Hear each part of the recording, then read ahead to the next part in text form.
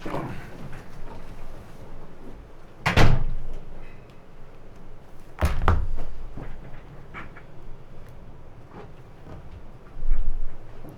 be seated. The Royal Commission on Antisemitism and Social Cohesion is now in session. Commissioner, I call Commissioner Sivaraman and Commissioner Kiss from the Australian Human Rights Commission. Yes. Do you solemnly and sincerely declare and affirm that the evidence you shall give will be the truth, the whole truth, and nothing but the truth? I do. Do you solemnly and sincerely declare and affirm that the evidence you shall give will be the truth, the whole truth, and nothing but the truth? I do. Commissioner Sivaraman, could you please state your name for the record? Giridharan Sivaraman. And you are the Race Discrimination Commissioner? Correct. And you have prepared a witness statement dated 14 August 2026? Correct. And do you have a copy of that statement there with you? I do. Is it still true and correct to the best of your knowledge and belief? It is. And I tender that statement, Commissioner. It's stat.899.001.0641_R. Yes. The statement will be admitted. And Commissioner Kiss, could you please state your name? Katie Kiss. And you have prepared a statement dated 19 August 2026? Yes. And you have a copy of that there with you as well? Yes.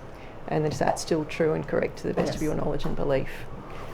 Commissioner, I tender that statement, which is stat.899.001.0658. Yes. That statement will also be received. And Commissioner Kiss, you are, of course, the Aboriginal and Torres Strait Islander Social Justice Commissioner. I am. I should note the Human Rights Commission has also provided a submission to the Royal Commission dated 12 June 2026, and I tender that submission as well, Commissioner, sub.500.001.4426. Yes, the submission will be received as an exhibit. And I'll also tender the Human Rights Commission's report on the National Anti-Racism Framework, which is DHA.003.009.2331. Yes, the report is admitted. And in the course of the questions today, I'll also be referring to the Human Rights Commission's Seen and Heard report that has previously been tendered as Exhibit 4-015. Yes. Commissioner Sivaraman, could I start by asking you some questions about your professional background? So you've held the position of Race Discrimination Commissioner since March 2024. Correct. And prior to your appointment, you worked as a lawyer, That's right. predominantly in employment law, is that right? Yes, employment and discrimination law. And you've previously been the chair of Multicultural Australia Yes. and a member of the Queensland Multicultural Advisory Council. Yes. Commissioner Kiss, you have described yourself in your statement as a proud Kanju and Biri Widi woman from Queensland. Yes. And you held the position, have held the position of Aboriginal and Torres Strait Islander Social Justice Commissioner since 2024. Yes. And you were formerly the Executive Director of the Interim Truth and Treaty body supporting Queensland's Path to Treaty, is that right? And you also spent 8 years previously at the Human Rights Commission as the Director of the Aboriginal and Torres Strait Islander Social Justice team. That's correct. Now, Commissioner Sivaraman, could I just start by asking you what your responsibilities are as Race Discrimination Commissioner? Thank you. My responsibilities are in part set out in the Race Discrimination Act. They're about raising awareness, advocacy, and assisting to eliminate all forms of racial discrimination within Australia. And within that, there's a broad remit of work that I do, including community engagement with stakeholders, preparing educational and other materials, and advocacy. And Commissioner Kiss, could I ask you what your responsibilities include? Sure. My role requires me to report on the exercise and enjoyment of human rights by Aboriginal and Torres Strait Islander people, promote education and awareness on the rights of Aboriginal and Torres Strait Islander people, and to examine legislation and other enactments to make sure that they're consistent with human rights standards. Thank you. And could I start by asking you about a topic that you've both addressed in your statement, which is the meaning of the phrase social cohesion. Commissioner Sivaraman, you've identified in your statement that this is an issue that you've consulted on with communities affected by racism, is that right? Yes.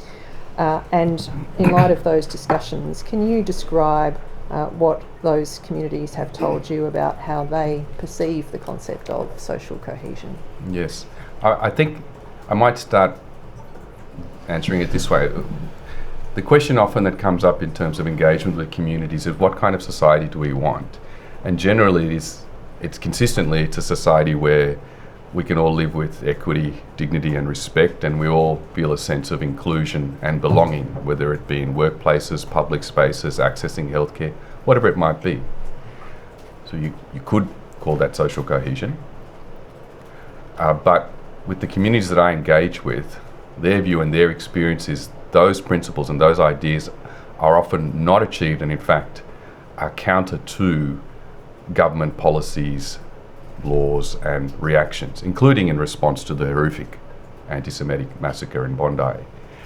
And what they say to me is, often in the name of social cohesion, government policies and ideas will homogenise entire communities, treating them all the same, dictate to communities as to what they should do rather than consulting with them and engaging with them in a meaningful way, pit communities against each other, which is in the sense of creating a competition for resources or a competition to be heard, which often means that communities feel isolated, left behind, or not seen or heard. And all of these things have been done in the name of social cohesion. And these things sometimes have the impact of forcing communities and community members to shed themselves of their language, their religion, their culture, their dress, the things that make them different in a slow process of assimilation, which is done again in the name of social cohesion, but doesn't enable a sense of inclusion or belonging, doesn't allow people to live with equity, dignity and respect. And in my consultations with Aboriginal and Torres Strait Islander communities, which I'm sure Commissioner Kiss will also speak to, there's a fundamental problem in that the notion of social cohesion doesn't reflect their particular position in our society, their need for self-determination and sovereignty, and their connection to this land. So in that sense, that's where the concept of social cohesion has run counter to what it might be aiming to achieve. And I think it's why many of the communities I engage with view the term with great wariness and view any kind of policy or plan associated with it with wariness. And I think that if we want to build a society where we live with equity, dignity and respect and we feel included and belonging, then you actually have to do the hard work first of building racial literacy, building the way in which people understand each other and see diversity as a strength, and building institutions and systems that are transparent, responsive and accountable to everyone.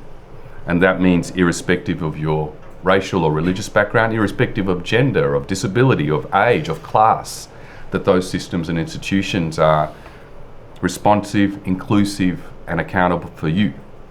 That is the way in which, that is the hard work that has to be done first before you can achieve what you might call social cohesion. And that hard work is ultimately the goal of anti-racism. I see.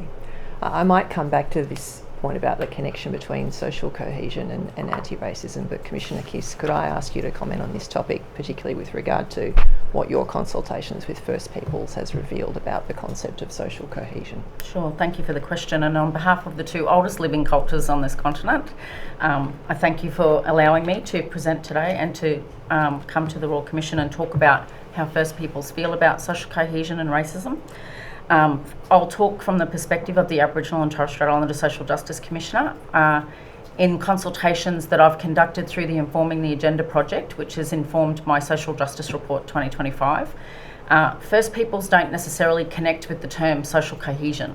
It's not a term that came up in my consultations, but they did talk extensively about their experience of racism, about their experience of the lack of unity in this country, about the lack of recognition of us as First Peoples, both Aboriginal and Torres Strait Islander communities. They talk about the need for recognition and respect, hence the voice referendum and the call from First Peoples through the Uluru Statement from the Heart for that constitutional recognition, because for generations since first contact, 237 years, we've had to fight to be recognised in what is our own country, our own lands. We've had to fight for equal participation. We've had to fight for equal consideration in policies, laws and practices that have had an impact on us, both detrimental and positive. We've had to fight for everything that has enabled us to effectively participate in the Australian society. Self-determination is something that Aboriginal and Torres Strait Islander people connect with.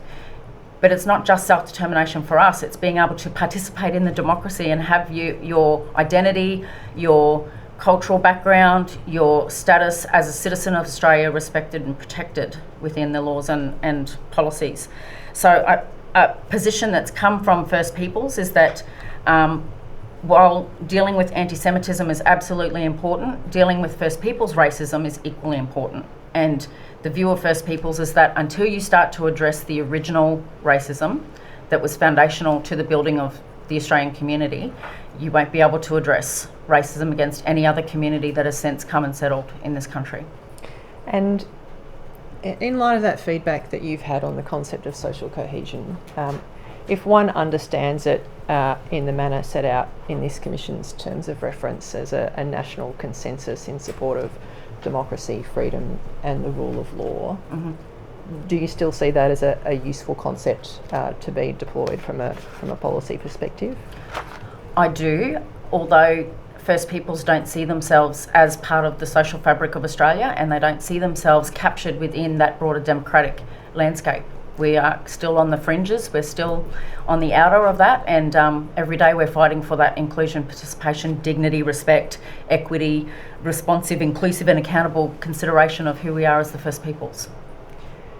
And Commissioner Sivaraman, could I ask you to answer the same question in light of the feedback that you've received? Do you still see social cohesion as a useful concept to be pursued? In of itself, it can be, but the problem is it means so many different things to different people. You could ask 20 people in a room, what does social cohesion mean to you? And you probably get 20 different answers. And even the definition used in the terms of reference for the Royal Commission about a national consensus in support of democracy, that's a conclusion in a sense. It's how do you get to that point? How do you build a sense of belonging, inclusion, participation, recognition, legitimacy? I'm drawing on terms that were used by the New Zealand Christchurch Attack Royal Commission. And so I think its utility is only gained if you accept that, well, you're not going to get to this point by first understanding how inequity operates in our society, how some people are disadvantaged, and how that is done in a systemic way, and then trying to improve those systems and institutions. I think isolated from that, the term, it probably has limited utility. And so if we strip away the language of social cohesion for a moment and just focus on the aim of building a national consensus in support of democracy, freedom and the rule of law, do I understand your evidence correctly that you see those as legitimate aims to be pursued, but the big question is how do you get there? And one key part of getting there, in your view, is addressing racism. Yeah, absolutely, because addressing racism is about enabling people to participate in a democracy. And not just in the very narrow sense of being able to vote or engage with politics, in a much broader sense of engaging equally in civic society, engaging across all aspects of public life. So I think the short answer is yes. There's a much longer discussion that can be had about that, but we should, in identifying the goal, we should be clear about the obstacles that prevent us from getting there. I see. Would you like to comment on that as well, Commissioner Kiss? Just to say that in the context of democracy and ensuring a unified approach, values to the underpinning of the state, it must be without an expectation of assimilation and integration. And so for First Peoples, that's something that I heard throughout my consultations, that our participation in the broader Australian community is requiring us to assimilate, requiring us to integrate, and take on and leave behind who we are as Aboriginal and Torres Strait Islander First Peoples.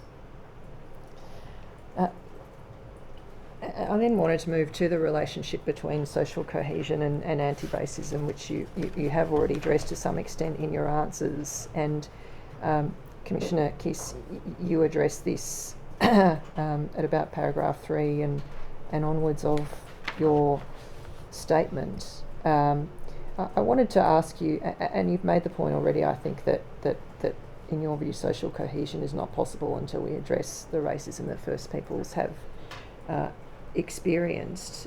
You've also made a point in your statement about how you see trust as an important concept in all of this, particularly at paragraph 6. And can I ask you what you mean by trust? Do you mean trust between members of the community, or trust between the community and government, or both? It's both. Australians, let me start again. Aboriginal and Torres Strait Islander and peoples, First Peoples, have consistently come to the table seeking the ability to engage with the broader Australian community in genuine good faith. Some of those conversations are had genuinely back with us, and some of them are not. And the exposure to racism throughout history has been pervasive and ongoing and consistent. In terms of trust, when you can't engage safely in public debate, in political debate, in broader community conversations about how we fit within our society, that erodes trust. It erodes people's sense of belonging. It erodes people's ability to be proud in their own identity and to participate without question. And so when you're talking about trust, that comes at an interpersonal level. You know, when you're out in the shopping centre and you're being followed around by security guards, you're not feeling safe in the community in which you exist. When you're tagged along by police, you're not feeling safe in the community in which you live, because those institutions are meant to protect everybody in the community, not just parts of it. In terms of the systems and structures, again, we've engaged in genuine good faith in order to build a cohesive community, society, values that also see Aboriginal and Torres Strait Islander peoples as part of the community. And at time again, we've had that trust dismantled, taken from us, denied because of the way that engagement has come back to us. So we engage in genuine good faith, and we very regularly get denied an equal response, if I can say that as diplomatically as possible. And Commissioner Sivaraman, do you see that concept of trust between the community and with government as important in addressing all forms of racism, including anti-Semitism? Yeah, absolutely. And I think that's, in a sense, one of the significant issues is a lack of trust from communities who are affected by racism because of the use of the term social cohesion, because of the things that have been done under that banner, so to speak. Because if your experience of policies or laws or programs under the term social cohesion are ones where you're excluded, or you're competing for resources with other communities, or you have to assimilate, as Commissioner Kiss said, you won't have trust in the institutions you're engaging with.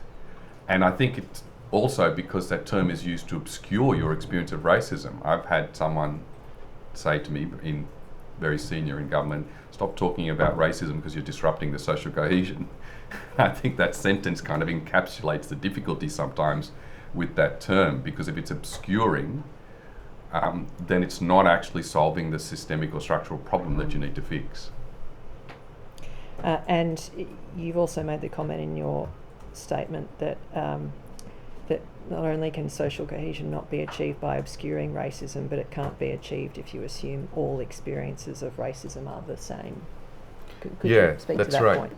I think that's an important point. Every experience of racism is different and unique. Antisemitism is unique in the way in which it will impact on people and the people on whom it will impact. The source, though, is often a systemic issue. So you have to fix the systemic problem to get to the particular impact or where it manifests in a particular form. But again, to try and homogenise all experiences of racism is not something that we say should be done in any of our work or in the National Anti-Racism Framework. To put it in a simple way, we say that there are systemic problems that lead to the manifestation of racism. If you don't fix the systemic problem, the racism will continue to manifest. How it manifests and how it impacts on people is always going to vary depending on the community and the person. But if you keep trying to attack it at that point where it manifests, you're playing whack-a-mole rather than actually trying to do the hard work of the systemic change. And I might come back to that theme when we discuss the National Anti-Racism Framework, which I'll turn to now. Could I start just by asking you, Commissioner Sivaraman, to give an overview of the nature and purpose of the framework in general terms? Yes, so the framework came about as a result of community agitation to government that there needed to be some sort of national framework or strategy to tackle racism. And then in preparing it, the Human Rights Commission engaged in very significant consultation with community members, government departments, business decision makers, experts. And importantly, that's not just people affected by racism, it's leaders, decision makers who themselves might not be affected by racism, but have the capacity to bring about change. And just pausing there, did yeah. that consultation with leaders include within government and outside of government, in Correct. business and the like? Yes, correct. I see. Yes. Please continue. No, that's fine.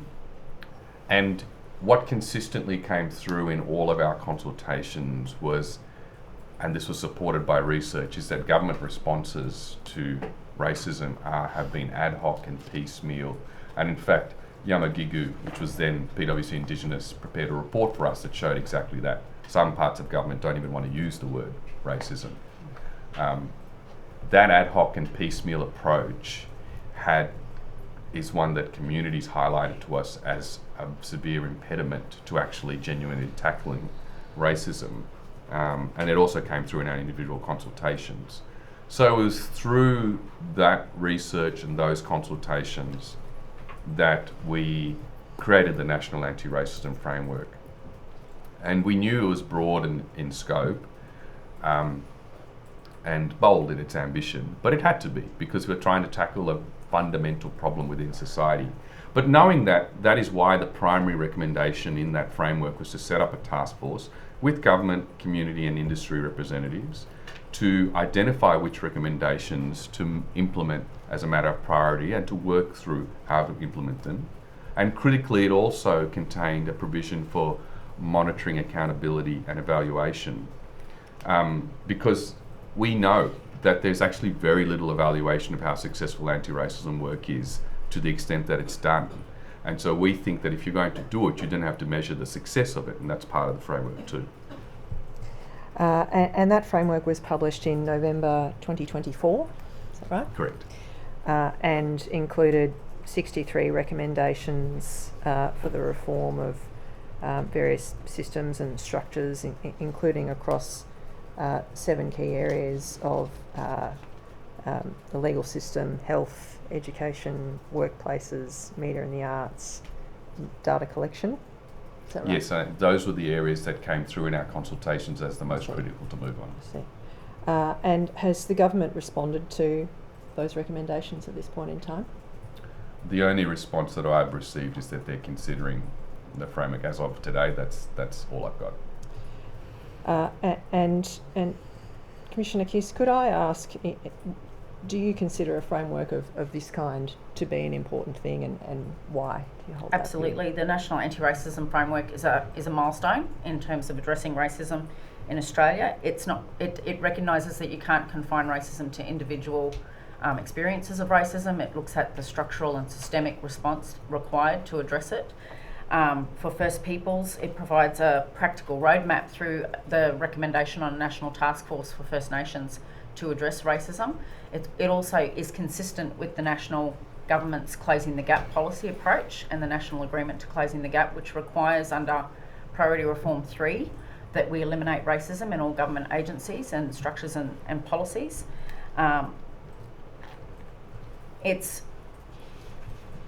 it understands and it reflects the fact that you can't separate racism from the colonial foundations of Australia, the dispossession of First Peoples, the minimising of the history of this country, and then blaming First Peoples for the outcomes of that. So the framework is absolutely critical to us advancing anti-racism work in the country for all people who are subjected to racism, not just First Peoples, but it centres First Peoples, as I said at the beginning of the conversation, dealing with the racism that is experienced by First Peoples as the centre of the conversation in Australia, and the fact that other racism that occurs happens in that context. And Commissioner Sivaraman, you've touched on this in answer to an earlier question, but you've noted in your statement at paragraph 26 that changing behaviours can only occur by changing systems and institutions. Could I ask you to elaborate on that point? Yeah, it's probably easiest to explain that through examples. So you've identified the areas in which we focus, but let's just take workplaces as a particular example. So you could counsel the perpetrator of an anti-Semitic slur in a workplace. That isn't going to stop all anti-Semitic slurs within that workplace. What you actually have to do is a systemic review and identify, for example, is the workplace culturally safe? Are there effective anti-racism policies? Is there a complaints mechanism that ensures there isn't victimisation? If you don't bring about those kind of systemic changes, you will never eradicate all of the racist behaviour. And so that is why we say, if you genuinely want to stop racism and do it in a way that addresses all racism, you do it through systemic change, and you start with that. That's the platform for doing it. And I mean, there are similar examples we could give in health, in education. I'll just give one more because I think it's a good one. Social media. You could remove a user of social media who's put an anti-Semitic slur online. Everyone in this room knows there is no way that is going to stop all anti-Semitism that is online. So unless you bring about systemic change in terms of countering mis and disinformation and breaking the nexus between profit and racism for social media platforms, you will never stop racism online. Again, another example of why we believe that systems change is the only way to actually bring about meaningful change. And on that point, one aspect of the framework is addressing the online environment to some extent. For example, I think it favours the imposition of a digital duty of care. Is that right? Correct. Yes. Which we've heard evidence about in other contexts in the Royal Commission. Could I ask you this? You gave evidence earlier about specific forms of racism and recognised that each is unique. The framework, of course, is expressed in terms of racism generally, as opposed to particular kinds of racism. And the Commission has received some public submissions that express the perspective that for that reason the framework could be seen to diminish or fail to address what are unique characteristics of different types of racism, including anti-Semitism. What's your response to that sort of concern? So every day I engage with communities that are impacted by racism, and for them it can be a terrible issue that requires an urgent response. And many of those communities don't think that they're reflected or seen or heard or listened to at all by government or by others. If we don't come up with a solution and start with a platform that addresses all forms of racism, we continue to leave those communities behind. That in itself is a significant problem because it leads to a sense of isolation and being alienated by those communities and people within them. That is not going to contribute to a society where people feel included or belong or safe.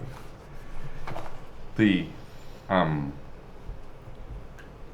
National Anti-Racism Framework as a foundation for work ensures, firstly, that all communities get consulted with in terms of the design of solutions, and that's a really significant point in anti-racism work, rather than just some communities, and as I've said earlier, stops communities from being pitted against each other. and then it allows a system change. So, for example, one of the proposals in the National Anti-Racism Framework is a positive duty to eliminate racial discrimination in workplaces and then more broadly in goods and services. So the system change there is that you bring about a positive duty to eliminate racism. Let's just take workplaces as an example. In then doing that work, you would have to go through a number of measures, including assessing how your organisation is because then you can create targeted programs to deal with the racism that is manifesting in your organisation. You could survey your workers. And when you then create those tailored programs, you absolutely can address specific forms of racism. In fact, you have to. That's the natural thing that would come after having done the work of actually assessing what it is the organisation requires. So of course you could target anti-Semitism, and you could target other forms of racism as well. I think that's the thing that people forget, in the sense of it's not just about generic training. That in of itself is not a solution. An actual whole of organisation solution would be evaluate where your organisation is at using something like the Workplace Cultural Diversity tool that the Human Rights Commission offers. Survey your workforce, work out where you need to bring about change, implement that change in a tailored way that caters to the communities you're trying to help, and then monitor and evaluate how successful that's been. And so this ties into your point at paragraph 24 of your statement, does it? Where you say the framework recommendations have a capacity to tailor solutions to suit the needs of affected communities, including those experiencing anti-Semitism. Yeah, absolutely. And I don't want to take up too much time. I can give you one more example I think that might help illustrate the point, and that's certainly another of our recommendations is a national survey on racism. And of course, so the starting point is you're doing a national survey, so you get to hear from everyone. And of course, you would then have to measure particular types of racism within that survey, including anti-Semitism, other forms of racism as well. So it is a solution to tackle all forms of racism that clearly can be tailored, or has to be tailored, to particular experiences. A bit like we did with our survey in the university sector, where we got 76,000 responses, including a significant response from Jewish students and staff, where we could identify specific forms of racism and what was required, but we started with an approach where we tried to hear from everyone. And so just so I understand your evidence, you're not excluding the utility of, in a workplace, having targeted anti-Semitism training, for example? No, I'm not excluding the targeted campaigns for anti-Semitism. No. I see. And Commissioner Kiss, I take it your view is that a broad framework of this kind is capable of achieving something in terms of addressing the unique nature of racism experienced by First Peoples. Yes. Is that your view? Yes, I think there needs to be, Commissioner Sivaraman has talked about workplace initiatives to help mitigate the instances of racism in workplaces. I think those sorts of things help to combat racism against all people in workplaces, but also things like cultural safety frameworks, which the Commission's been working through to make sure that our organisation is culturally safe. Those sorts of things, reconciliation action plans, accountability measures within workplaces, so zero tolerance of racism within workplaces, those sorts of things all go to contribute to making sure that everyone is safe in the workplace, but also that First Peoples are captured within that. Could I then come to ask you about some of the recommendations that are made as part of that framework? So Commissioner Sivaraman, you've already explained how you see one important first step as being to set up a task force to decide where the priority areas should lie. Commissioner Kiss, could I then ask you about the concept of a task force? You've identified in your statement at about paragraph 27 that you would see utility in also establishing a First Nations anti-racism task force to develop and implement a dedicated First Nations anti-racism framework implementation plan as well. Could you explain why you see that would be a useful addition on top of the sort of task force that Commissioner Sivaraman has identified? Sure. as Commissioner Sivaraman has talked to, the experience of racism for different community groups is different, and the racism experienced by First Peoples is unique in the fact that its origins lie in the dispossession, the discrimination experienced by First Peoples, policies and practices that only impact First Peoples in Australia, so things like the Protection Acts that resulted in the removal of children from their families and the Bringing Them Home report recommendations. So the National Anti-Racism Task Force for First Peoples enables and creates spaces for First Peoples to sit at those tables and have their unique issues addressed. It also helps First Peoples to contribute to the conversation on how we address racism more broadly, because First Peoples also feel a responsibility for those who now live on our lands and territories. We feel that responsibility very deeply, and we want to make sure that we're also making contributions to ensuring that racism is not more broader than our communities, but also that we're addressing the racism that we experience on a day-to-day basis. There's a tendency to invisibilise First Peoples' experience of racism. And so when things like multiculturalism debates are being heard, First Nations racism sits over here in the corner and nobody's talking about that. We forget to deal with the broadness of it. So this enables First Peoples to have a space at the table in their own right to deal with the origins of racism for Australia, as well as contributing to an anti-racism approach that makes sure that everyone else is safe as well. And then, Commissioner Sivaraman, could I come back to this idea of imposing a positive duty, and that would be a positive duty to eliminate racial discrimination in the workplace? Is that what you envisage? Yes. And can you explain a little more what the nature of that proposed duty would look like? Yes. So, as it's currently, if you're the target of racism in the workplace, you have to have suffered harm really to seek recourse. And the Racial Discrimination Act turned 50 last year, and it's time for that to change. It's time to put the onus and the emphasis on the entities with the capacity and the resources to bring about the change. It's a far more effective way to eliminate racial discrimination. So it would, and we have seen something similar already happen in the changes to the Sexual Discrimination Act, which created a positive duty to eliminate sexual harassment.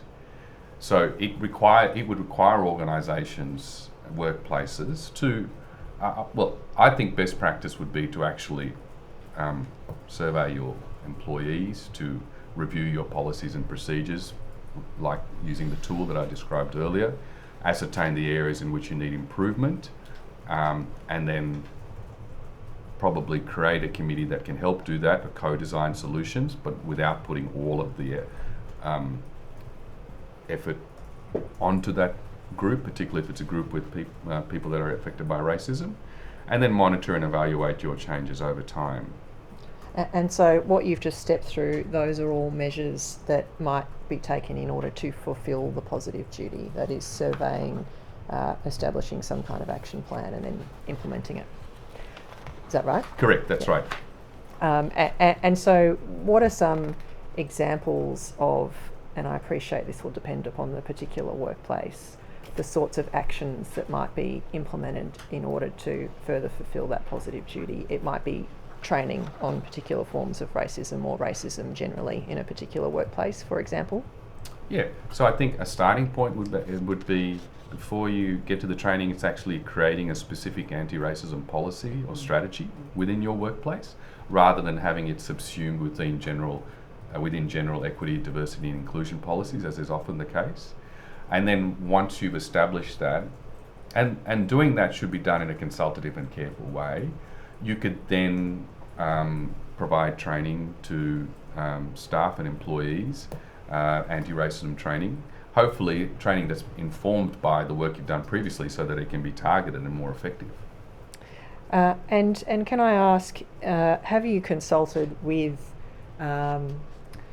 businesses and government workplaces as well about the practicability of implementing something like this, and what sort of feedback have you received? Yes, I have, and it's actually been pretty good engagement. I mean, I'm yet to have an employer that says to me, I don't want to have to eliminate racial discrimination in the workplace. But I think more importantly, employers I've engaged with and employer representative groups I've engaged with have said, look, we can see an advantage in this because at the moment, particularly when we operate between different jurisdictions, our responsibilities will change because some jurisdictions, some state and territorial jurisdictions have a positive duty to eliminate racial discrimination and other forms of discrimination, others don't. Whereas if you have a overarching national obligation to do it, informed by guidelines on how to do it, and the Victorian Human Rights and Equal Opportunity Commission guideline to eliminating racial discrimination is an excellent one that I think the Commission should have regard to, then it becomes an easier thing to do because you're complying with that national standard and it doesn't matter which jurisdiction you're moving between, you can do it. And the other reason I think that it's had support is that from the employers and employer representative bodies I've engaged with can see great value in this. They want workforces that feel included, that belong, that are productive, that are happy. If eliminating racial discrimination is a way of enabling that, that's a good thing. It's a good thing for the workplace, it's a good thing for the employer. So in that sense, I've generally had quite positive engagement on the issue. Have you engaged with medium and smaller size enterprises? I mean, it's one thing to imagine that BHP could probably implement a scheme of the kind you describe, albeit there would be economic consequences to it doing so. But for a relatively small enterprise, the imposition of yet another duty might be something that is really quite difficult for them to achieve. I mean, I just don't know how wide your consultation's been, and that's what I'm asking. Yeah, no, that's I understand that, Commissioner, and I think that's why in the framework when we talk about anti-racism strategies within workplaces, we specifically talk about medium to large size workplaces because we recognise that the imposition on small workplaces would be far more onerous. And certainly, I don't discount the difficulty of regulatory burden, and some employer representatives talk about that. So I'm not I'm completely alive to that, and they're alive to that. That's why I put it in the sense of if there can be an advantage of actually making life easier, it can be a good thing.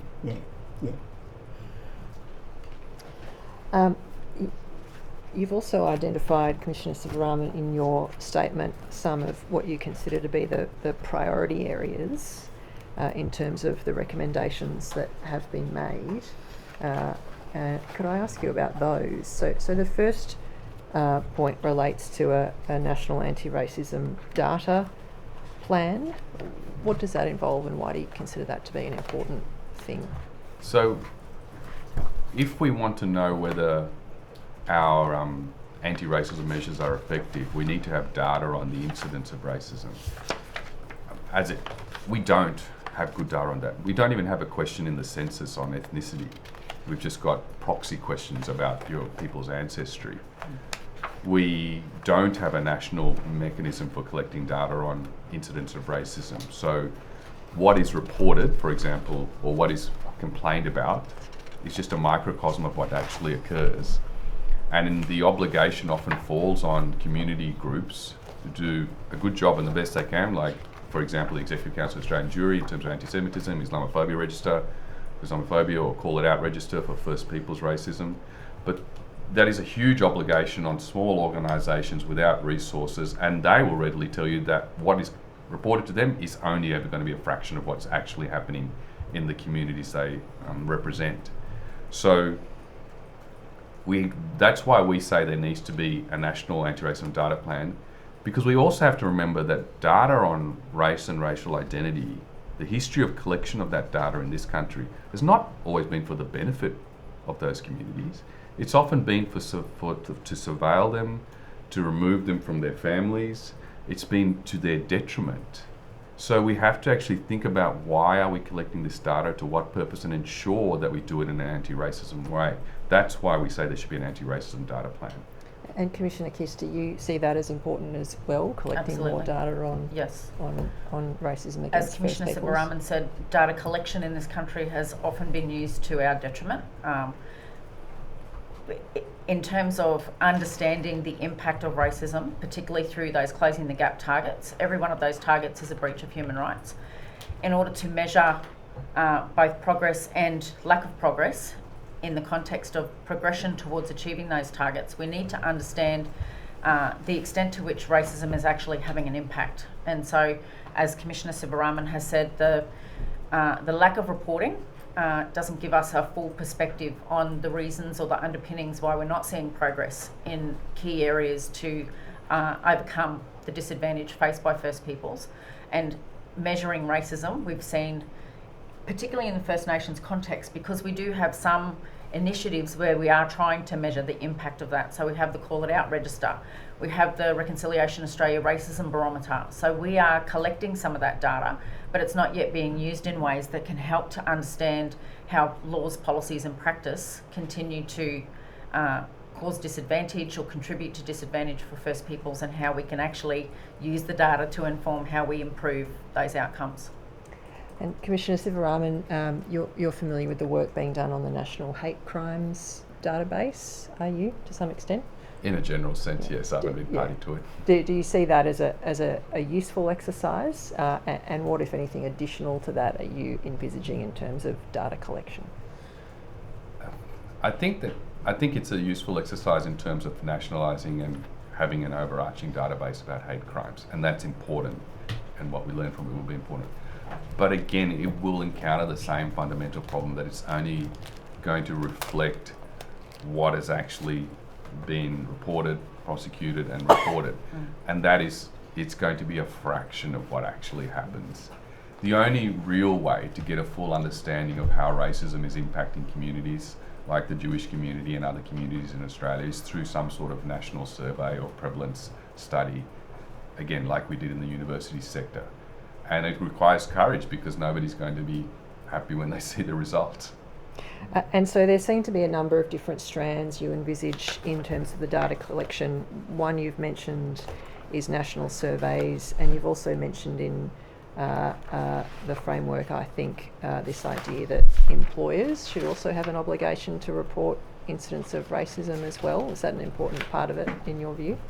Yes, absolutely, because if you want genuine systemic and cultural change within employers, I think that having the obligation to report on incidences of racism is a very strong tool to do that. And we can see that in the sense that we've got a Workplace Gender Equality Authority which requires organisations, and to your earlier point, Commissioner, it's not all organisations, it's larger ones, to report on gender equity within the workplace. And it is that requirement to be, I don't want to use the expression named and shamed, let's just say be in the public eye in terms of what you've done. That is going to be probably the single biggest impetus for change. And we've seen that. It has been an impetus for change. So that's the same thing I think that we need in terms of eliminating racial discrimination. I see. And in your statement, you've included a table that outlines the commonalities between the National Anti-Racism Framework, the key actions proposed by the Special Envoy to combat anti-Semitism, as well as the Special Envoy to combat Islamophobia. And this focus on data collection seems to be a common element between all three action plans. Is that right? Absolutely, it is. Could I then ask you about another priority area you've identified, and that is mandatory workplace anti-racism training in government workplaces, which also is reflected in the both Special Envoys plans, correct? Correct. And to date, the Royal Commission has received some evidence about the steps being taken to implement anti-Semitism training in the Australian public service, for example. Are you generally aware of the work being done in that space? In a very general sense. In a general sense. Very general sense. And do you see that model as a useful one? And do you envisage a model of that kind being deployed, but that takes in other forms of racism as well as part of implementing this recommendation? I'm not familiar enough with the model I of see. how the training will be delivered to comment on how useful it is. I think that, so yeah, I couldn't comment to that degree. I see.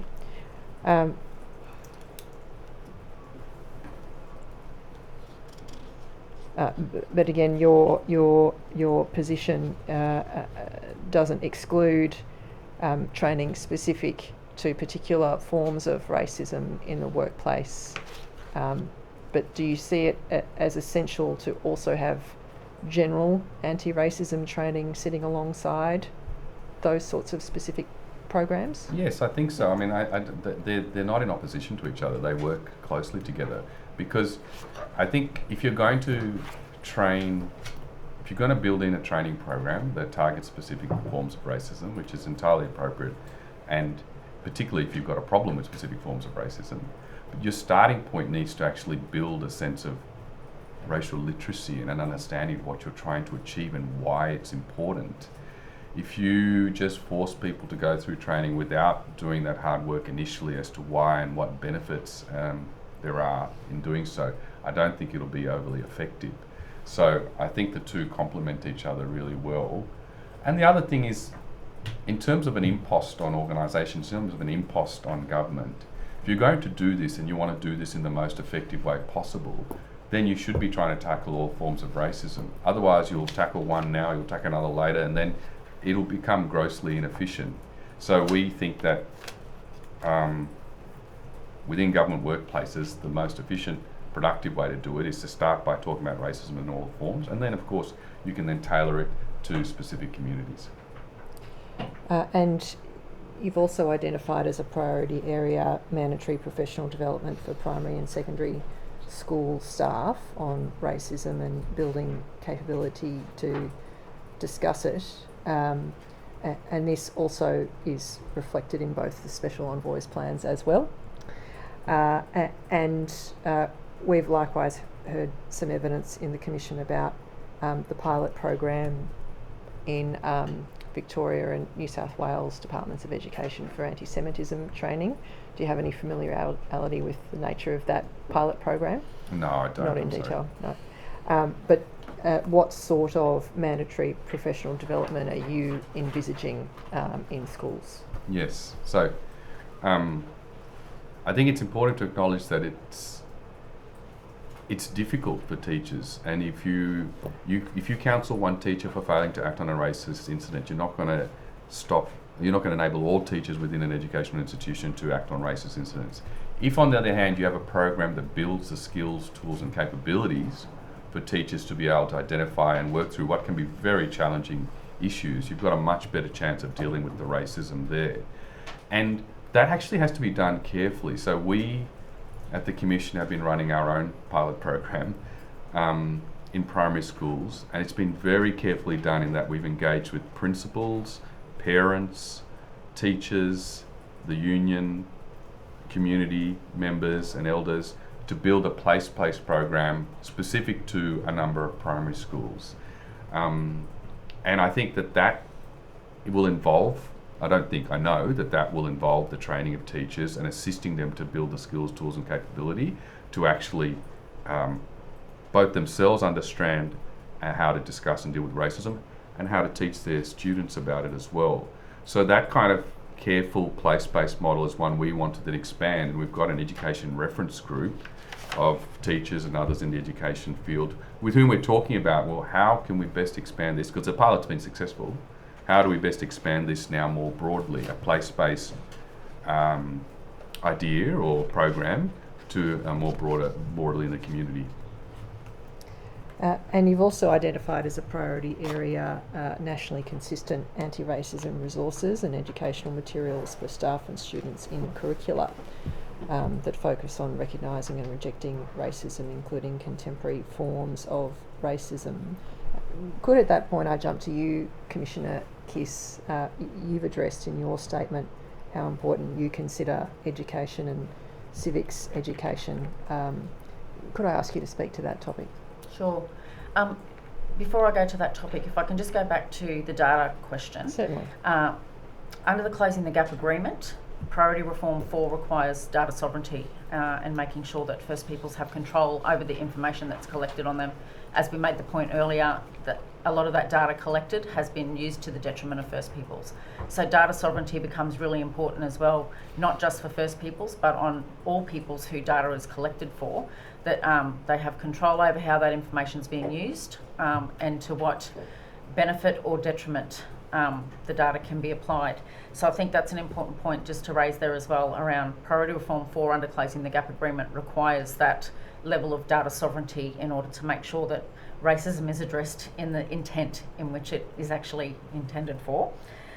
In terms of education, truth-telling, as we've seen through the many inquiries, the many reports, the many recommendations that have been issued, but most recently the Yurok Justice Commission, shows how building understanding of the historical circumstances of First Peoples in Australia contributes to more social cohesion, more understanding on why First Peoples are in the situation that they're in, why policies, practices and laws have been established the way they have and the impacts that they've had on the lives of Aboriginal and Torres Strait Islander peoples.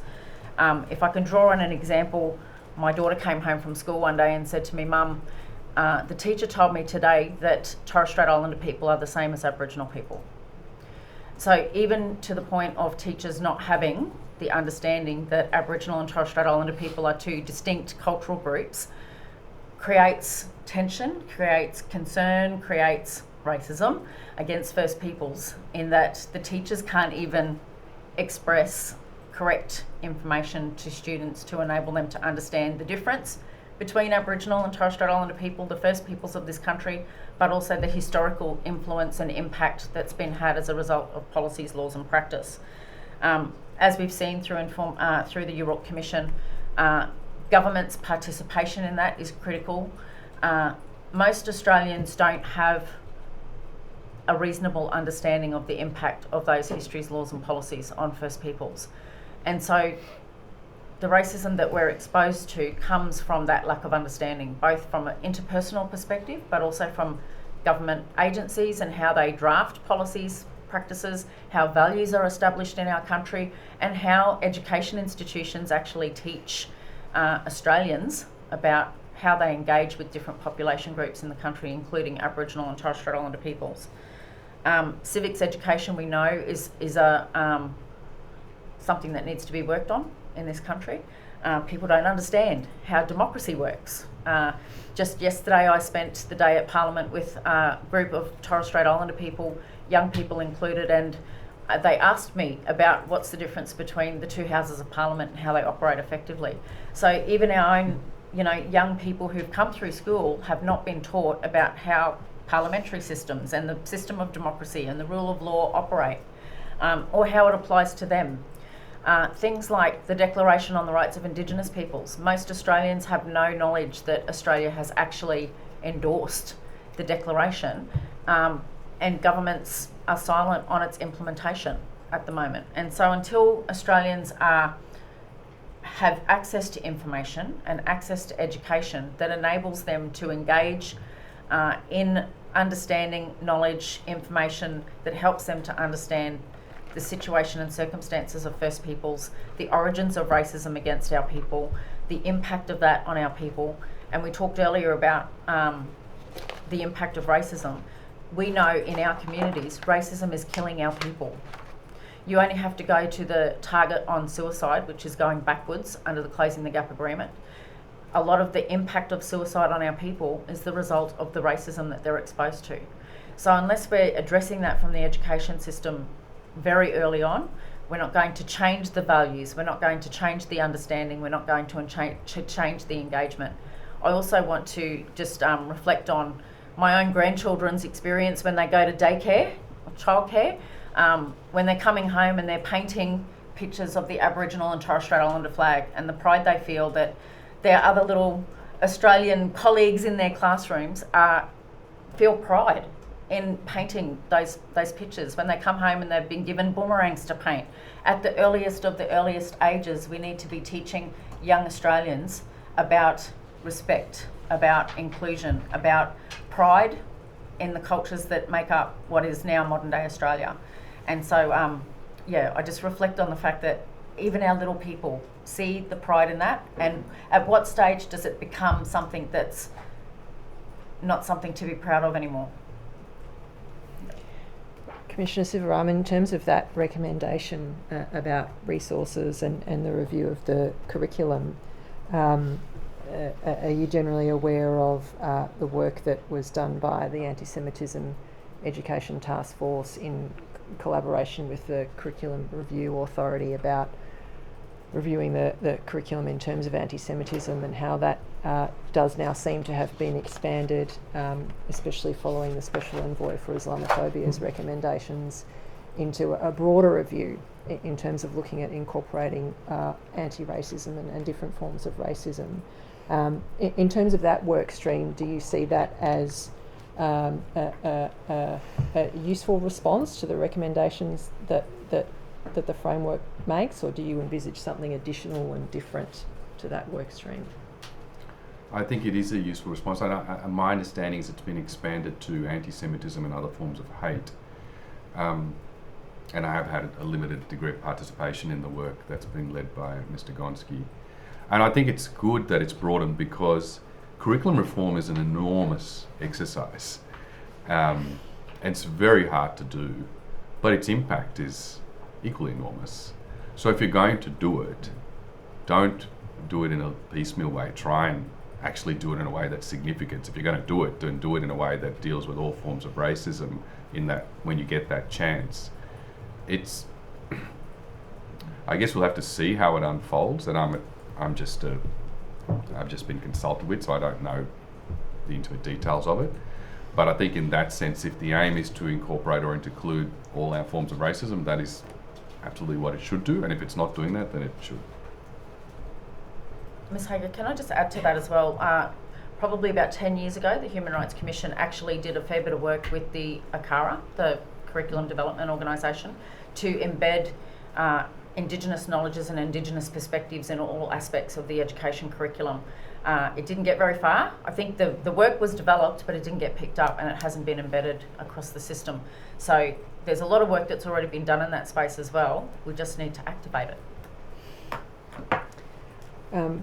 And does that tie back to a point made in your statement about accountability, this gap between, to your observation, commitments and implementation? Yeah. And do you see the National Anti-Racism Framework as a measure of accountability? I think it's one measure of accountability.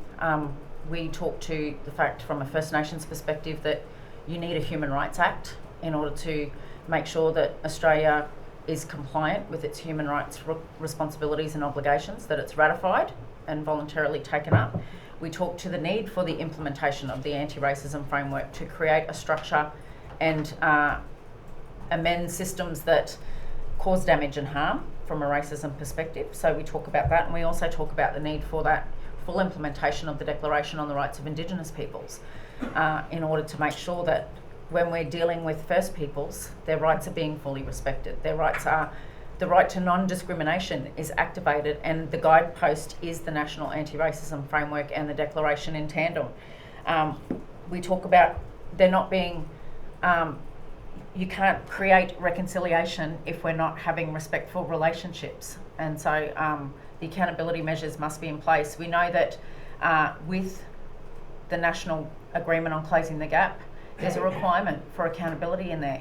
That accountability measure hasn't been put into place. And so things like PR3, which is the elimination of racism in our government agencies, hasn't had any accountability mechanism placed around that to ensure that it's being met. So while we're trying to deal with racism in a broader sense, there's government commitments to eradicate racism against First Peoples that are being ignored, that aren't being activated appropriately within government.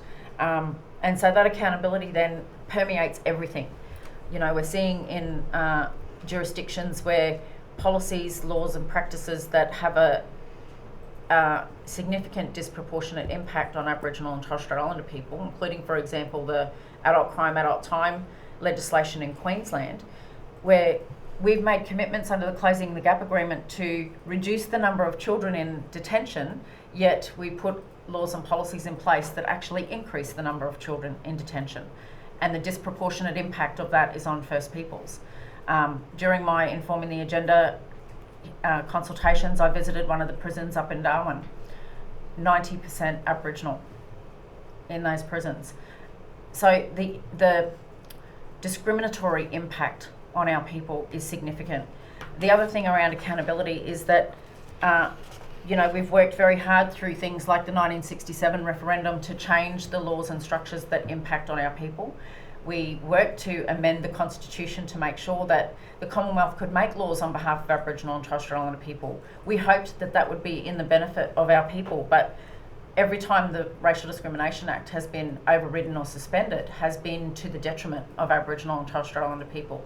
The Hindmarsh Island case, the Native Title Amendment Bill, and the Northern Territory Emergency Response. And so that's an indication of what is possible for other communities who also experience racism where protections are not in place sufficiently. Thank you. Commissioner, that concludes my questions on the anti-racism framework, and I now propose to move to some topics that are dealt with in Commissioner Sivaraman's statement, but not in Commissioner Kiss's statement.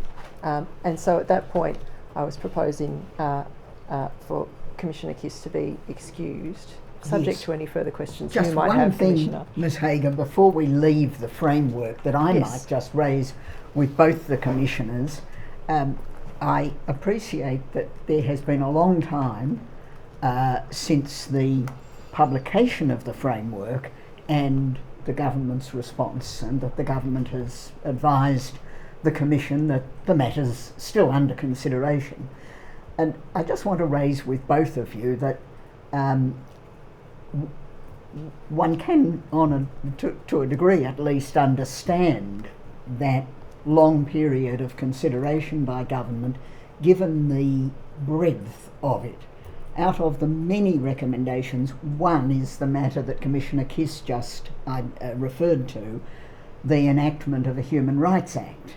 And that has been a highly controversial matter for many years. There are many proponents in Australia of the idea of a Human Rights Act, but equally many people of goodwill who say tread warily before that, because it transfers a degree of power to the courts to determine how human rights rub up against one another and where one strikes the balance, and to that extent might politicise the courts.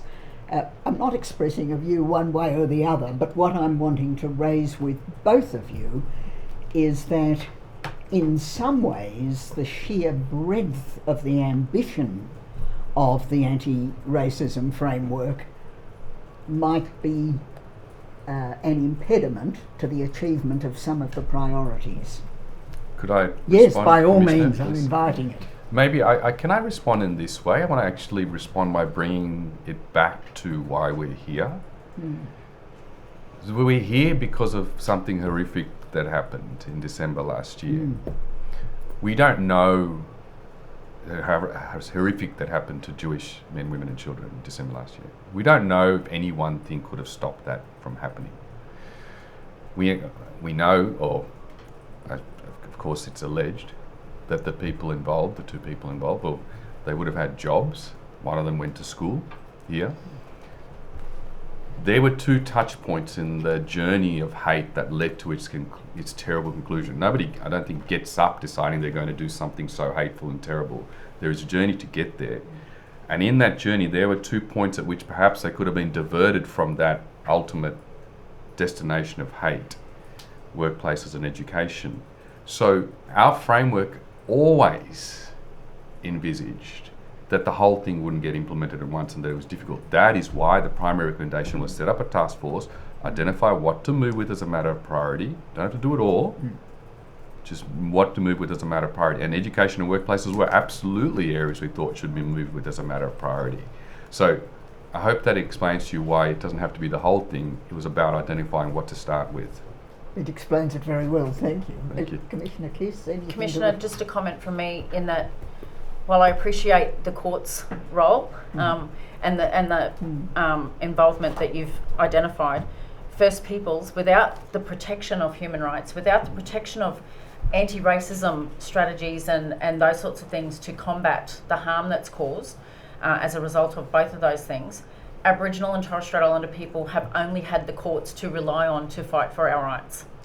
So we've had a Human Rights Commission in place, we have complaints processes in place, but things like the overturning of terra nullius had to go through the High Court in order to have that acknowledged. We've had to fight for our land and justice on dispossession through the courts. We've got people taking police forces to court now because of the racism they've been exposed to. I'm not suggesting that we do away with courts. No, not at all. And I would hope that you wouldn't, because we've had to rely on them in order to affirm our rights. So, in the absence of the protections, yes. Thank you, Commissioner. I wonder, Ms Hager, would this be now a convenient moment for morning tea? Yes, it would. Yes, very well. Thank you.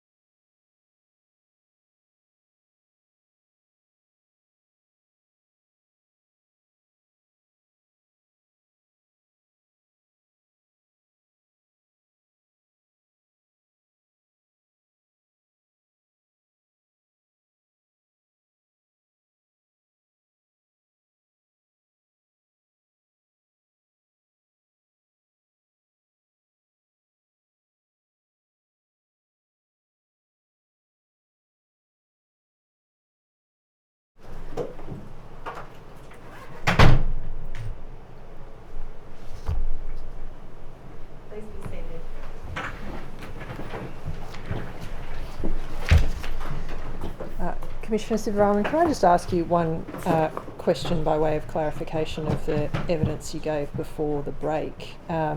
In terms of some of the duties imposed by the framework, you referred in one of your answers to medium and large employers. Is it the case that some of the obligations are recommendations under the framework are specifically targeted just to medium and large employers, and does that include the positive duty that we discussed earlier? So yeah, it was actually, I think, a question from the Commissioner, and yes, so there's two parts of this. The first is, yes, the recommendations about developing workplace anti-racism strategies, internal cultural safety frameworks, strategies for monitoring, hiring and progression of people affected by racism. All of those, we have explicitly said, are only for medium and large employers, because we understand that, as to your point, Commissioner, the obligation could be too onerous for smaller businesses. And on the second point of a positive duty, we haven't, the framework itself doesn't specify to whom it would apply. But if you were to take the duty as it's been legislated in the Sex Discrimination Act as an example, it explicitly, within the framing of the law, differentiates between what would be required by a small, medium or large business, in that it would only be what was reasonable and proportionate to the size of the business. So again, to your point, Commissioner, that's what we would envisage in terms of a positive view. So it would accommodate exactly the concern that the Commissioner raised earlier. I see, thank you. Could I then move to ask you about the Seen and Heard report, which was published earlier this year. Is it right that the Department of Home Affairs funded the Human Rights Commission to survey the experience of racism across the Jewish, Muslim, Arab and Palestinian communities from 7 October onwards? Yes, it wasn't a survey. This was a qualitative study. Yes. So we were funded by the Department of Home Affairs and we conducted what was effectively a qualitative study, because there was 27 community engagements all across Australia with Jewish, Palestinian, Muslim and Arab community members to better understand how they had been impacted by an increase in racism since October 7, 2023. And how did you go about identifying the individuals or groups who you engaged with for the purposes of obtaining that qualitative data? Yes, so we did it predominantly through community organisations. So, for example, the Queensland Jewish Board of Deputies arranged a consultation for us with Jewish community members, which I attended in the Holocaust Museum in Brisbane. The Australian Palestinian Advocacy Network organised a consultation with Palestinian community members, and that we found to be the most effective way to, and probably the safest and best way to get community members together. Different organisations in different places, but in a general sense, that's how it worked. I see. And what was the overall objective of undertaking that engagement? The objective was first to satisfy the requirement of the contract entered into with the Department of Home Affairs. The requirement of that contract was to come up with a campaign to deal with the increased racism since October 7, 2023.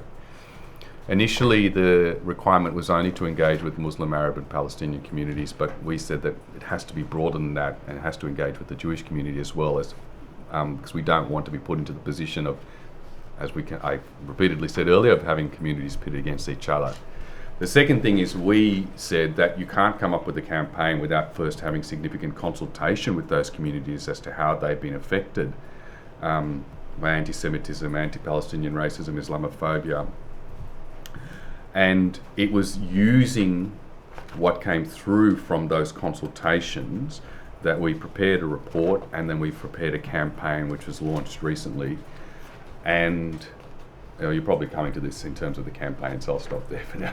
All right, I will come to the campaign. In terms of the findings of the report, in the executive summary on page 10, it's noted that community members told the Commission that it was vital to understand that the experience of affected communities was not the same, and the harms of racism vary across different people and different groups. But at the same time, the report noted that some common themes emerged. Could I ask you to describe what those common themes were? Yes. So in terms of the common themes, what consistently came through, and sometimes I went to a lot of these consultations, and I remember thinking I could have heard this in any one of the consultations, the same thing that was said to me, and it was, and I know you're going to get more evidence about this later today, but that sense of being dehumanised, that sense of being seen as lesser, as not an equal participant in society, that sense of being subject, you and your community subject to mis and disinformation, particularly online, being subject to tropes and stereotypes, that sense of having to hide aspects of your identity in public or in workplaces. That was a very common theme across all communities.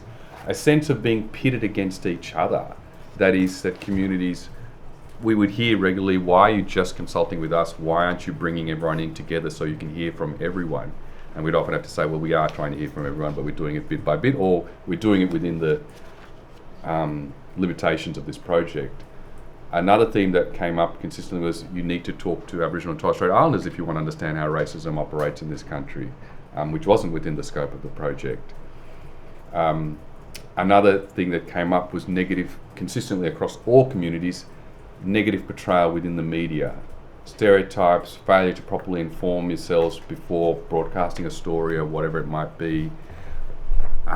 Another thing that came up was consistently viewing communities from a deficit lens, rather than thinking about the strengths that communities bring through their diversity and their history. And connected to that was, what consistently came up was a lack of understanding of how these communities are an integral part of the fabric of Australian society and have been for, well, since colonisation, effectively, or even before so, in terms of the Muslim community and Makassan traders. So those were I think, the major common themes across all of the communities.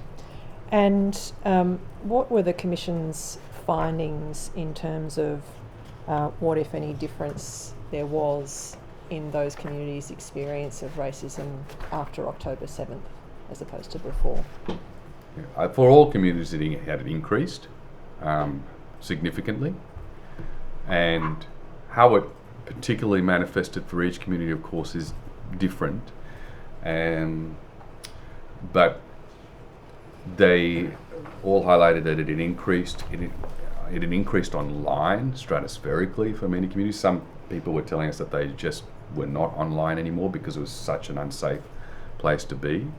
It had increased in workplaces, and workplaces ended up being a really consistent theme that came up as an area where people felt disadvantaged, isolated, they felt they couldn't express their identity, felt that they were in danger of losing their job, felt that there wasn't a safe space to have difficult conversations.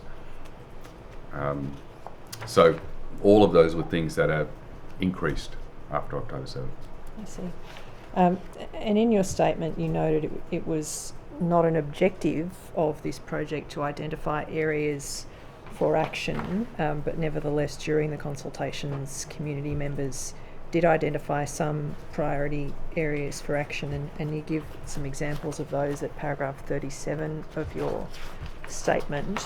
To what extent did those priority areas marry up with the recommendations made in the anti-racism framework? Maybe you could give some examples of the parallels. Yeah, I mean, they completely married up with the recommendations of the National Anti-Racism Framework, which wasn't surprising to us at all, because the framework came out of significant consultation with the same communities, including individual and group consultations. So what came through in terms of what should be done, what communities asked for, was better understanding of racism and the capacity to address it within workplaces, education and legal systems, and that and within government, and that's directly relevant to our recommendations on workplaces and the justice system. Improving the Racial Discrimination Act, or addressing gaps within it, that's directly relevant to our duty about including a positive duty in the Racial Discrimination Act. Reviewing the impact of laws and how they might disproportionately affect some communities, that's something we recommend in our framework. Mandating anti-racism training for politicians, that was a theme that came through very consistently. And that is that there is a very specific recommendation in our framework about parliamentarians conducting anti-racism training, because if our leaders don't exhibit the behaviours that the rest of us should do, then what hope do we have? Improving the way media reports on communities, as I mentioned earlier. Now we have a specific part of our framework that focuses on the media and building racial literacy within the media, and we did, during the course of the development of the framework, release a race reporting handbook in conjunction with Media Diversity Australia. Reform of digital platforms. Again, as I said earlier, the online environment was a theme that came up all the time in terms of how hostile and unsafe it is for all communities. Helping people have difficult conversations about Gaza and working with local communities to do that. And that relates to our recommendation about working with communities to come up and designing with communities solutions that impact on those communities. And then trauma-informed training for workplaces. Again, that's something that we point to in recommendation 20. And then the overarching idea, which I've talked about previously, that is, don't pit communities against each other, come up with solutions that help everyone, which is the starting point of the National Anti-Racism Framework. And you mentioned the campaign that was aligned to this earlier. Is that the Change the System, Change the Story campaign? Correct. And I might ask you about that now. The Commission launched that campaign in July of this year. Correct. And what was that prompted by? Was it prompted by the consultation undertaken as part of the Seen and Heard project? Yes. So it was in the consultations, workplaces continuously came through as a significant area where people were impacted. The campaign videos actually used direct quotes from the consultations that people had experienced racist things that were said, but in a systemic way. Things that weren't direct slurs, but the way in which policies and processes diminish people. And we also thought that workplaces was an area where we could, in a campaign like this, have a significant impact. And so the what is the key message of the campaign in terms of workplaces? The key message is that racism often hides in plain sight. It hides within policies and processes that might appear neutral on their face but are not, because they disadvantage some communities. They force them to shed themselves of their culture, their religion, their identity, the things that make them different so that they can fit into the workplace and progress. So it's a campaign that's targeted at managers and leaders of workplaces, executives, to really have a hard look at the way in which the organisation might disadvantage and diminish different people of different racial backgrounds. And part of the campaign, was it to develop what you describe as campaign assets? What were those assets? The primary, yes, it was. The primary asset are a series of campaign videos. And there is what's called a hero video, which has a number of different communities represented, where you see the quotes, as I said, directly from our consultations, where people were being erased, and you can see that the visual is a person disintegrates, and then they're brought back together when you have the more positive quotes about what you can do. And how were those videos deployed, and who were the target audience? Was the idea that they be shown in workplaces or on social media, or what was the intent behind the videos? So it's a combination. So we deployed them on YouTube and LinkedIn, primarily because you can turn the comments off. And I mean, this is I should mention it, it's a terrible thing. We had some specific videos where one was very specifically for the Jewish community, with just Jewish people represented, and one was specifically the Palestinian and Muslim community. When we initially put those up, the torrent of racism towards the respective communities and abuse to the Commission for having done this was terrible. And it just kind of highlighted the point. And a lot of that was about, why are you just focusing on these people? They don't deserve it, etc., etc. And I think that was case in point as to why you need to be broader in the way in which you approach racism, but can also be tailored. So the hero video is broad, many different people represented, but tailored because you can definitely identify specific communities within that hero video. And in addition to the videos, we have posters, and then we have a set of resources on our website or on the landing page for that campaign that assist employers. And the deployment wasn't just YouTube and LinkedIn, it was also, we sent it to a whole variety of employer representatives who just wanted to get their hands on it because they said this is going to be really great for us to use and to distribute amongst workplaces. And I do have some statistics if you want on how well it's been viewed. Are those the ones you set out at paragraph 60? Well, I've got updated statistics that are even better, so that's why I thought, Yeah, please let us know. So as of today, we've got 2.5 million impressions of the video and 1.6 million completed video views, which is actually it's excellent. So that means 1.6 million people have actually sat through the whole thing. And at paragraph 58, you note that the campaign asks people who lead Australian workplaces to take responsibility for making them free of racism, and it asks them to do 3 things: listen to the experiences of the people around them, learn where racism is showing up in their own system, and lead the changes that fix it. Does that seems to have a parallel with what you were saying earlier about how you might go about fulfilling a positive duty to eliminate racism in the workplace. Is that right? Exactly. Yes, that is. You can't assume that you know what the problem is or you know the extent of the problem, and most organisations will assume there's no problem. Whereas if you're prepared to listen to your workforce, you can actually get a sense of what the issue is. And then the second part, the learn part, yes, as I said, that is parallel to or marries up with what I said about consultation and understanding what your workforce is experiencing. The learn is parallel to ask your workforce what solutions will be effective, particularly for particular communities. And then the lead part is about bringing about the change. That is having the courage to show that you're going to change the systems to make them better. And you've noted that the Human Rights Commission has limited ongoing resources to continue this campaign and no capacity to upscale it. If resources were available, is this campaign something that you consider would be useful to continue? Yes, I think there are great opportunities to expand the campaign, to go out and talk to specific workforces and large employers about it. Also to monitor and evaluate how effective we think it is. But we can't do any of that because the funding comes to an absolute halt very shortly. Could I then ask you a bit more about the role of the Human Rights Commission regarding complaints? And you've addressed this from paragraph 65 of your statement. Could you just describe for us in general terms what its role is in relation to the investigation and conciliation of complaints?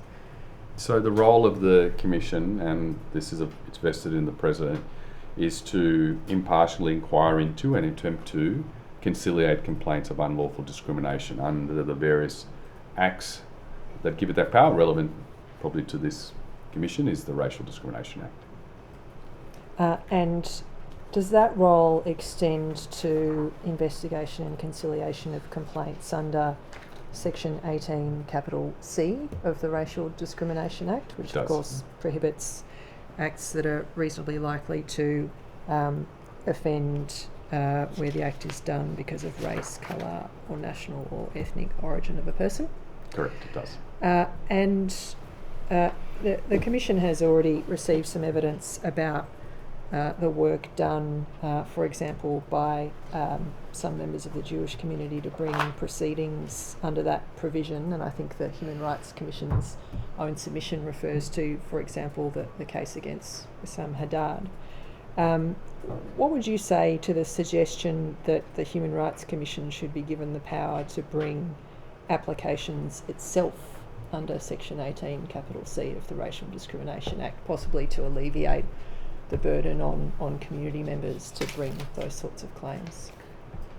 We want access to justice for those people targeted by racial discrimination, and there have been some recent changes to the legal framework that help this, including creating an asymmetrical cost obligation so that applicants are less likely to bear the burden of costs, and also allowing for representative complaints.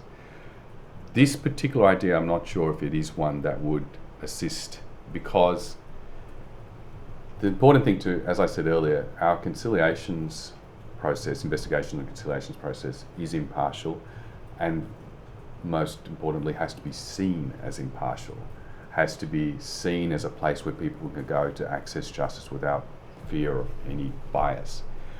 If a commissioner like me was able to bring a complaint, I think that would undermine that perception of bias, because a respondent, for example, to a complaint of racial vilification or discrimination could feel concerned that if the complaint didn't resolve, I could then seek to bring a proceeding on the same ground, or even effectively take over that proceeding. And that would mean that I had a view on it, and that the perception could obviously be that would influence the conciliation process. So I think that it's damaging, or potentially damaging, the perception of impartiality for what is a very, very important function in our society that's done very well by our investigation and complaints team, is not worth the risk. I see.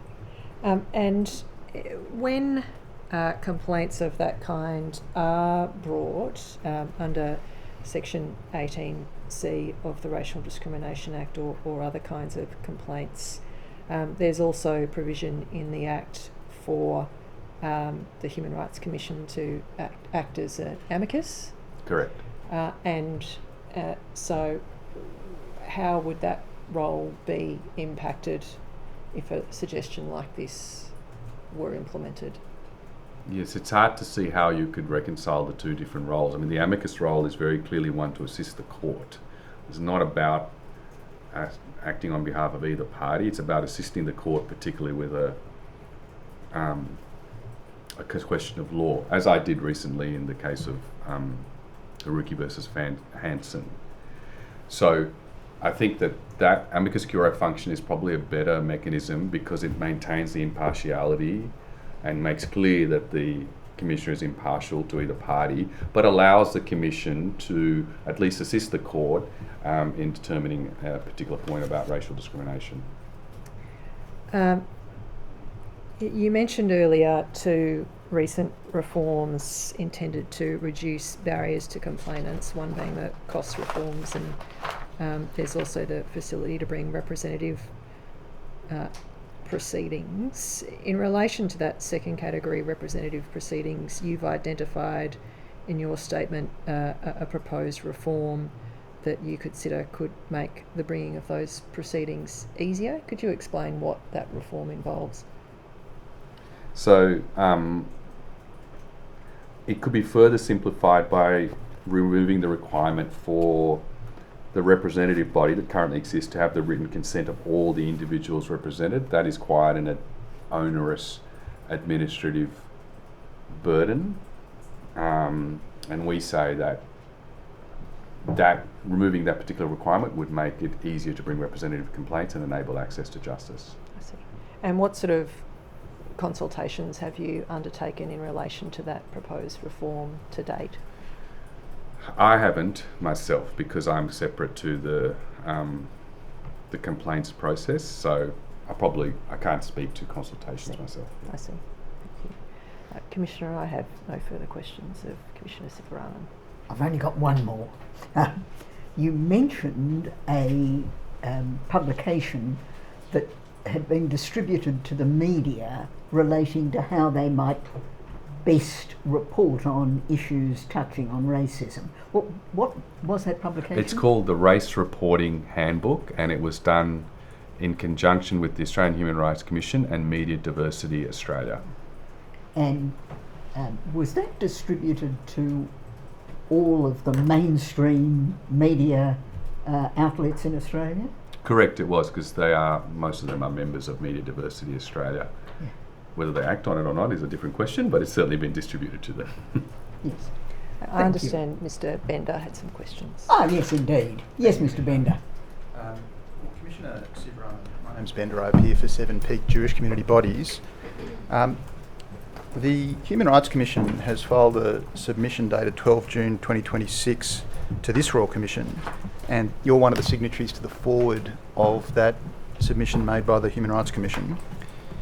In the forward, there's an acknowledgement that, and if you have it for your convenience, page 5, there are many unique aspects to anti-Semitism, and some of the examples that are given are the diversity within the Jewish population in Australia.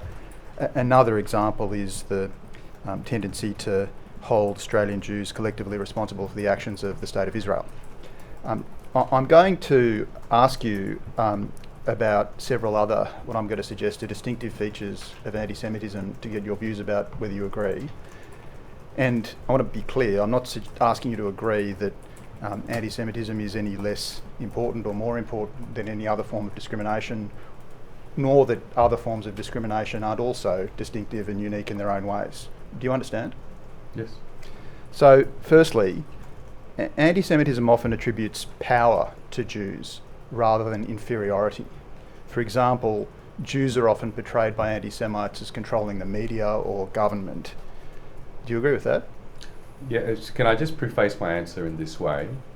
That is, when I respond to your questions, I do so on the basis of my consultations with the Jewish community, because the way in which racism has targeted them has informed me. I've been very lucky to have had a lot of consultation with the Jewish community, very privileged to do so.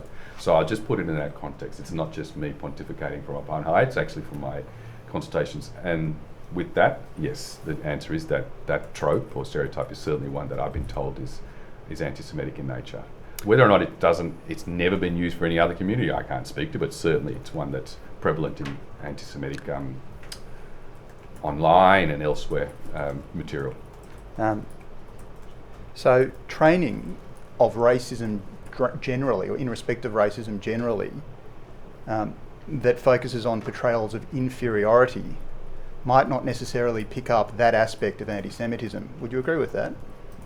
If it's a training, I wouldn't even recommend training focusing on inferiority. That's the thing, because we believe that the way in which you approach anti-racism training is to talk about the strengths that communities bring, their contribution to our history, to our culture, and so on.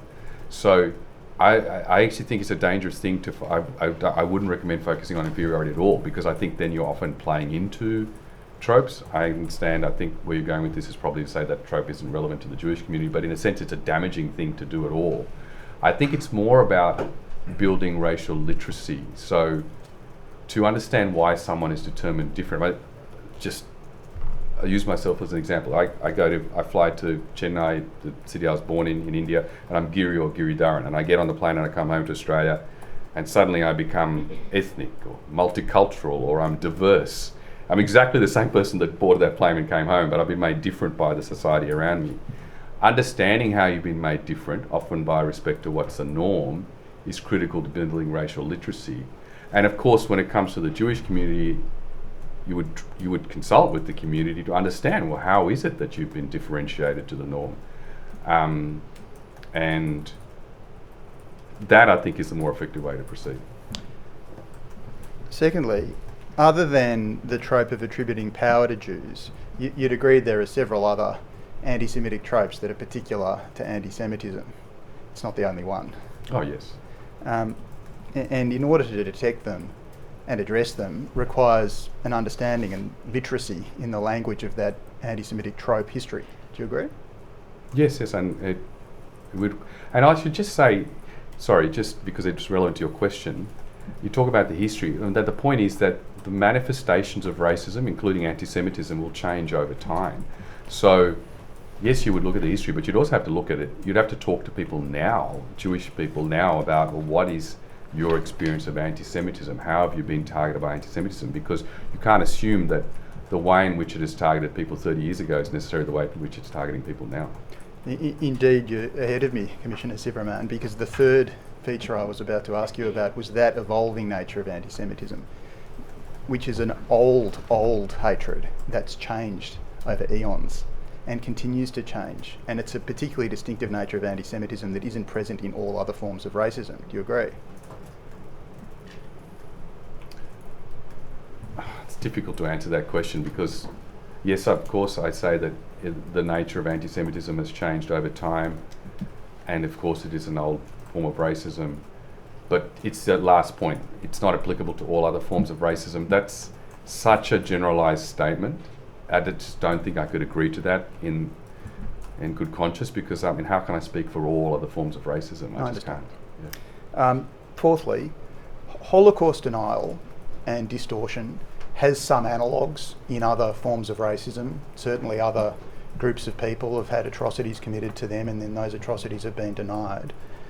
But can I suggest that Holocaust denial has a real distinctiveness in respect of anti-Semitism, first because of the scale of the Holocaust, but also because it tends to depict Jews as having a fraudulent claim to victimhood.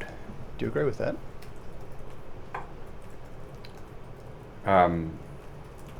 Sorry, could you just repeat that question again? I'm Because sorry, there's two parts to it. It was a long question. Yeah.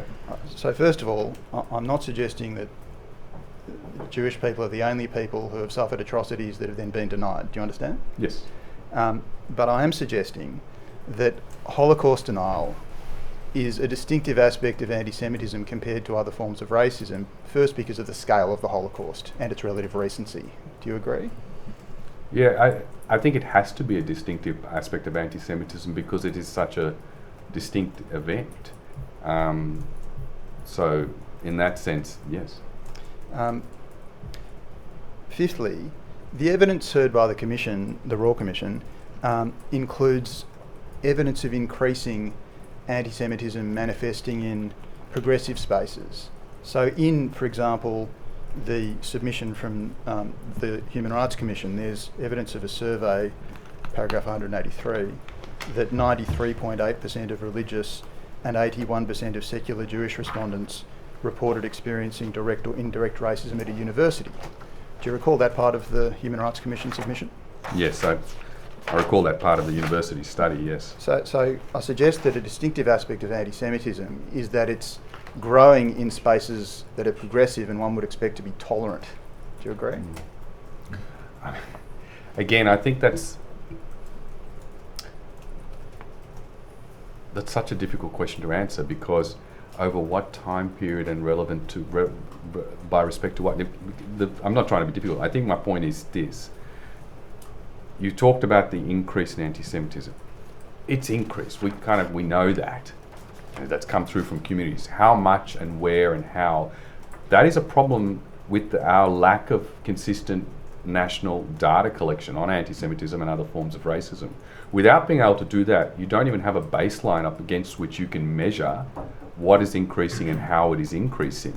So I don't want to give you a simple answer to that question, because it kind of undermines what I think is a fundamental systemic problem with the way in which we monitor racism in this country that needs to be fixed. So you don't agree that anti-Semitism is increasing in progressive spaces, including universities? No, that anti-Semitism is clearly prevalent in universities, and that's what our study showed. But our study is a baseline. There was no such study done previously. It's the first time it's ever been done. So it showed it to be at alarmingly high rates, without question. And that would, of course, mean if a university represents a broad political spectrum of life, then it's going to be on all aspects of that. Whether it's increased in a particular aspect of university life, well, how do you know? That's the whole point. You don't have a baseline against which to measure it. I suggest that the increase in progressive spaces, including universities, of anti-Semitism, while not unique to anti-Semitism, is a distinctive feature of it. Do you agree with that?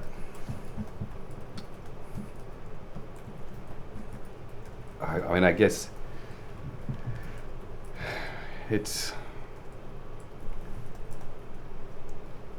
I'm not sure if I can answer that for the reasons I've just given in terms of not having a baseline for measurement. I understand.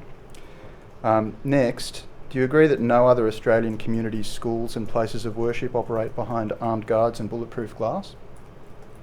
Other than Jewish ones, you mean? Yes. Yes. No, I've been told that there are some Muslim religious institutions and or places of worship and others that do now have armed security.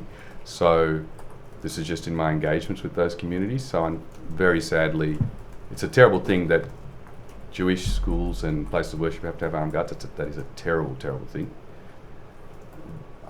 From my engagement, it doesn't, unfortunately, sadly, it doesn't seem to be only those institutions now. So, very sadly, both Jewish and Muslim schools now have to have those protections, and I suggest that that is a distinctive feature of anti-Semitism or consequence of anti-Semitism, but it may not necessarily be a unique consequence to Jewish people. Do you agree?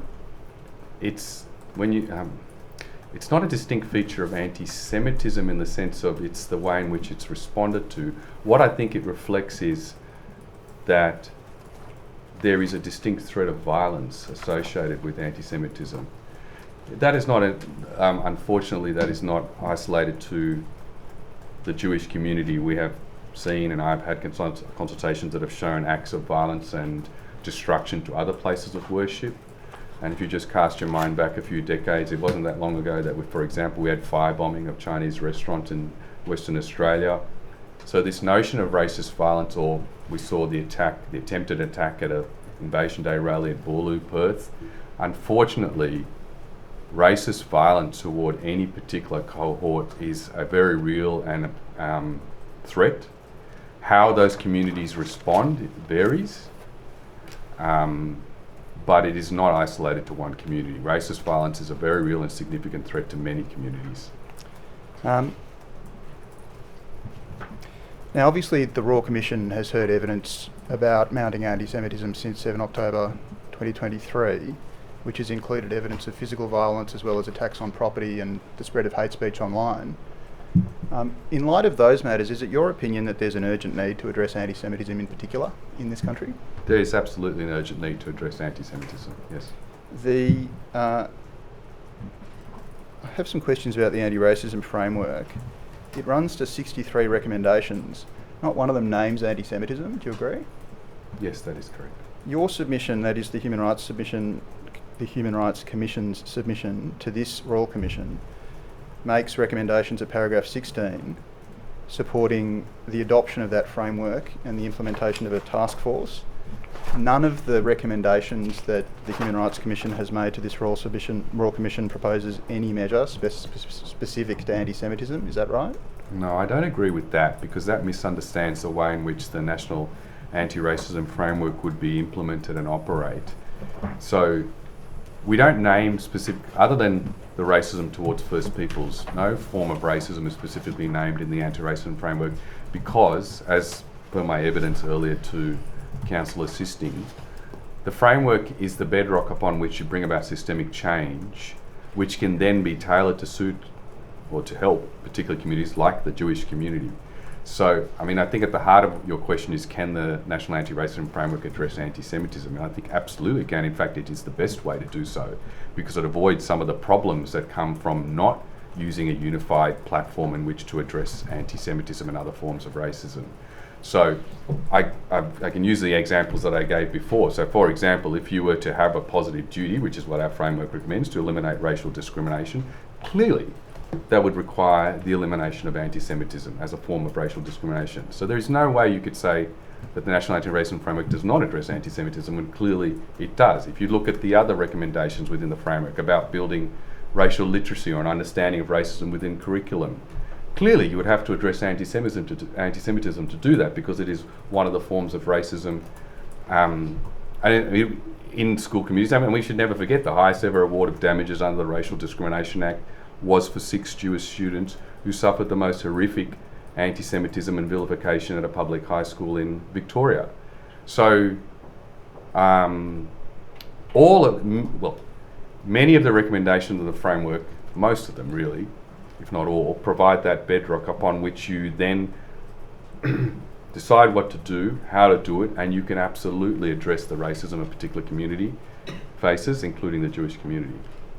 The evidence you've given in that answer is an expansion of what you've described as the tailored anti-Semitism initiatives supported by the framework in paragraph 24 of your statement. Is that accurate?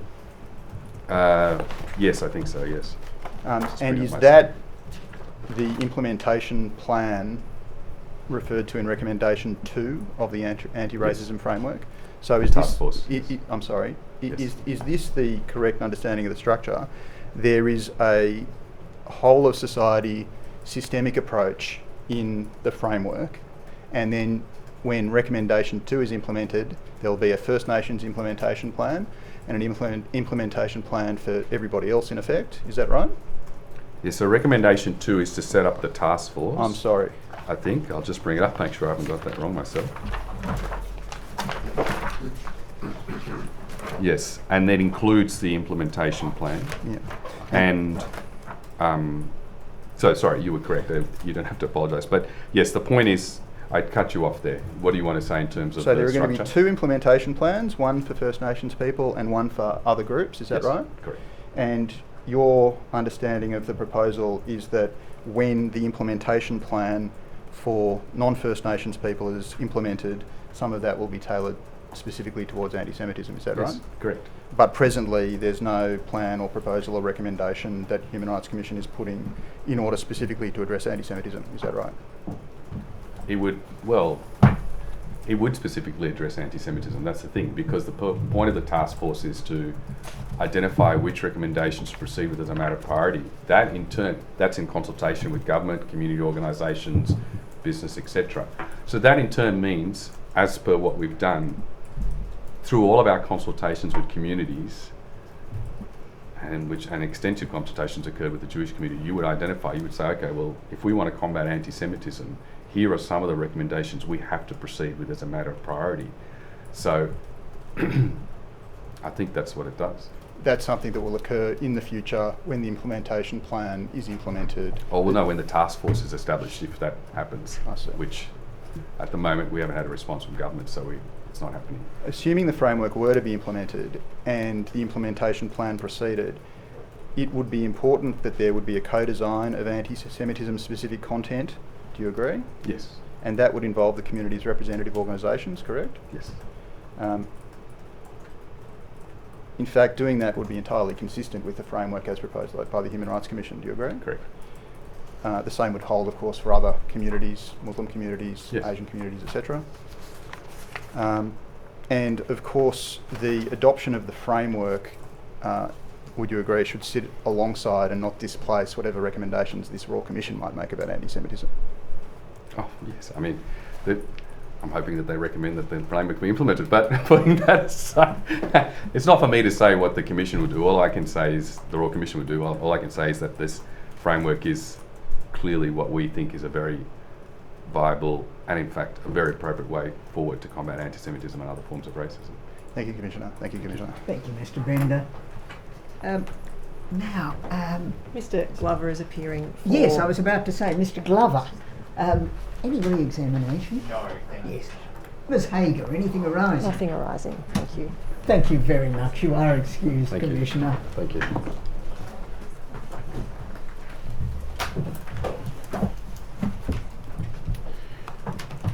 I call Miss Rita Markwell. Yes. Sorry.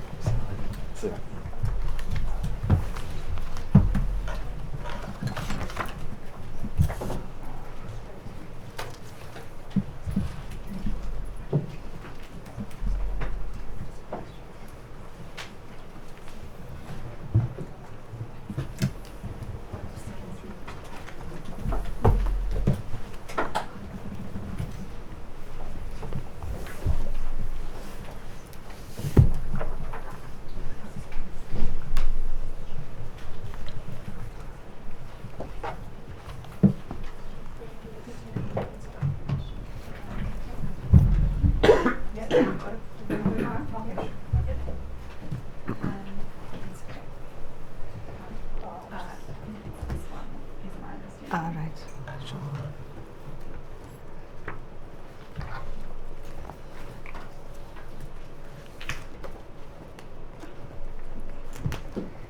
Do you swear by Almighty God that the evidence you shall give will be the truth, the whole truth, and nothing but the truth? Please say I do. I do. Thank you. Ms Markwell, please state your full name. Rita Jabri Markwell.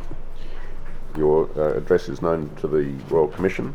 Yes. You are a practising solicitor in Sydney. Yes, I am. You have prepared a written statement of evidence dated 18 August 2026. Yes, I have. Are the contents of that statement true and correct to the best of your knowledge and belief? Yes. Commissioner, I tender the statement. It has the ID STAT.8999.0033.0013. Yes, the statement will be admitted. Ms. Markwell, as you mentioned, you're a practicing solicitor. You were formerly a high school English teacher. Yes. And history teacher as well. I beg your pardon? And history teacher. and a history teacher. You were also an employee in New South Wales Parliament for a time, is that right? The Federal Parliament. Federal Parliament? Yes. Thank you.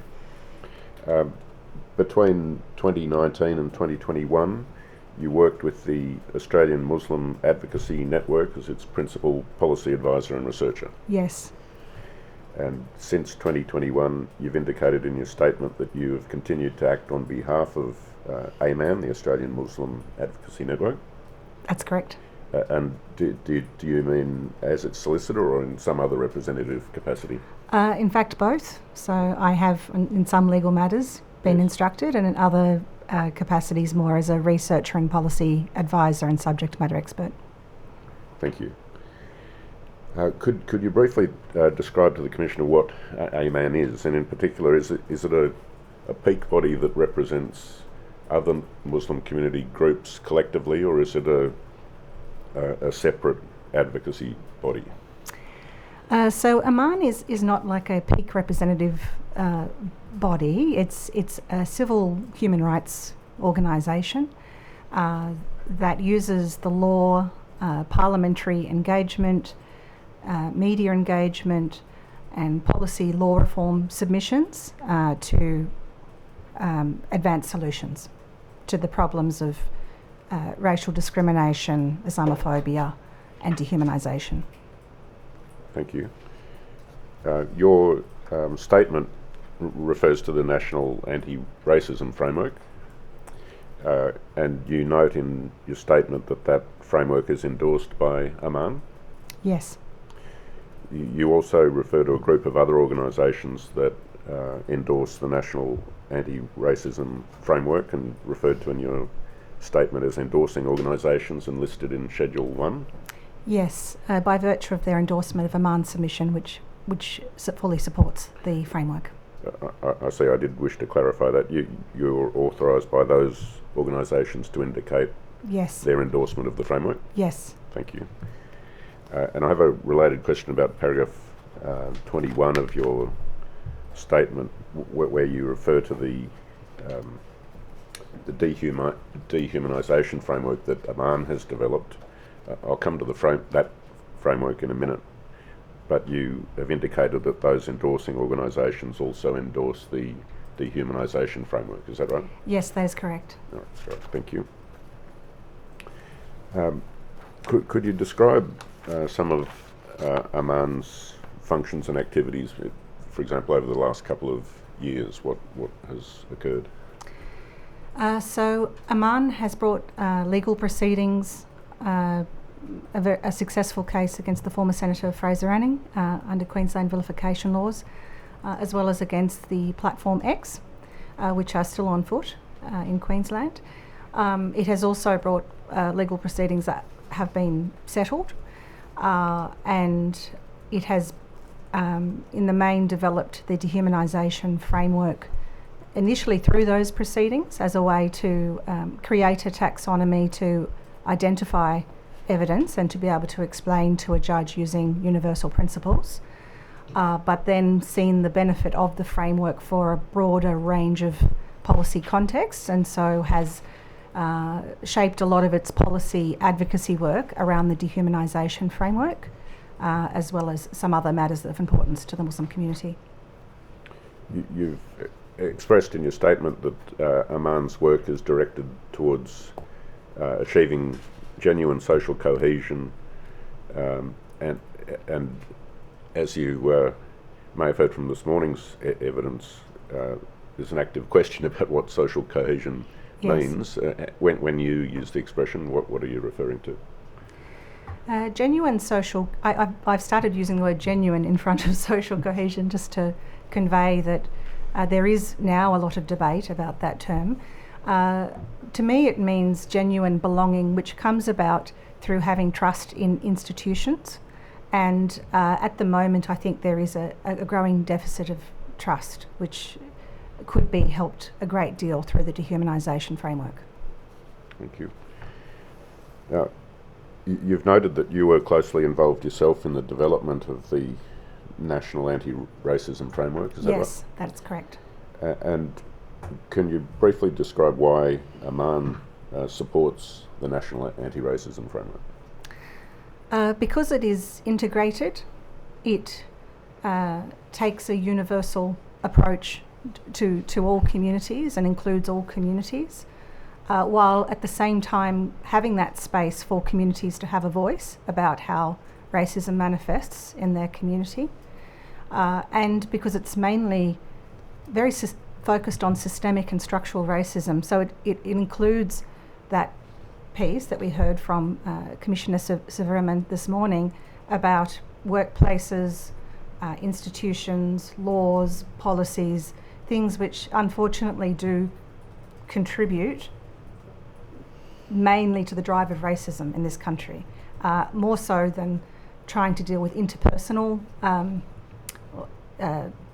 examples or incidents, which can only take us so far. So I think that Amman was very, very pleased with the very careful approach that went into it. I understand that it could be regarded as ambitious, particularly with the Human Rights Act aspect, but even that is important, and I think it is important to put everything on the table that we need to work towards, even if it does take time and staged approaches.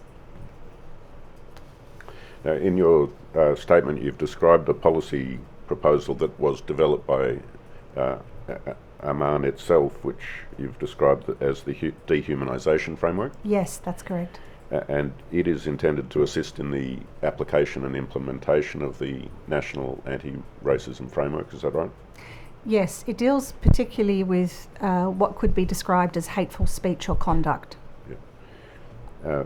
Has Amman submitted the dehumanisation framework to the Australian Human Rights Commission for consideration at all? Yes. And have you received a response about how they regard the... Not a formal response, but certainly throughout the Seen and Heard project, I was consulted as a stakeholder on behalf of Amman, and I put forward how the dehumanisation framework could help to explain the feelings that were being expressed from across Jewish, Arab and Muslim communities. And I noticed that in the final full report of Seen and Heard that a lot of those common experiences of dehumanisation were talked about, and that gave me heart that the Commission has started to understand that there are certain principles of dehumanisation that do apply across all our contexts. We'll come to some of the detail, but at that very high level, can you describe the intention behind your development of the dehumanisation framework? So, as I say, the initial intention was to be able to win cases, really, because we needed to be able to explain Islamophobia in a way that makes sense to judges who may themselves have unconscious bias, who may not appreciate that something that is hurtful in our context matters as much as it mattering in another context. And so it was very important to us to be able to distill universal principles and to come back to research on atrocity prevention, any case law that we could find, and I won't jump ahead because you might ask me about this, but essentially that was the original intention. But as I say, we started to see its education benefit probably, I would say, around 2020, 2021, we started to see that there was a need to address dehumanisation in the Muslim community, in the sense that many Muslims have experienced dehumanisation but never been able to properly understand it as a process. And understanding it is very important to being able to process it and to heal and to not internalise it and internalise all the barriers that come with accepting inferiority or any of the other aspects of dehumanisation. So we moved into that in education internally within the Muslim community sphere, and then following the events of the 7th of October, when we saw public discourse really come alight with a lot of emotion. And at that point, we started to realise that there was a need for guidance within the Muslim community and more broadly beyond the Muslim community about what are some red lines of speech and conduct that we should steer clear from. And in order to build as much of a common language as possible with our neighbours, and also to give reassurance that you can engage in human rights advocacy without crossing those lines. I might bring up on screen the list you have in your statement of the 12 categories of dehumanisation, which are, as I understand it, essentially define or at least elaborate on Yes. What you mean by dehumanisation. It's in your statement, paragraph 31 on page _0004 and over to 0005. And I wonder if the two parts of paragraph 31 could both be displayed at the same time if the technology's up to it. But just to begin with the first few categories, Ms. Markwell, can you describe the genesis of these categories and perhaps just give them a brief overview of some of the significant or most significant ones from your perspective? Thank you. So all of these categories, in order to give this shape and coherence, I took great benefit from the work of Nick Haslam, who's a social psychologist. Well, I hope I don't misrepresent him on the record here, but I understand him to be a social psychologist in Australia, who's written this excellent paper on dehumanisation and describes human qualities and what it means to take away those human qualities from human groups. That is really captured in paragraph 3, which is, portraying a group as based on a protected characteristic as lacking the capacity for human emotion, independent thought or reason. So treating a group as having a singular mindset or thinking. That is that actually underpins a lot of the other categories. But category A, which is about the very classic forms of dehumanisation that people are very familiar with, so comparing a group to cockroaches or rats, demons, etc., that is represented in a lot of atrocity prevention and dehumanisation research. I drew this particularly from the work of Jonathan Leader-Maynard and Susan Benesch, who did a study that really, a paper that has really stood the test of time, in my opinion. There is also the second paragraph to do with portraying a group as polluting, despoiling or debilitating an in-group or society. That is also from their paper. And it is also replicated across counter-terrorism studies, I will add, that it's a very common feature across a lot of movements that rely on dehumanisation to try and dehumanise an out-group to the in-group. So the uniform threat to society, whether overt or concealed, that is what Leader-Maynard and Benesch refer to as threat construction.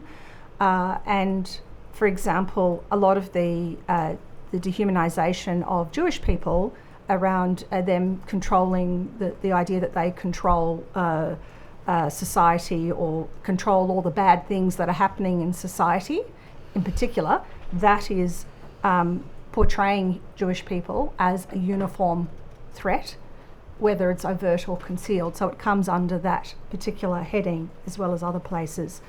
The collective responsibility for real or alleged actions of individuals in their group. I note that that's also an example in the IRA anti-Semitism definition, and that is referred to in Lida Meidaren Benesh as collective guilt attribution. Could I just ask you another question about that? Because in paragraph 47 of your statement, you refer to an obvious example of dehumanisation being comments that transfer disgust about the conduct of a country to disgust about all people of the relevant race or background. Yes. And do you see that as fitting within that category of dehumanisation that you've just referred to? Yes, I do.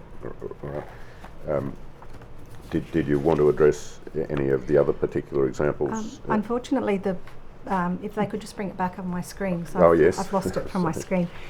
I did want to say that I also took a lot of attention to the Canadian Human Rights Tribunal case of Whine and Kuba, which was a case where an anti-racist brought a human rights action against a white nationalist group that was targeting Jewish people and Pakistanis. And in that case, the judge very helpfully enumerated what is now referred to as the hallmarks of hatred. It's a category list, which was later upheld and imported into doctrine by the Supreme Court of Canada in Saskatchewan and Walcott. And we cross-referenced this list against that list to make sure that we hadn't missed anything, and it validated a lot of the categories that we already have. We also used the work of Professor Nicole Asquith, who's an Australian professor who did an empirical study of hate crimes in the UK. She had access to thousands of hate crime incidents and was able to extract the speech that was uttered during those hate crimes, and through that developed a verbal textual hostility framework, which we used to cross-reference again and make sure that we hadn't missed anything. There was a part, for example, that she really picked up on that we hadn't really expressed, which is that last category about saying that a group based on protected characteristics is unfit to belong in public life and therefore should be excluded, expelled or erased from neighbourhoods or our nation. So those sort of calls for expunging or expelling a group all fit under there. There's probably one other, actually there's two other points I'd like to make, if that's okay with you. Yes, certainly. So in relation to the category of being incapable of love or care for your own children, this is a particular form of dehumanisation that we've observed in relation to racism against First Nations people. And it came to a head when there was this terrible cartoon about Indigenous fathers not loving their children, and it prompted this very spontaneous counter-campaign called hashtag Indigenous Dads. And that's one of the beauties of this framework, is that I can marshal any number of examples from across racism or race-based dehumanisation affecting Jewish people, First Nations people, Muslims, Palestinians, caste-oppressed peoples, trans identifying people, every group that we have observed online, and we will be able to give you an example that fits under one of these substantive principles. So what this framework also offers us, if community monitoring bodies were to start to create additional chapters that use this as a way to codify their data, is that we may be able to do some apple-to-apple analysis of dehumanisation across our society and understand the principles that are being repeated again and again. And it also provides an entry point for all of us to think about our conduct and our speech, because every human group has their own biases, and every individual has their own biases. So it is important to be able to come back to a set of principles that are only tied together by the fact that we're all human. And that invites people to really think about whether there are any blind spots, whether there is any hypocrisy in their current thinking, any double standards, I suppose, in their current thinking. And in terms of predators upon children, the elderly or vulnerable people, that is another dehumanising conception which is used in relation to a myriad of groups, but the one I wanted to touch on before finishing is the category to do with atrocity denial, which is that portraying a group as being unworthy of empathy in relation to a past suffering, any sort of persecution that group has suffered in the past, or genocide or atrocity, that they do not deserve empathy, that they do that, and that they deserve that, or that they deserve such suffering be trivialised, mocked, or celebrated, which unfortunately has happened in relation to the Christchurch massacre. It's happened in relation to the Holocaust. It's happened in relation to the stolen generations. It's happened in relation to the Nakba. It's happened in relation to many, many painful episodes of history. And it's very important that all of us understand that collective trauma is carried through many communities, and for us to engage when we are talking about episodes of collective suffering that every community has had, that we recognise that empathy is important, because that is what we afford human beings. Thank you. Now that list of factors that make up what you have put forward as dehumanisation as the umbrella term is undoubtedly a valuable list. But could I take you up in the analysis Yes. of the framework to paragraph 12 of your statement, where you've set out a table which, as I understand it, is the short description of the core elements of the dehumanisation framework. Is that right? If it could be brought up for Yes, me, we'll so bring I up. could, that would be great. And the table does sneak over to the next page, so perhaps Yes. that part could be brought on the screen as well. So this is what I would call the overview of the framework, and it describes who it applies to, what are the governing principles, and what are the outcomes we should seek from this framework if we are using it in a complaint process. Can I ask you about some of the contents Yes. of it? So in the left-hand column, the proposition is no group should be dehumanised on the basis of race, ethnicity, gender, and the other matters listed, which are a familiar enough list from discrimination legislation and from That's human correct. rights discord. And you've referred to protected characteristics. Yes. And that's your way of describing. Well, it's not our, it's Not your way. it's borrowed from vilification course, law, yeah. hate speech law in Australia. Yeah. Yep. And then in the middle column, the governing principles. The first one is that dehumanisation includes portrayal based on a protected characteristic, and that reference to dehumanisation cross-refers to substantive principles, and they're the 12 categories I've just asked you about. Yes, that's correct. Yep. And then the second proposition in the column is effectively always consider the context. Yes. And then the next proposition is speech against governments or ideologies and some other categories are protected under this framework. And does that mean that critical or even disparaging speech about governments or political ideologies do not contravene the dehumanisation That's framework? correct. And so it's the intention, is it, that where there are expressions of political beliefs or speech against governments, militias, states, ideologies, that critical speech, even derogatory speech, can be permitted because that maximises political communication and academic freedom and so on. Is that the intention? So that is the intention.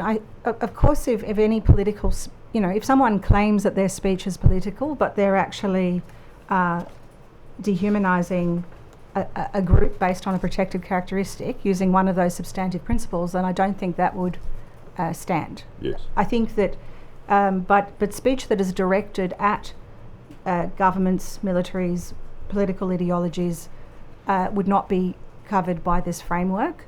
However, Aman's position is that there is space if individuals or groups wish to have such a complaint properly assessed, for them to use our vilification laws and to do it through legal proceedings and systems that have the adequate resources and training to pull apart the delicate questions that are involved in such an assessment.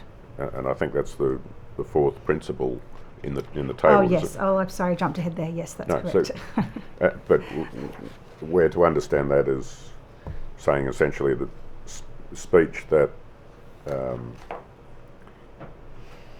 is not dehumanising in the way that the framework describes might nevertheless be thought by a court to amount to vilification of a group. It's possible.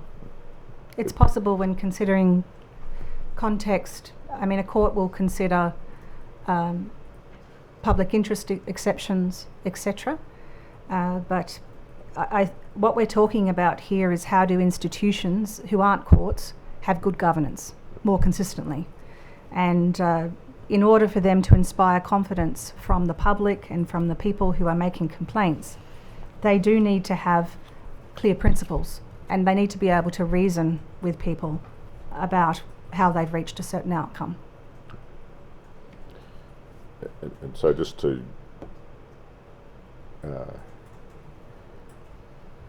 go to the broad effect of the dehumanisation framework that you've put forward, is it correct to understand the framework as meaning it's not acceptable to criticise people by use of dehumanising expressions if the statements are based on one or other of the protected characteristics? That's correct. And does it follow that describing people as, for example, violent extremists or racists on the ground of their religious beliefs or their ethnicity would be dehumanising and contravene your framework? So violent extremists would come under that category of portraying a group as inherently violent, if you were to say that all people based on a protected characteristic of violent extremists. Yeah. Yes. Yeah. And they're relatively easy examples of what would fit within the contravention of the framework? I think if you were going to say that all members of a protected group were racists, that would also be that would be possibly contravening the category to do with assuming that they all think the same, because it's denying the ability for all members of that group to think independently, to reason, to have human warmth, to have their own stories, and possibly that they are also a uniform threat to a, so for example, the common portrayal that we have seen in some of the Zionist discourse online has been the dehumanisation of three particular outgroups. One is Palestinians, the other is Muslims, and the third category is Jewish people who don't support Zionism. And of Palestinians, we often see that presentation that Palestinians are anti-Semitic and that they are a uniform threat to the Jewish community. And sadly, we see that point echoed sometimes in the media with comments of, this is a bit of a light-hearted thing, but there was news in the last few days about Josh Burns, the MP, who has had a child with, I want to say her name is Georgie Purcell, thank you. And, the ABC News article said, this seems like probably quite counterintuitive that a Jewish person could be having a baby with a pro-Palestinian. And that really does have this imputation that, Jewish people don't like Palestinians, and people who support Palestinians don't like Jewish people, right? And that is denying the ability, the independent reasoning, thinking, feeling that happens within every human community. And then on the other side of the coin, is it correct to understand this dehumanisation framework as involving the proposition that it is acceptable to criticise people for their political beliefs, even if dehumanising terms are used in that criticism. I know, and I agree, yes, that is correct, and I think it's actually important for a democracy for people to be able to express disgust when they see political violence and any form of violence, in fact. I mean, it's very normal in society to see comment threads, for example, about news about individuals who've been charged with pedophilia, for example, to see the comment threads are full of disgust, right? That is a very natural human reaction, and it's a part of how a society regulates itself and reinforces moral norms and social norms. And so with any sort of criminal behaviour or political violence or even political views that are considered to be dehumanising or egregious, there needs to be the ability for community to express anger, fury, disgust about those things, but not to transfer that disgust to a whole group based on their race, nationality or religion. And that's the important distinction, and why I think it's very important that we educate about dehumanisation as quickly as possible in Australia, because there is so much important work that needs to be done. You've recognised in your statement in paragraph 50 that the dehumanisation framework will not cover everything. There might remain areas of contest and division from time to time in its application.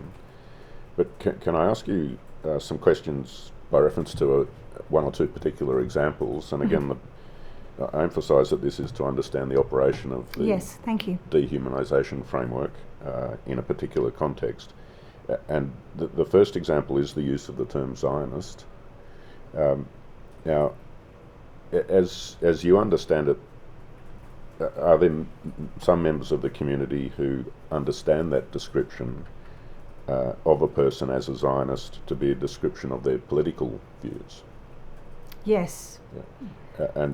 And some members of the community understand the description of a person as a Zionist as not involving any aspect of the person's ethnicity or religion or other protected characteristic. Yes, yes. Yeah. And on that approach, on your understanding of the dehumanising framework, it would allow and regard as acceptable dehumanising speech describing Zionists generally. Is that the position? Yes, because I think it's very important we take a consistent approach to all political ideologies, and Zionism as a form of ethno-nationalism really is the, I understand that there may be some individuals in the community who don't regard it as a political ideology, who might say, well, no, it's central to my religion or my race, but we live in a democracy. It is widely now accepted by even courts across the world. We've had the recent decision in the Miller case in the UK, also Wertheim and Haddad, the Lattouf and ABC case here, and the latest judgment by Justice Des Fagan in the New South Wales and Farhat, where it is consistently regarded that Zionism is a form of ideology, and so. Could I put the other position to you? Because the Royal Commission has heard evidence from many Jewish witnesses that a core aspect of their religious, cultural or ethnic Jewish identity involves the tenet that Jewish people should have a right to self-determination in parts of their ancestral homeland. You appreciate that evidence has been given to the Commission? Yes, so I can accept that people would have said that, but I will say the right to self-determination is a human right that applies to all groups. No doubt. There is evidence to the Commission from Jewish witnesses who have identified that Zionism is a belief or a tenet that they hold regardless of any political stance as to the position or the actions of the government of the State of Israel. You also understand that position? Yes, I understand that people hold that position. And I think a third category of evidence has been that witnesses have identified that Zionism to them is an aspect of their religious practice, including, for example, referring to daily prayers that refer to Israel in the terms of the prayers, so they regard it as part of their religious practice. You appreciate? I suppose I understand that people make that make that point, but So- I don't know. I mean, the Quran also refers to Israel, but we aren't. That doesn't mean that we're Zionists. So I don't know whether I would probably have a good debate with that person, but but I accept that they've said that. I'm certainly not asking or even inviting your agreement with any of those propositions. Thank but you. If any of those conceptions of Zionism is considered under the dehumanisation framework, the description of a person as a Zionist involves a protected characteristic, doesn't it? No, and this is why I think it's very important for institutions to have clarity about this. Because if, for example, a workplace or a university is about to embark on an anti-racism campaign or anti-racism training in the workplace, and they are going to invite or consult with Jewish people about the component to do with, dehumanisation directed at Jewish people or racism,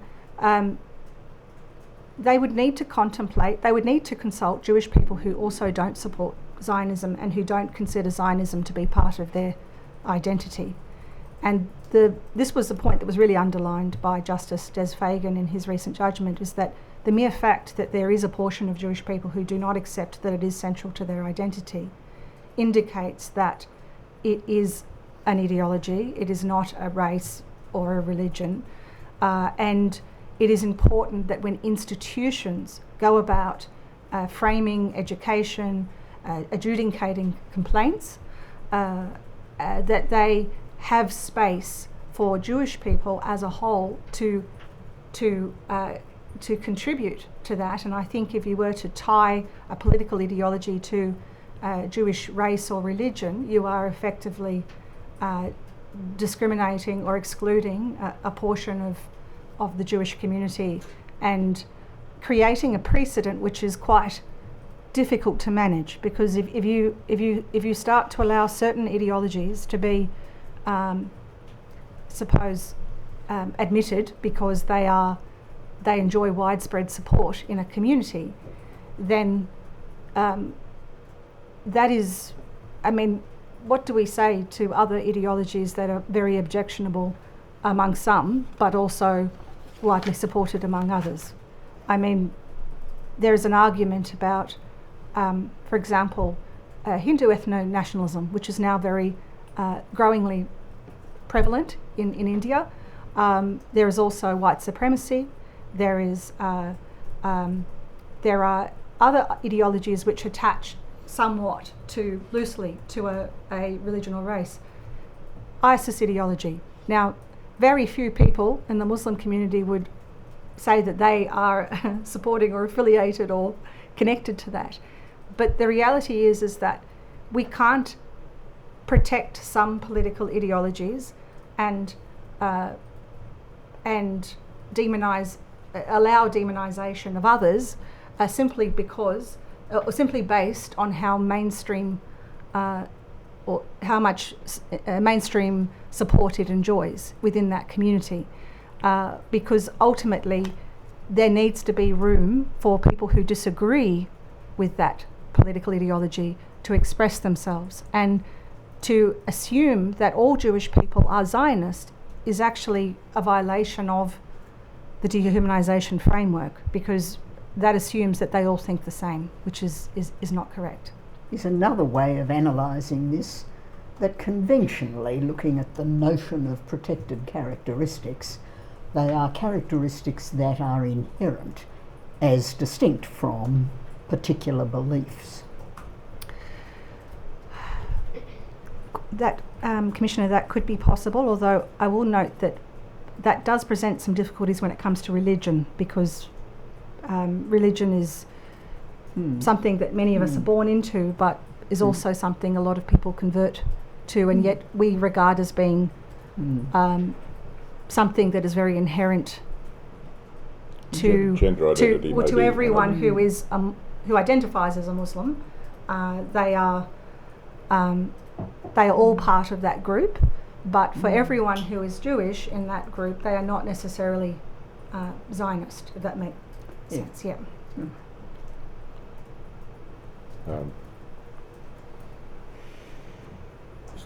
So for those witnesses and other members of the Jewish community who do adhere to the conceptions of Zionism that I suggested to you, which they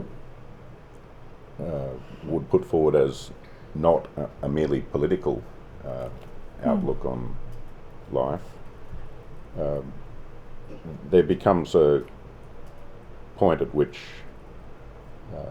criticism, whether extreme or moderate, does contravene your dehumanisation framework. If that is the conception of what Zionist means, do you accept that? You might have to rephrase the question, I'm sorry. Yeah. So if the witnesses who gave evidence about their conception of what Zionism means to them is accepted, you would accept that that invokes aspects of protected characteristics, or would you deny that? The question is, what are institutions going to do?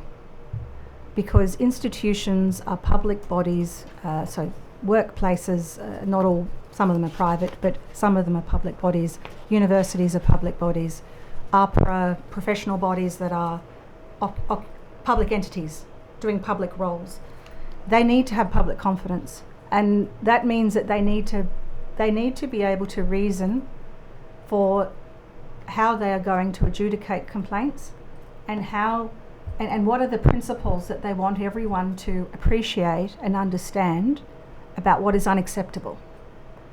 And for them to do that, they need to have some conceptual clarity around the difference between ideology and race and religion and other protected characteristics. When it comes to how individuals perceive this, I think that what I would say is that the dehumanisation framework is not going to heal all of society or eliminate every disagreement.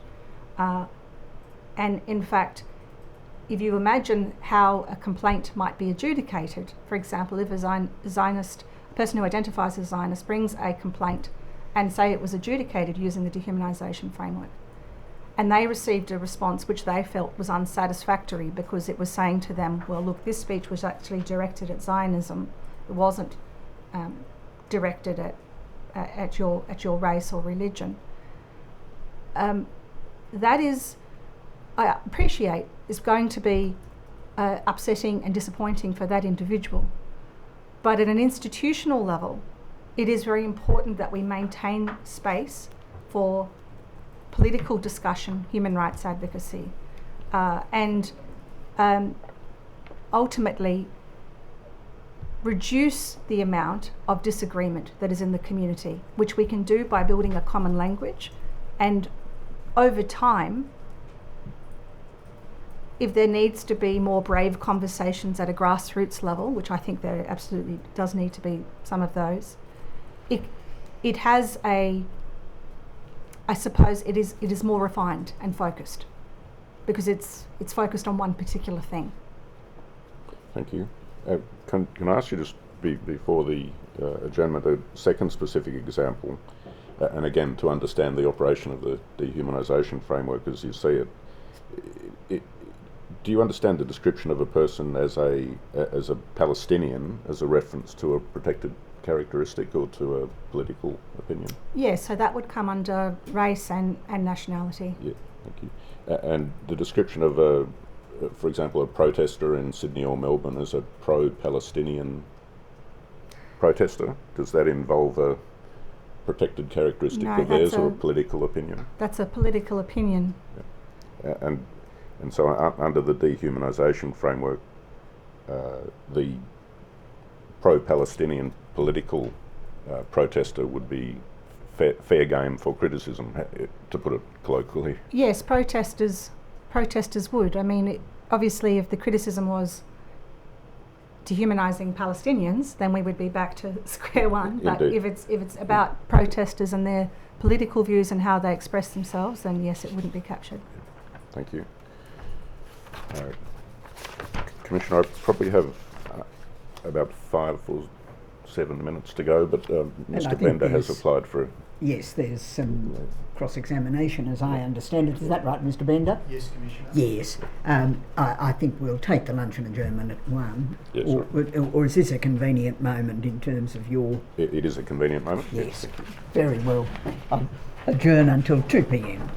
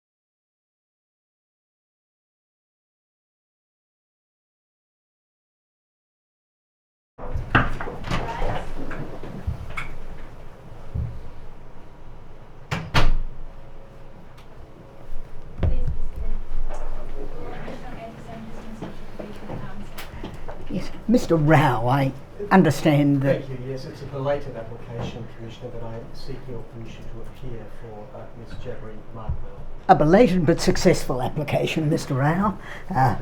Yes. Yes, Mr. Lancaster. Thank you, Commissioner.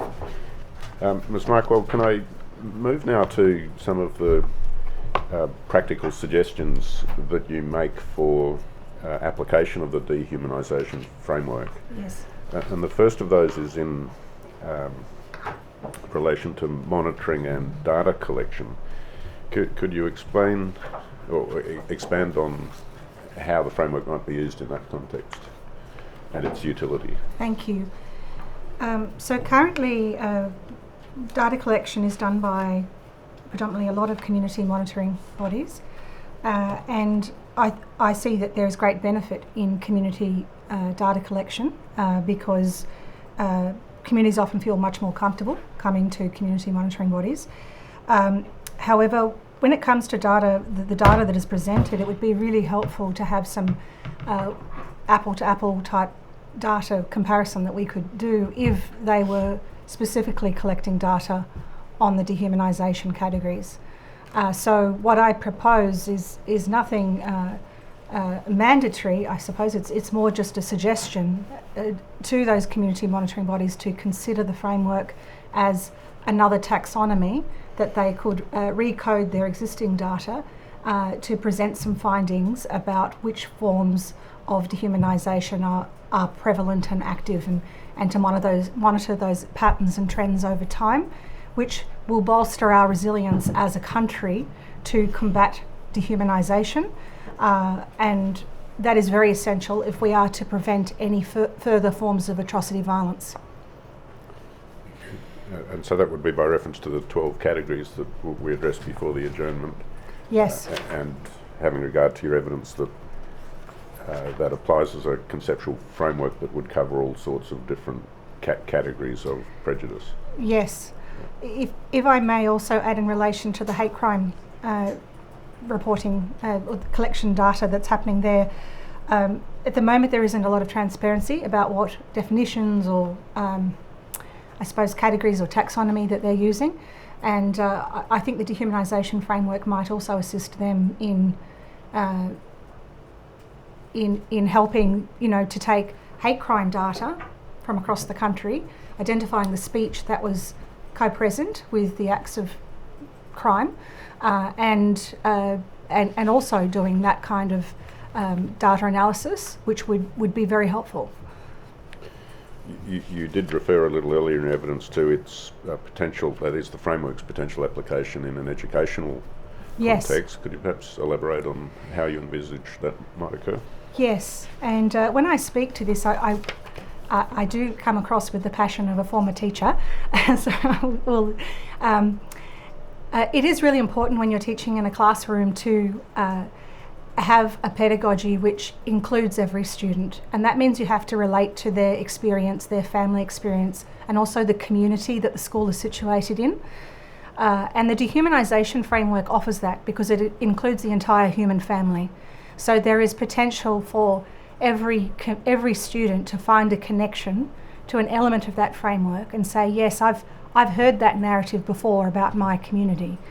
And that is a very psychologically, emotionally safe way to enter into a discussion about hate speech, because it's centering it around what are human qualities, what it means when we take away human qualities from a group, and then creating a platform or a foundation for community voices to come in and speak to their experiences. So I don't think there's anything wrong with inviting community members to come in and speak about their experiences of racism, whether it's members of the Jewish community or Palestinian or whichever First Nations communities.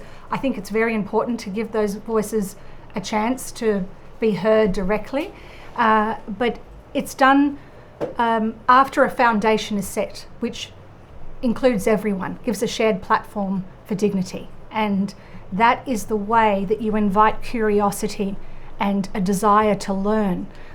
Without that curiosity and that inclusion, you will find, whether you're talking about a child, a teenager or an adult, there will be a lot of friction to them learning, because they'll automatically be thinking, well, what's this got to do with me? Or why isn't my community included? Or why are they talking about this community but not mine? Right? That's a natural part of human nature. And we want to invite that curiosity, and the framework does that.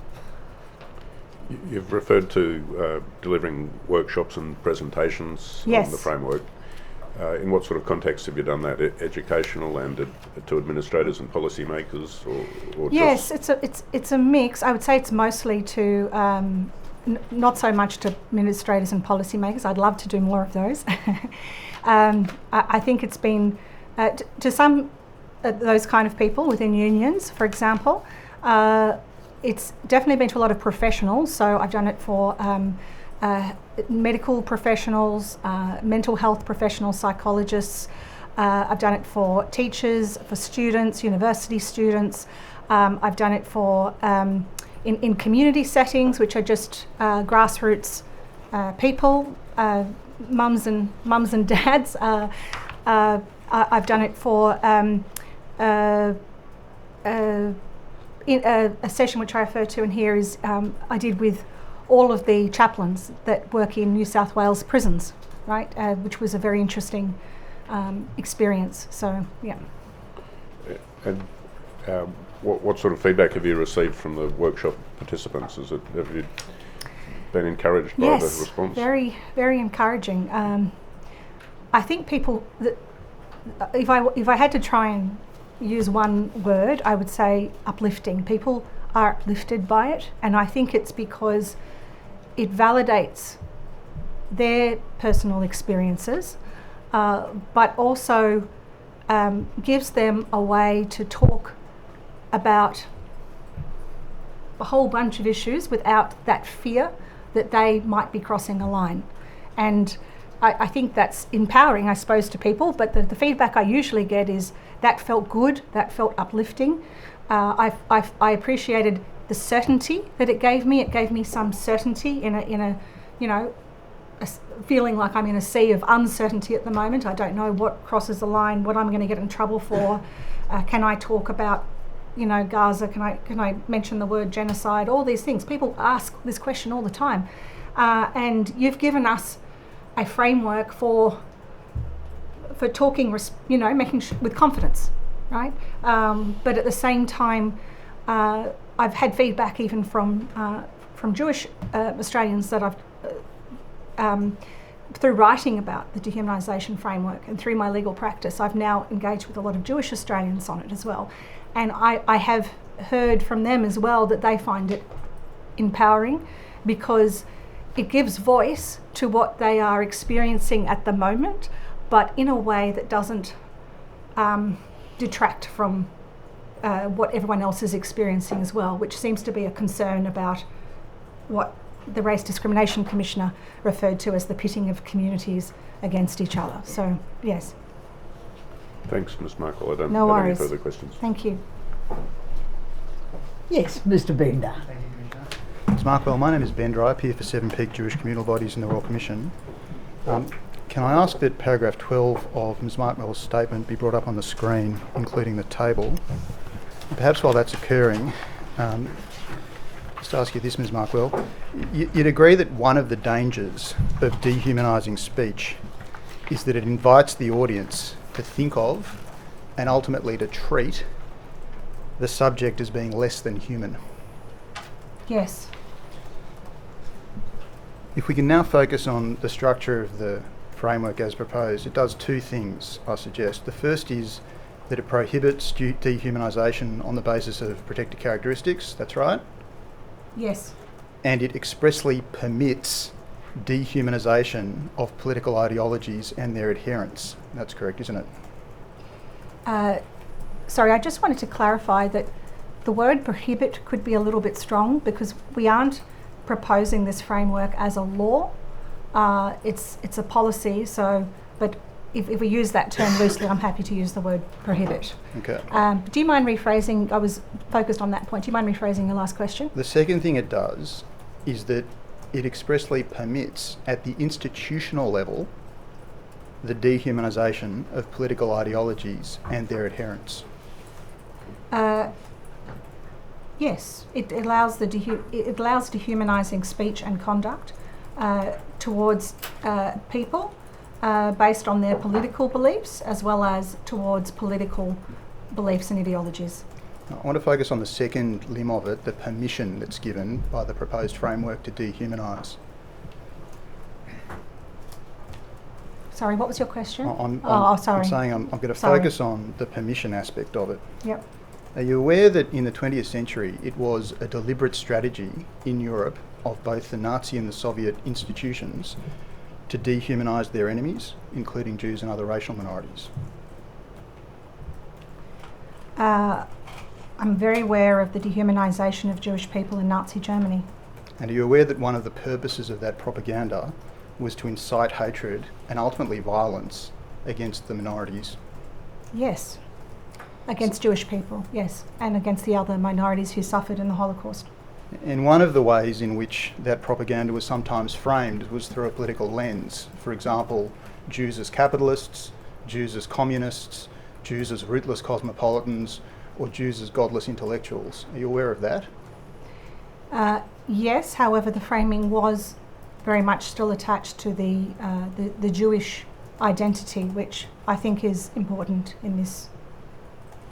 And you agree, because of the history and the dangers involved in allowing dehumanisation of people, that it's important to exercise extreme care when, especially at an institutional level, one permits dehumanisation? I think it's important that institutions act with care because dehumanisation expresses itself in many ways throughout society, including through genocide and through apartheid, which are very extreme forms of racial discrimination. And that's what happened with the Holocaust and what I would say is happening now overseas in Gaza. And so it is very important that institutions enable full human rights advocacy on those matters, which necessitates the ability to criticise ideologies that are part and parcel of those state abuses. My question was, do you agree it's extremely important to exercise care before allowing at the institutional level the dehumanisation of people?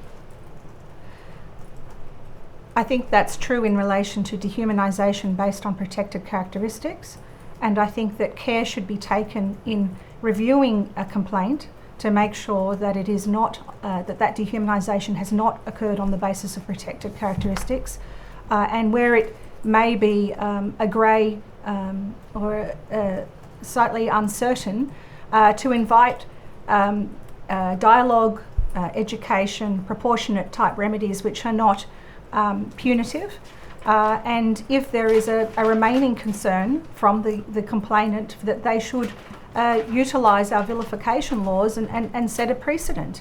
There is equally an importance for the human rights of all people in our society, and to do that we do need to carve out enough space for criticism of political ideology.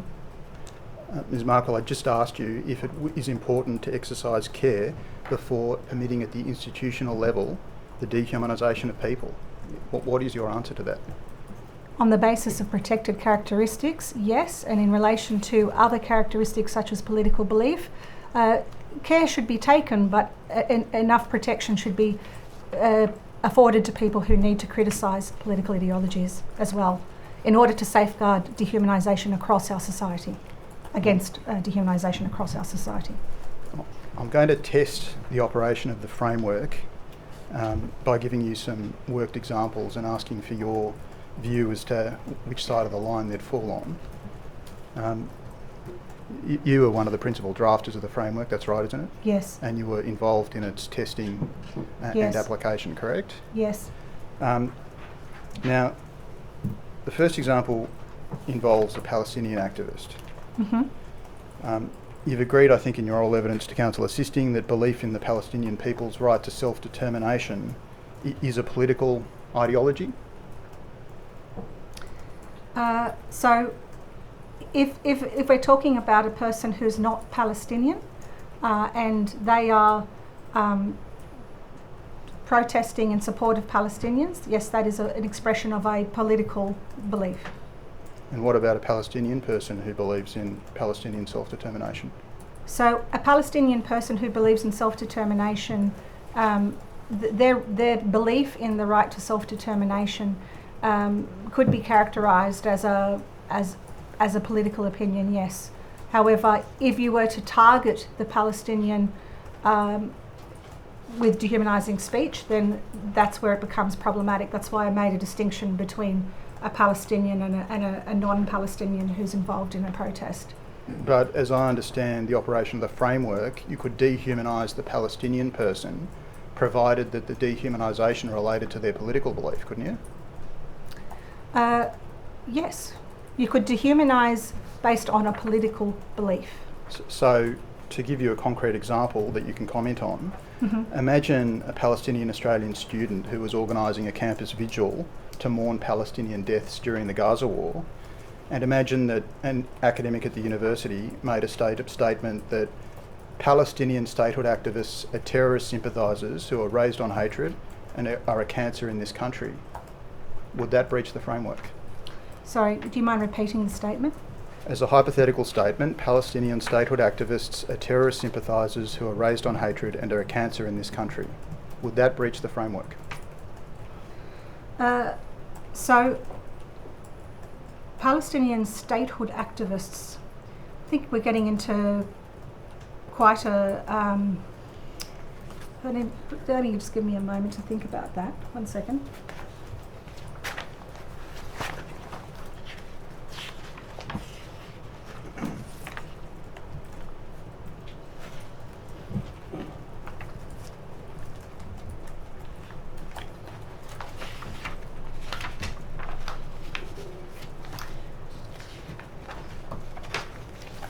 So I take it from your example that you're using clearly dehumanising words like cancer, etc., but you're using it in relation to Palestinian statehood activists.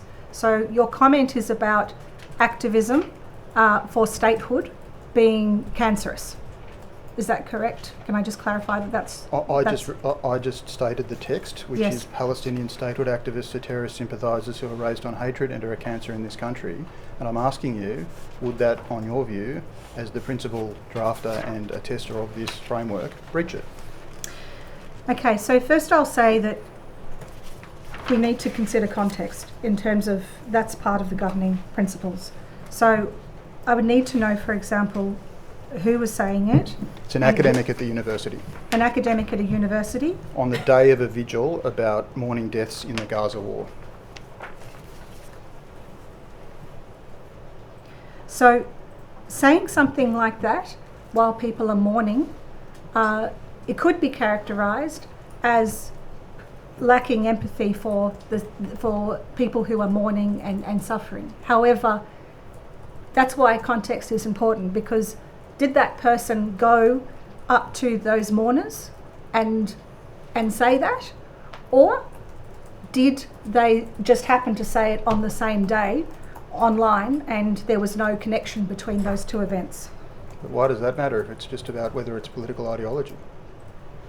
Well, I would say that it does matter because, say for example, and I'm happy to use your example.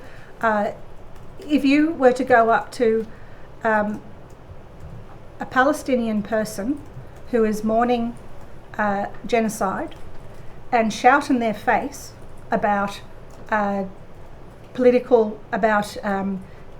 your activism is a stain on this country, you're a cancer, blah, blah, blah, you have assumed that that person is an activist.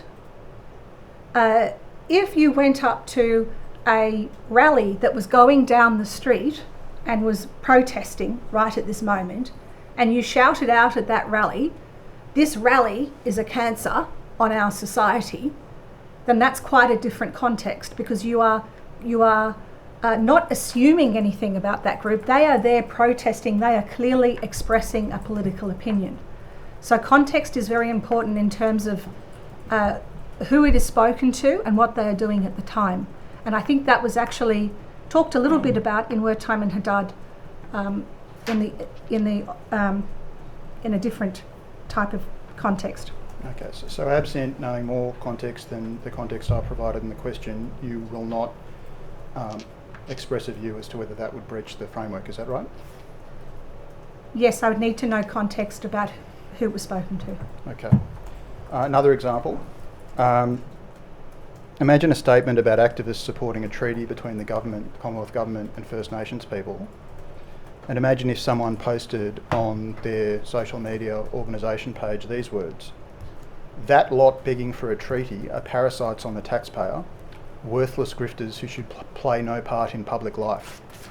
Would that breach your framework? Okay, so who's the commenter? And a person whose name means nothing to anyone. So would we know if they, okay, in terms of the, sorry, what was the website or the post that you referred to? It's the social media post of those advocating for a treaty between the government and First Nations people. Advocating for a treaty. And is the Facebook account or is the social media account a First Nations account? We'll assume that it identifies with First Nations people.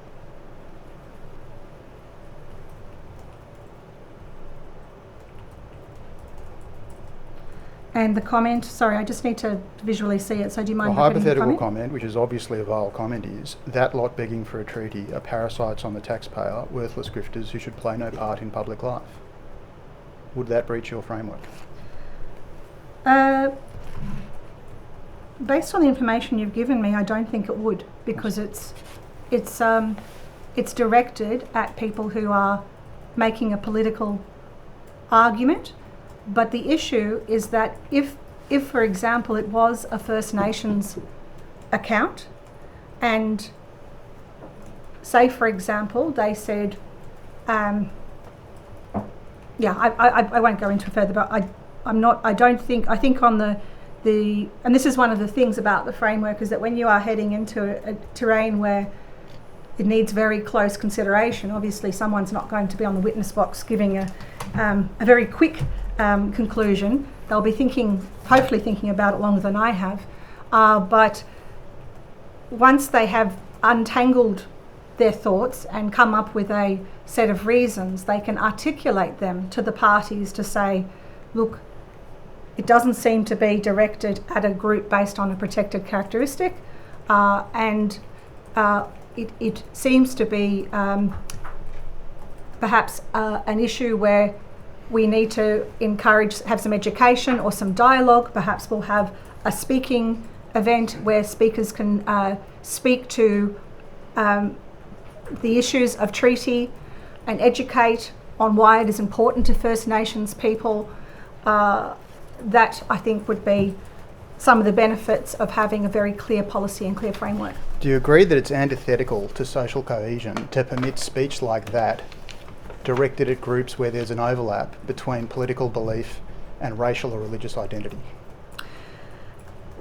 And that's why I think context is very important, because in that situation you do have a group that is advocating for a treaty to deal with historical injustice.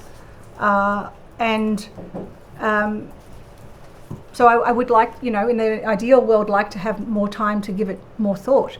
But I do think that social cohesion is also served by institutions having clear reasons, clear principles that they can use across complicated contexts, because that is every complaint. Complaints will traverse cultural, political, religious, interreligious contexts, where often administrators who are HR professionals or university leaders or professionals within ARPA or professional bodies, they may not have any subject matter knowledge about that political context or religious and it is so important that they have principles that they can come back to clearly work it through. Excuse me, Ms. Markwell. Commissioner, I'm conscious that I'm under a time limit. I have about 10 minutes to go. To the extent required, I'll make an application to continue to examine. Thank you, Commissioner.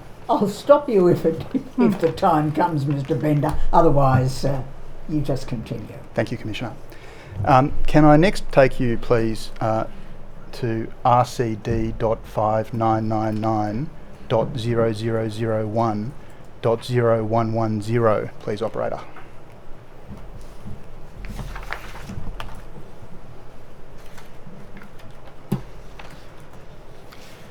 Do you agree that that is a post you published to Substack on 17 May 2026? Yes.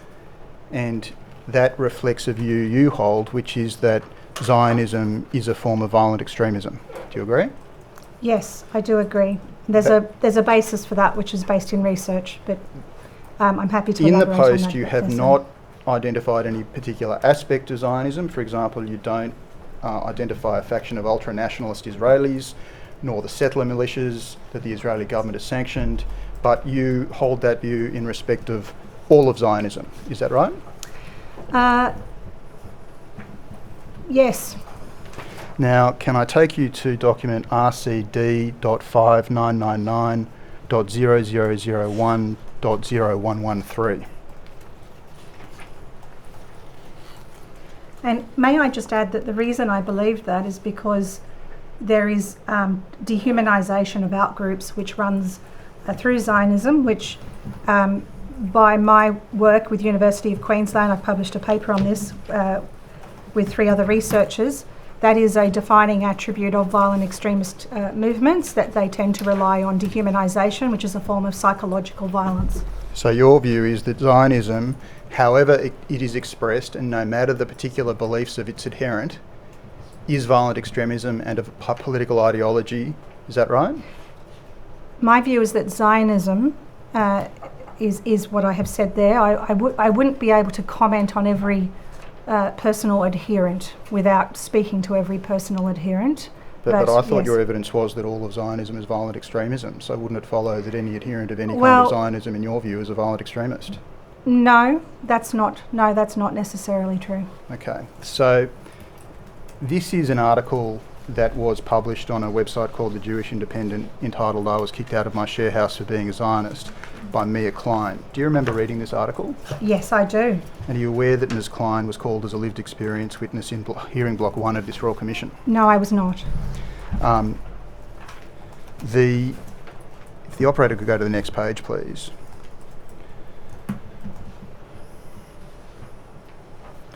At the bottom of the page in italics is the text of a letter that Ms Klein sent to her housemates who had kicked her out of their share house previously because Ms Klein identified as being a Zionist. And I'll just direct your attention to the last paragraph on the screen, in which she describes herself as a proud supporter of the existence of the Jewish state in Israel and the Jewish people's right to self-determination. Do you see that? Yes. And could you go over the page, please, operator? The first paragraph says, "I'm also not quiet about being a harsh critic of Benjamin Netanyahu, his government and the actions of the IDF." Then refers to the nuance in the conversations, and if the operator could call out the next paragraph, please.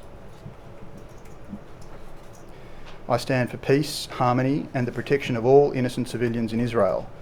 I wholeheartedly believe in and support a two-state solution in which Palestinian and Jewish Israelis can live peacefully alongside one another in their shared ancestral homeland. All I want is for this war to end, for all Palestinian people to have a home in Israel and for the hostages to be returned." So that is the views that's expressed by Ms Klein in her letter. She identifies as a Zionist and a proud one. If the operator could then please go over to the comment section 2 pages from this page. Can you see the third comment down is published by someone with your name? Yes. Did you publish that comment? Yes, I did. You say there that you ask the question, "Would you mind explaining to me how Zionism is not predicated on ethnic cleansing and erasure of Palestinians?" Does that reflect your view that even Ms Klein's version of Palestinian, which acknowledges that there should be a two-state solution and peace, is a form of violent extremism, Zionism? No. So when I read her piece, I was quite moved that she was speaking about values to do with peace and coexistence and dignity, and she used the term moral equivalence and empathy, and I thought these are all values that I also align with. But at the same time, she was talking about Zionism and had an understanding of Zionism which seemed to coexist with these same set of values.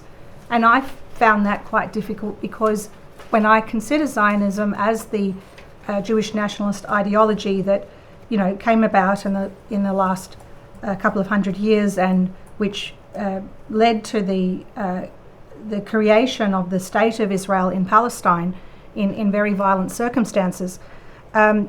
Obviously, the creation of Israel and its ongoing maintenance, as well as its, I suppose, its expansion through the West Bank, which we're seeing now horrific violence through illegal settlers that are supported by the Israeli state, and we're also seeing horrific violence in Lebanon. All of that doesn't seem to be consistent with the positive values that she was talking about. So I was actually genuinely interested, and I actually use those words, I am genuinely interested in how you reconcile the values you speak about with being Zionist, because being Zionist, I haven't yet heard a Zionist explain to me how do they incorporate Palestinian human dignity and human rights into their ideological framework. But you understand that there are many Jewish people who, for example, believe in a two-state solution and identify as Zionists because part of the two-state solution is Jewish self-determination in the State of Israel. And they may also believe very strongly in equal rights for Palestinians people. Do you understand that?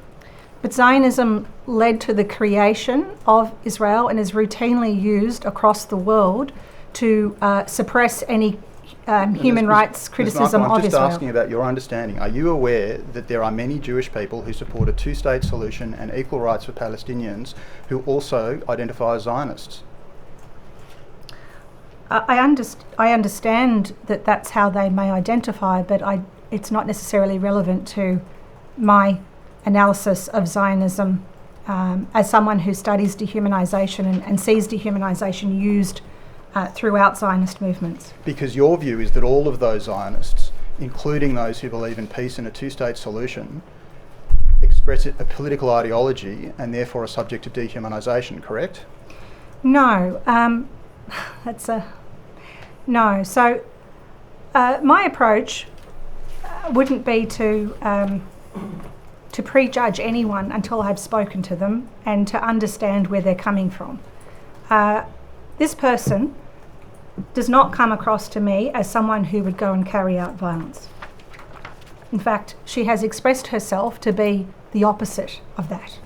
And what I am seeking to understand is how has she intellectually reconciled that with identifying as a Zionist, which is a nationalist ideology that there is an overwhelming amount of evidence is connected to political violence and dehumanisation and ethnic cleansing, as I speak about in my comment.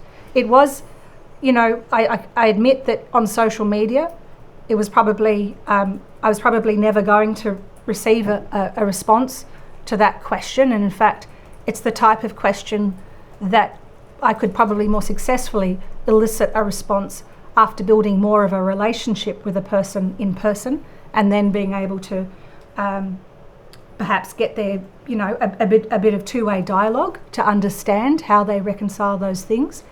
But that's my Ms. take. Markwell, I'm not asking you about the comment, and Yes. I'm not asking you about Ms. Klein's article. I'm just asking you this. Are you aware that there are many people in the Jewish community who identify as Zionists who also believe in a two-state solution and hope for nothing more than peace in the Middle East? Are you aware of that? Yes, I'm aware of that. And is applying your framework, is the expression of that form of Zionism a political ideology?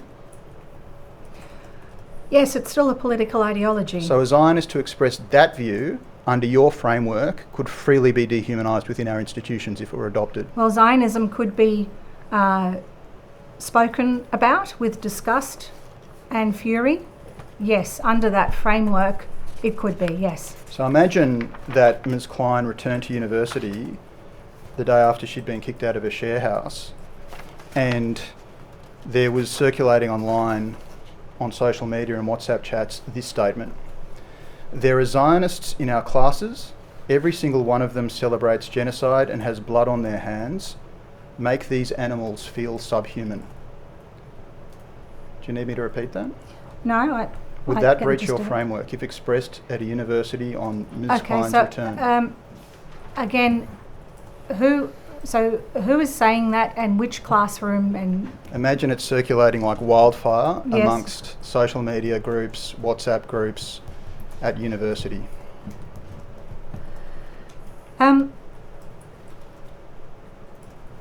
Again, it would depend on. I'd need to investigate the context, because, say, for example, it was somehow clear that they were talking about a Jewish class, then that would be a problem. But generally, that is what you would call very dehumanising language expressed towards Zionists, and I think in a there's a question mark about how productive that is, or how but the reality is that there are people in our community who legitimately feel that Zionism is on the same page as white supremacy. Would it breach the framework? And if we were to use that analogy, then people want to express disgust about things, or even there are people who consider Zionism to be as abhorrent as ISIS ideology. Ms. Markwell, would it Because of breach its the dehumanisation. framework? It wouldn't. I don't think on the face of it that it would breach the framework. And I just appreciate you putting me on the spot here, but I do need to consider context in these things. But my point is that where are we going if we start banning dehumanisation directed at political beliefs and adherents of political movements, because they are popular political beliefs? You're aware of the survey evidence received by this Royal Commission that 77% of Jewish Australians identify as Zionist, aren't you? Yes, I'm aware of that evidence. Are you aware that Dr. Rich, who is an expert on anti-Semitism and the Director of Policy at the Community Security Trust in the UK... Sorry, what was his name? Dr. Rich, Dave Rich. He gave evidence on 13 May, which was 4 days before your post describing Zionism as violent extremism, in which he said a person can be completely opposed to everything the Israeli government does and be just as much a Zionist, sharing only the belief in Jewish national determination in the ancient homeland. Are you aware of that evidence? I'm not aware of that evidence. Are you aware of that view within the Jewish community that that's a version of Zionism? Sorry to ask you again, but it's a lot of information. Do you mind just repeating that statement? A person can be completely opposed to everything the Israeli government does and be just as much a Zionist, yes, sharing I'm aware only of that the belief view. in Yes. Jewish national Yes. self-determination in the ancient homeland. I'm aware that that can be a position that people have, yes.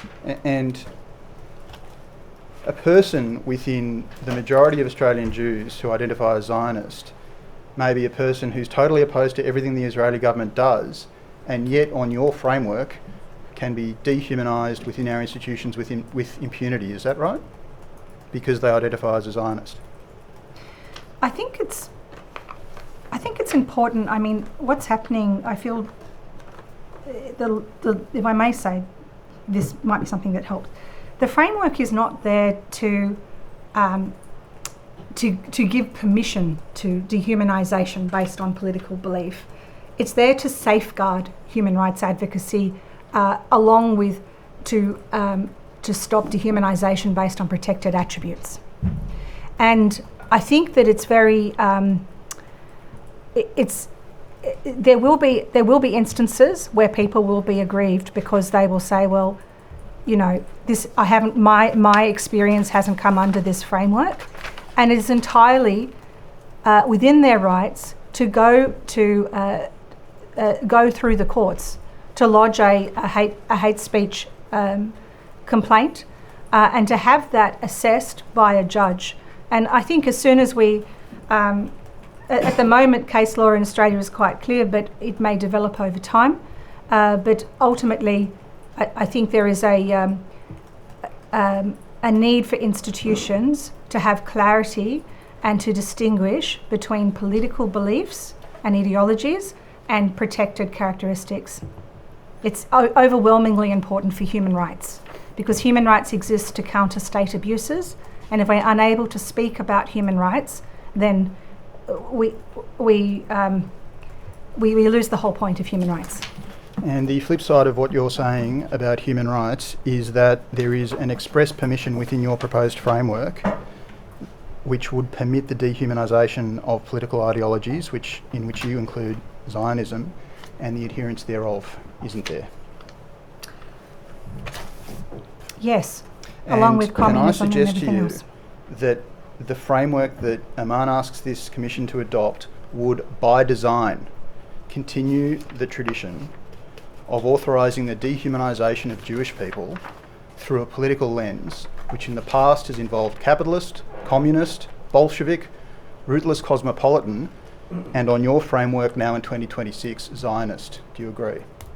Well, no, I don't agree with that, because the historical and I have taught the Holocaust as a history teacher, and I'm aware of the propaganda. I've also studied the Holocaust as a scholar in dehumanisation. I've studied the types of hate speech that were used against Jewish people through various forms of propaganda, including film, including posters, political speeches, and the propaganda that I have observed during Nazi Germany were very much identifying Jewish people.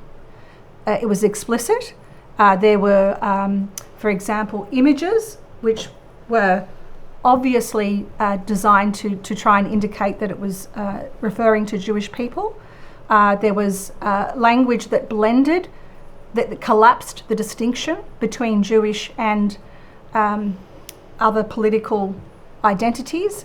And ultimately, it was very clear that this was about Jewish people. And on top of that, I would say there was no countervailing human rights concern in that context. In this context, there is a countervailing human rights concern, which is the ability of Palestinians, predominantly, and also Lebanese, to be able to speak about genocide. And that makes it very important, whether not just genocide, but apartheid, unlawful occupation, things which have existed since the formation of the State of Israel, which means that there is a countervailing human rights interest that demands that we make it quite clear that there is a difference.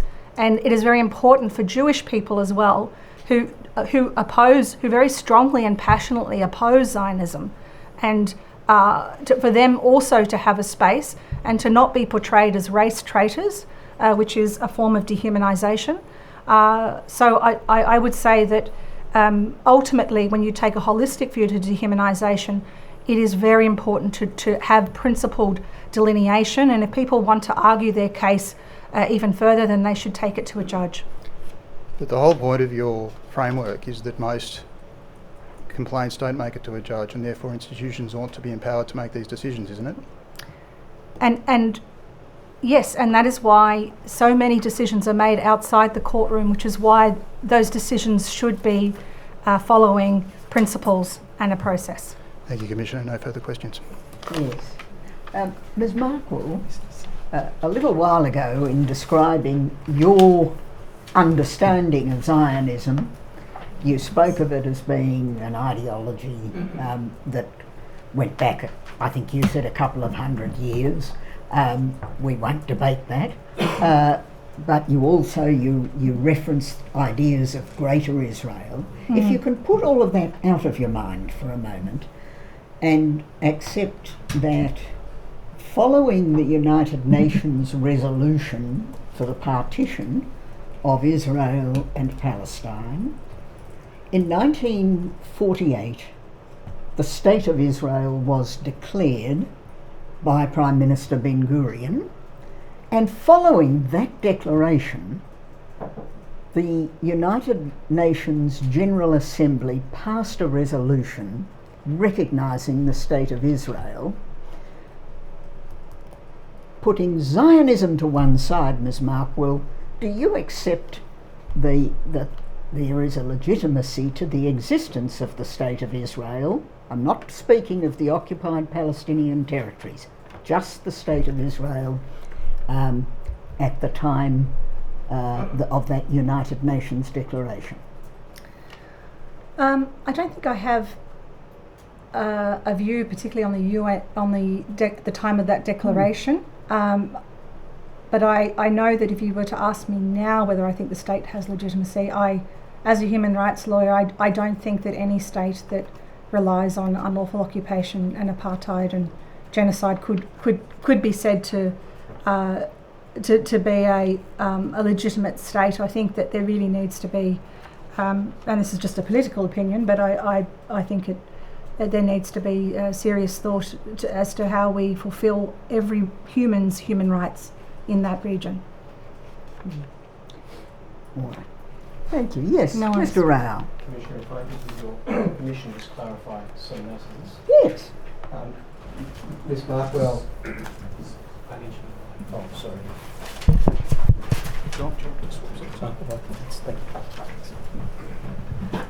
Thank you, Mr. Bender. Grateful to my learned friend. Thank you, Ms. Markwell. A proposition was put to you by Mr. Bender that the framework which we've been discussing, on your understanding, provided a permission to dehumanise based on political ideology, and you said yes, followed by but weren't able to complete that answer. What was it, if you recall, that you were going to say? So, I think because a framework has explicit safeguards for human rights advocacy and speech directed at states and political ideologies, that shouldn't be characterised as a permission to dehumanise anyone. It's not saying everyone run out there and call, your next door neighbour that has a different political view to you a cancer and a cockroach. It doesn't say that. But what it does do is it helps give institutions a better form of governance, given that they are managing the overwhelming majority of complaints out there, and they do need some clear principles. And I don't think that the answer necessarily in some of these complaints that are adjudicated, even if, for example, say on this example that a Zionist is dehumanised for being a Zionist, and there is no connection to the fact that the person is Jewish, for example, then really that is maybe something that the university would say, well, look, let's listen to, even the process of hearing from the other side, both parties hearing each other, may be helpful in that instance, because that does help people to consider their choice of language. But ultimately, we have to think in the same way that we do as a parliament with making laws, that institutions need to have some pretty clear guidance to make sure that overall human rights are safeguarded. Yes. You were asked several questions about a Facebook post. Do you recall the Facebook post which you had yes, I think it was a Substack. Regarding Zionism? There was a Substack post, yes. Yes. And you had indicated in one of your answers that your view as to Zionism had a basis in research. What was that research? So I published a paper with 3 other researchers at the University of Queensland on, it's called a dynamic matrix of extremism, and it looks at the, okay, so this was a paper that was done for the Global Internet Forum to Counter Terrorism. We were selected by that, I've been part of that forum, and we were selected to produce research about how would you go about identifying the difference between strong political opinions and violent extremism. Because as you know, well, as you assume, violent extremism is not really a legally defined term in international law. It's only recently become defined in Australia's criminal code. And at that time it wasn't defined. So I was interested in how do researchers go about trying to make that distinction. And with those researchers, we identified the factors that tend to be present for at a cognitive level, in a group dynamic level, and at a behavioural level within movements that signal that a movement is moving from a strong, I suppose, a fringe political movement. So, for example, if you think about some of the anti-vax movements and anti-COVID vaccine movements, they were quite fringe. And people might say, oh, they're a bit extreme, right? But do they cross the line into violent extremism? Well, that question we looked at in terms of what were the factors across this matrix. And one of the key identifying factors was dehumanisation, because whether you look at ISIS or white supremacy terrorism or any form of terrorism or even genocides, atrocities, dehumanisation is always a social factor in the lead up to violence. And dehumanisation of an outgroup is what occurs. What I say is that from my observations of Zionist public discourse online, I have observed dehumanisation of at least 3 outgroups repeatedly, and that does not mean that I am saying that every person who identifies as a Zionist is I think was as a criminal or a violent extremist, but I'm talking about the ideology itself. I think that it can be characterised as a form of violent extremism because of the thread of dehumanisation that runs through it. And just one of the things that you just said then and also earlier, that this thread of dehumanisation, on your view, runs through Zionism. Can I just ask you what you mean by that? So if we look at the substantive principles of the dehumanisation framework, Amman has collected a lot of hate speech over the past 7 years. It has harvested hate speech in the last few years, which shows that the shift from what we previously identified as white nationalism or anti-Islam movements in Australia to a diversification into Zionist and Hindutva driven discourse. And the Zionist discourse that we've looked through has, if we look at the categories of dehumanisation, it has referred to Palestinians as being a uniform threat to Jewish people, that Palestinian immigrants are a threat to Australian society, that Palestinian parents do not love their children, that they teach them savagery, that they teach them to hate, and that they are happy if their children go to die. That Muslims are inherently dangerous or violent, that they have terroristic qualities, and that Jewish people who reject Zionism and who support Palestinian human rights are race traitors. And race traitor is a particular conceptual frame or mobilisation frame that is used across terroristic movements. It is used a lot in white supremacy to argue, for example, that Ms. Markwell, I don't wish to cut you off. I'm so sorry. I think by the time we get go through this, I'm sorry. Yes. That's fine. I understand. Yeah. And just finally, Ms. Markwell, in the questions from Council Assisting, you were asked about conducting, or the workshops that you had been involved in, and the feedback which you had received. And if I've recorded, if my notes are accurate, you indicated to the effect that people seemed to relate and felt uplifted, related in terms of their personal experiences or background. Can I ask you this? Can you inform the Commissioner your view as to the risk of an approach in relation to education or educative initiatives which speak only to one community without relating to the audience or their background or experiences?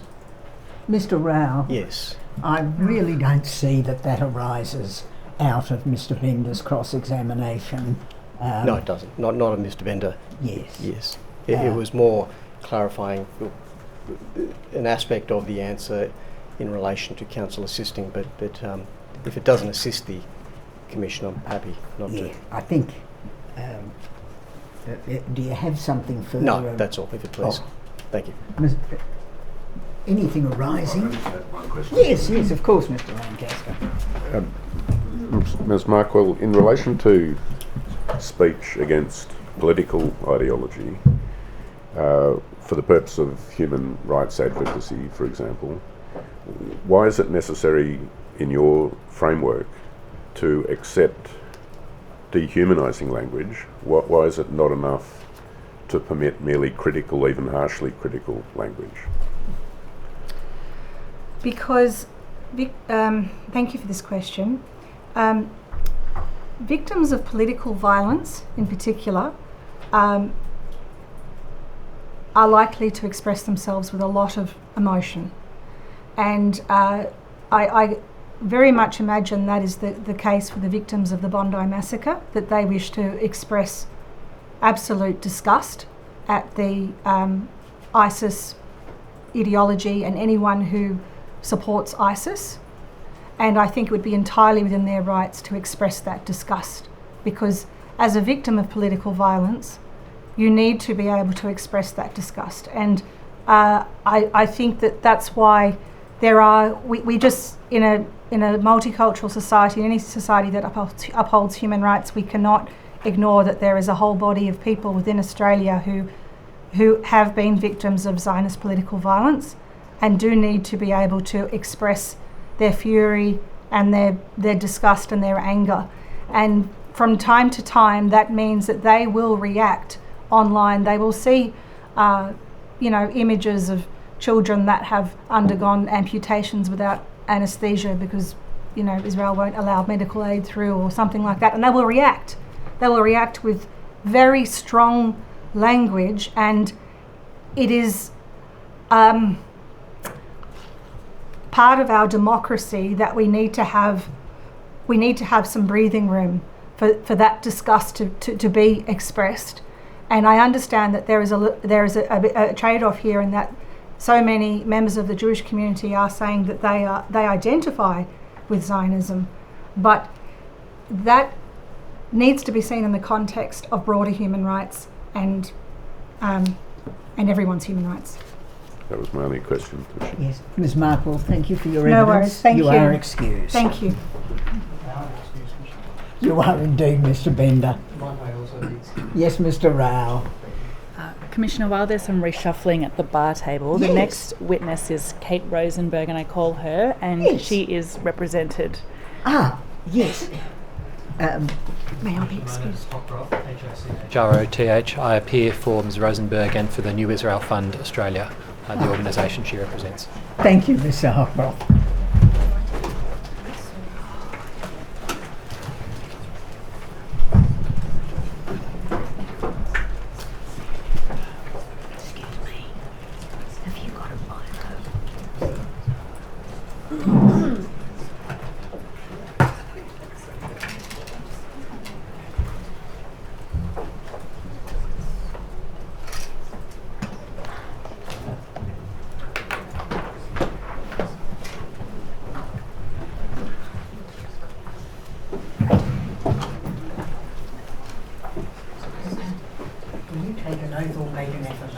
An affirmation.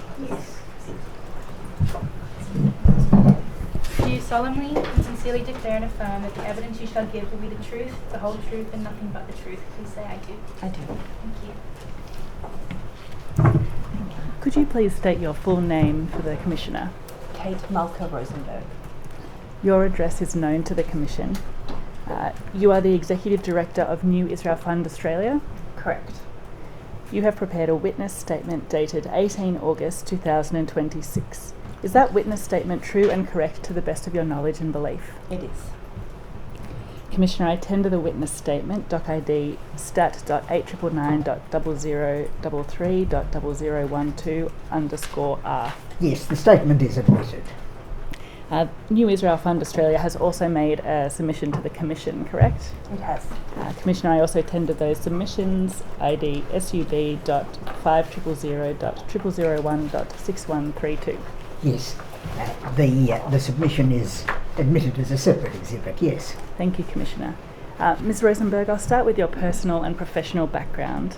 I understand that all 4 of your grandparents were Polish-born Holocaust survivors who migrated to Australia after the war. Is that correct? That is correct. You were raised in the Melbourne Jewish community? I was, yes. At the University of Melbourne, you focused your early studies on Holocaust and genocide education? That is correct.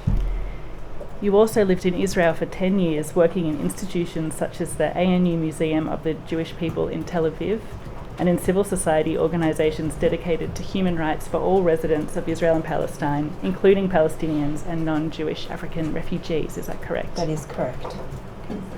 Can you describe the diversity of people you worked alongside in those roles?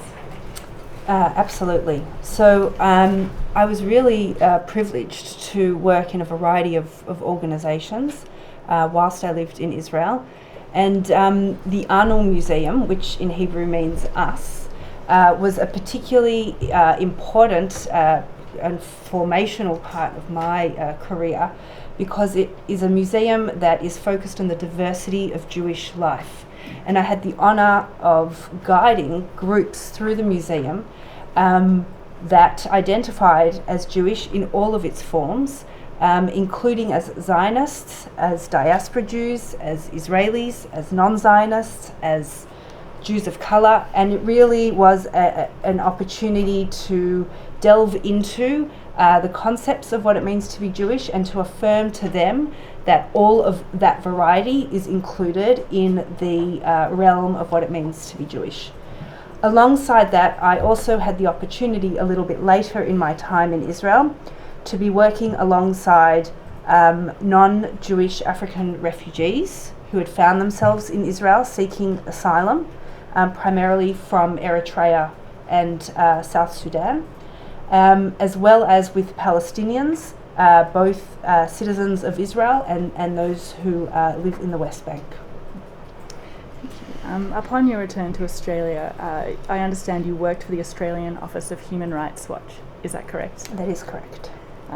You served on the board of directors at the New Israel Fund in Australia, and then from June 2025 you assumed the role of Executive Director of the New Israel Fund. Is that correct? That's correct. And may I just add, in the kind of spectrum of my career and the opportunities that I was given, and if we go back to where we started this line of questioning, I grew up as the grandchild of Holocaust survivors, and perhaps began my foray into understanding human rights from a Jewish lens, from the lens of understanding the Holocaust and the horrors that were done to my family. But I think what you can see in the trajectory of my fortunate career and lay leadership is that the message that I have taken away from the Holocaust, and which many Jews, I believe, have taken away from the Holocaust, is that when we say never again, we not only mean never again to our own people, but we mean never again to any peoples. And that is what guides me in all that I do, including the work that I do at the New Israel Fund. Turning then to the New Israel Fund, could you explain to the Commissioner what, firstly, the New Israel Fund that was established in the USA in 1979 was formed to do? So the New Israel Fund was formed in the USA by a group of Jewish Americans who identified that in order for Israel to fully achieve its aims of creating a state which will be equal for all people living in it, regardless of their race, religion, or ethnicity, that a state requires strong civil society organisations. And they identified that in the initial years of the establishment of the State of Israel, that was perhaps not as present as it could have been. And so the purpose of the New Israel Fund's foundation was to fund and generate a thriving civil society organisation to uphold Israel's democracy. The NIF Australia was established as an Australian affiliate, NIF New Israel Fund, in 2011. Was that to further the same aims as the parent organisation? That is correct. In the context of some evidence the Commission has heard earlier today, I might ask you a question about your description of the New Israel Fund supporters from the submission rather than your statement. You've said there, this is on page 3 of the submission, you've said there that most New Israel Fund supporters identify as progressive Australian Jews. Many describe themselves as Zionists while others do not. Is that correct? That is correct. The submissions go on to state that regardless of how they self-define, your supporters believe that all Israelis and Palestinians deserve to live in safety with equality and dignity, and the organisations you support work to make that future possible. Is that correct? That's correct.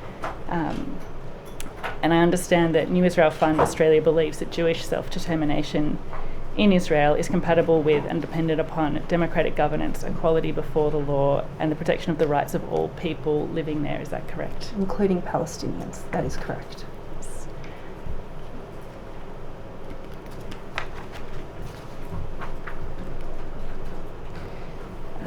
Turning then to the work that New Israel Fund Australia has done to contribute to social cohesion, I understand that the core of the work it does is funding civil society organisations operating in Israel and Palestine, which are actively modelling social cohesion in a very deeply divided place. Could you give a few examples of the recipients of that funding? So it's correct that the majority and the core purpose of our work is to alleviate the suffering of people in Israel. And we have been fortunate enough to fund several organisations that do that work. Some examples include the Association of Civil Rights Israel, which is one of Israel's longest standing civil rights organisations that has defended many minorities and in an attempt to uphold their rights in Israel.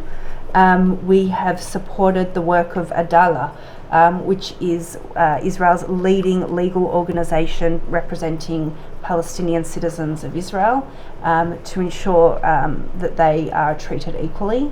And we've also supported organisations such as Hand in Hand, which is a network of bilingual schools across Israel, which means that the children are taught both English and Arabic and are brought up in a cohesive and shared society within the framework of that school.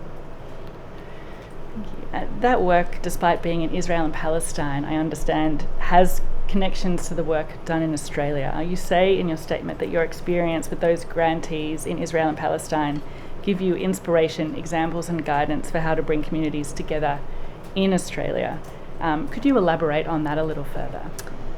So it's not lost on me and other supporters at the New Israel Fund that we are looking towards the Middle East when talking about enhancing social cohesion here in Australia. The work that we fund has primarily supported a safer, more equal society for all Israelis. They probably wouldn't call it social cohesion. They're living under daily threats and occurrences of violence. But it struck us at the New Israel Fund in Australia just how many lessons we could learn or take from some of the organisations that we fund over in Israel. So we've had the opportunity over the last few days at the Commission to hear about some of the wonderful educational initiatives that are taking place here in Australia, or whose various organisations wish to initiate. And I'm thinking, wow, these programs actually already exist in the hottest kind of climate in the world over in Israel and Palestine. So we, over the years, have been placing an emphasis on highlighting and demonstrating that this work actually does happen in Israel and Palestine. We've done that through bringing out what we call dual narrative talks, and that is that we will select a Palestinian and a Jewish Israeli who are doing work together that we fund or that is adjacent to our work, and bring them over to Australia to demonstrate that they work together, that they have shared goals, and that it is possible to reach over that divide. Now, 6 or 7 years ago when we were doing these dual narrative tours, it was more kind of informational and intriguing for our supporters. But really, since October 7th, we have understood, and we've heard more and more from our supporters, just how important it is for them to hear about this work in the context of the tensions that we are feeling here in Australia. Could you give an example of one of the dual narrative speaker events you brought to Australia? Yes, so recently we were lucky enough to bring over Dr. Gil Murciano, who is the director of an Israeli think tank called Mitvim, that takes that does work on foreign relations in Israel, and together with Miss Hiba Kassas, who is the founding director of an organisation called Principles for Peace. She has spearheaded a convening group of over 550 Palestinians and Israelis who meet together to talk about the real prospects for peace in the absence of any real political discussions around peace. And Gil is a recipient of funding. That's Mitvim is a recipient of funding from NIF Israel, and also participates in that convening group. So they were able to come over to Australia to talk about their vision for peace. They met with public groups, they met with parliamentarians and ministers, and we were also able to do media work with them in order to amplify the messages that they bring to our less than cohesive Australian society right now. I understand that New Israel Fund Australia has also expressed the desire to attempt to expand the reach of its educational work. Who has been the primary audience of the events organised to date in Australia? Primarily, the New Israel Fund audiences have been Jewish to date. Mostly members of the progressive Jewish community, as we discussed before, and these messages have been really important and a safe space for members of our community who express a more nuanced view or connection to Israel. And it's really our hope that we can expand this work beyond the community to reach non-Jewish groups as well. I understand your evidence is that intercultural engagement is necessary together with interfaith engagement in that respect. Could you explain to the Commissioner your view on that? So I think often when we're thinking about different groups, we're looking at it from a religious perspective, and I think the Commission has heard plenty of evidence around the variety of Jewish life, and that not all Jews see themselves through the lens of religion. And that is largely true of many of our supporters at the New Israel Fund as well. So we look forward to and hope to reach between cultural groups via the work that we are doing, particularly for people who don't see themselves or don't identify closely with faith or their religion. To that end, you have considered a range of programs funded in some cases by international branches of the New Israel Fund. or other examples to try to identify some programs which you believe have shown success in the difficult context of Israel and Palestine and could be well adapted to the Australian environment. One example you've given is the British program Solutions Not Sides. What does that program involve? So, Solutions Not Sides is a wonderful project that I've been quietly following for a while, and I was made aware of it really because they have been sponsoring visits to the UK of representatives of many of the grantees that New Israel Fund supports, and they take them into schools to talk about what it means to be Israeli or Jewish Israeli and Palestinian. So they too rely on this model of dual narratives, but bring it into a school context. I think what is really important about their model, which really speaks to the work of NIF, and I think it speaks to some of the work that we need to do here in Australia, is that rather, and this ties back to your question about faith-based or cultural-based meetings, I think in trying to solve the problems that we are facing here in society, it can be easy to avoid the discussion of Israel and Palestine and to focus on the other things that might bring us together across groups. Oh, you like music, I like music. Oh, you also make this kind of bread in your tradition, I make this kind of... What Solutions Not Sides does, and what the New Israel Fund does and proposes and hopefully will be able to do more of, is that we must not shy away from the difficult conversations around what Israel and Palestine are, what Zionism might mean to people or not mean to people, what the Jewish connection might mean to, the Jewish connection to Israel might mean to some and not others. And I think that those kind of programs address that. I understand that one of the goals of Solutions Not Sides is to provide a model to those students of matters such as democratic resilience, civic engagement and critical thinking, but also helping to reduce both anti-Semitism and anti-Palestine racism. Is that correct? Correct. So the programming does not just end at a history lesson about the Israeli-Palestinian conflict or the occupation.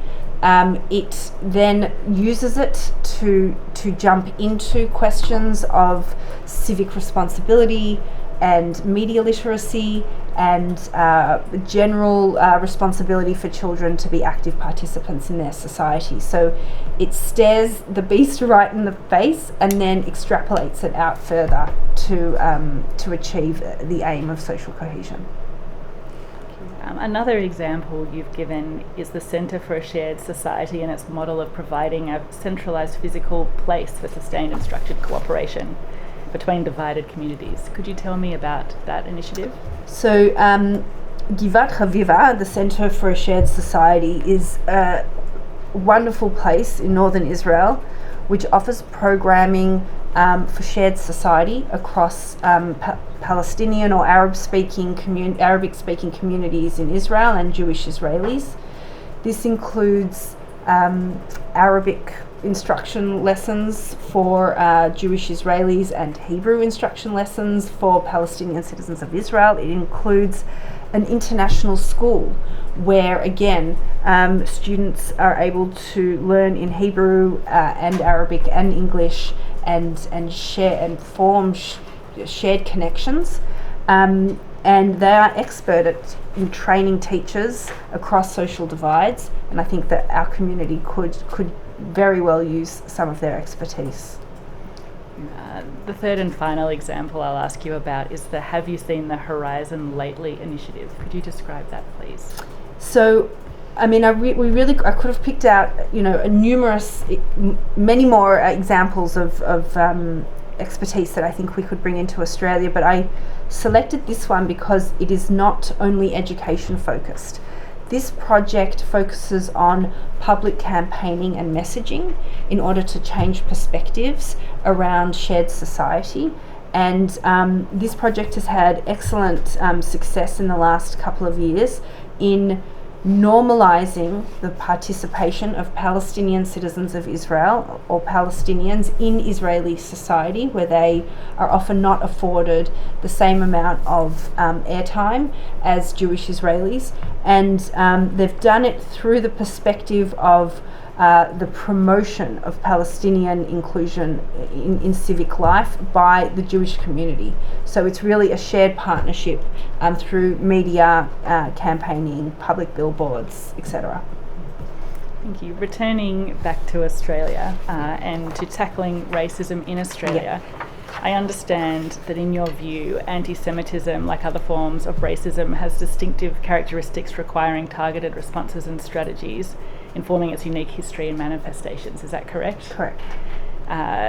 You consider that responses to anti-Semitism are most effective when carried out holistically. What do you mean by that? So I think, we heard this morning a lot about the tension between anti-Semitism as a unique form of racism, which kind of pitted it against this idea of, well, racism is racism. And I think the point that we are trying to make, or I'm trying to make, is that both can be true. And I think that the Race Commissioner was making that point as well, that anti-Semitism has its own unique identifying factors and therefore its own unique requirements in tackling it, but it cannot be tackled unless all of racism is tackled. And really what struck me in listening to the earlier witness statements was that at the New Israel Fund we've taken our cue from our grantees in Israel. These are people who are holding both the grief and pain of Jewish Israelis while also saying we can also hold the grief and pain of Palestinians, and neither of these interject. In fact, we must hold both of them for both of us to be safe. Likewise in Australia, I understand in a moment of grief and pain why any group, including the Jewish community of Australia, wants to see a report which has anti-Semitism written on every line and the specific forms of pain that the Jewish people have suffered. That is necessary as well. But unless we deal with racism in Australia in a holistic manner that tackles it systemically, the Jews won't be any safer either. I understand from that evidence that the New Israel Fund supports the National Anti-Racism Framework. Yeah, I may have jumped right into that. I do, we do, whilst still emphasising the unique factors around anti-Semitism and the unique responses that need to be implemented, and I think that the Race Commissioner endorses that idea as well, as he explained this morning. In conclusion, having regard to the initiatives that New Israel Fund has carried out, that it proposes could be carried out, as well as the work the other organisations we've heard from have been doing, what role do you see for the Australian government in respect of those potential initiatives? I might just say that, listening to testimonies from this Royal Commission has been, quite heavy and really saddening to hear of some of the experiences of people and the experiences of anti-Semitism specifically. But, I'm so pleased that this Royal Commission is both a Royal Commission on Anti-Semitism and Social Cohesion, because it again recognises the uniqueness and similarities between the Jewish experience and other forms of racism and discrimination in Australia. And that has enabled us to hear over the last few days of some of the really inspiring programs that have been coming out of various groups across Australia. And I hold that it's the government's responsibility and duty to encourage this kind of work and to provide funding and support in order to make that happen. Thank you, Ms. Rosenberg. I have no further questions. Ms. Rosenberg, can I ask you this? Among the Australian Jewish community who support the New Israel Fund Australia. To your knowledge, are some or many of them people who identify as Zionist? Correct. Yeah. And would I be right in thinking that, as you understand it, they would be people who say they believe in the right of Israel to exist in part of its ancestral homelands as a homeland for Jewish people? Correct. And I think that rather than if they call themselves Zionist or not, what is most important for them is that all people living between the Mediterranean Sea and the Jordan River have equal rights. Yes. Thank you. Anything arising out of that? Oh, I'm sorry. So sorry, Commissioner. Asked one question arising out of Yes, Councillor indeed. questions.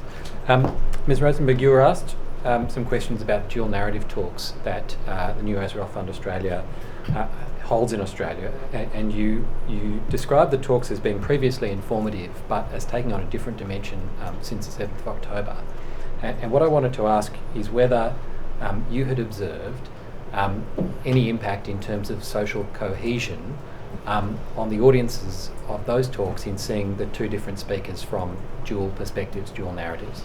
I think it's look, not many Australians may have met a Jewish person or an Israeli, even fewer, and not many Australians would have ever met a Palestinian, and maybe not a Muslim person.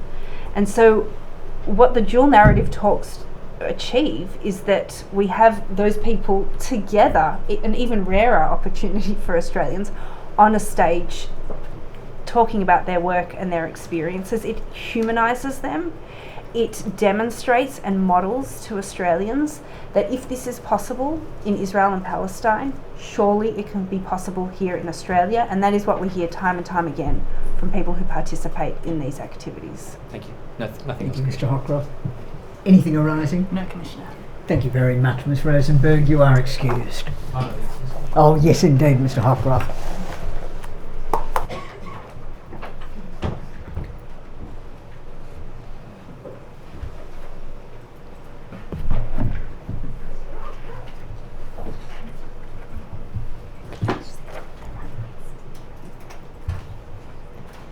Commissioner, can I indicate that the next three witnesses to be called are each from relatively newly formed grassroots organisations that have been established with a view to building social cohesion amongst multicultural communities? Yes. And there's been, I think, a shuffling in the order to accommodate some travel. And the first of those witnesses that I'll be calling are Simonne, Whine and Mendelle, who are represented. Yes. Ms. Cairns.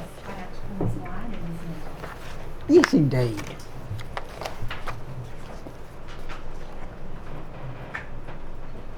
Oh, thanks, Mr. Zwire.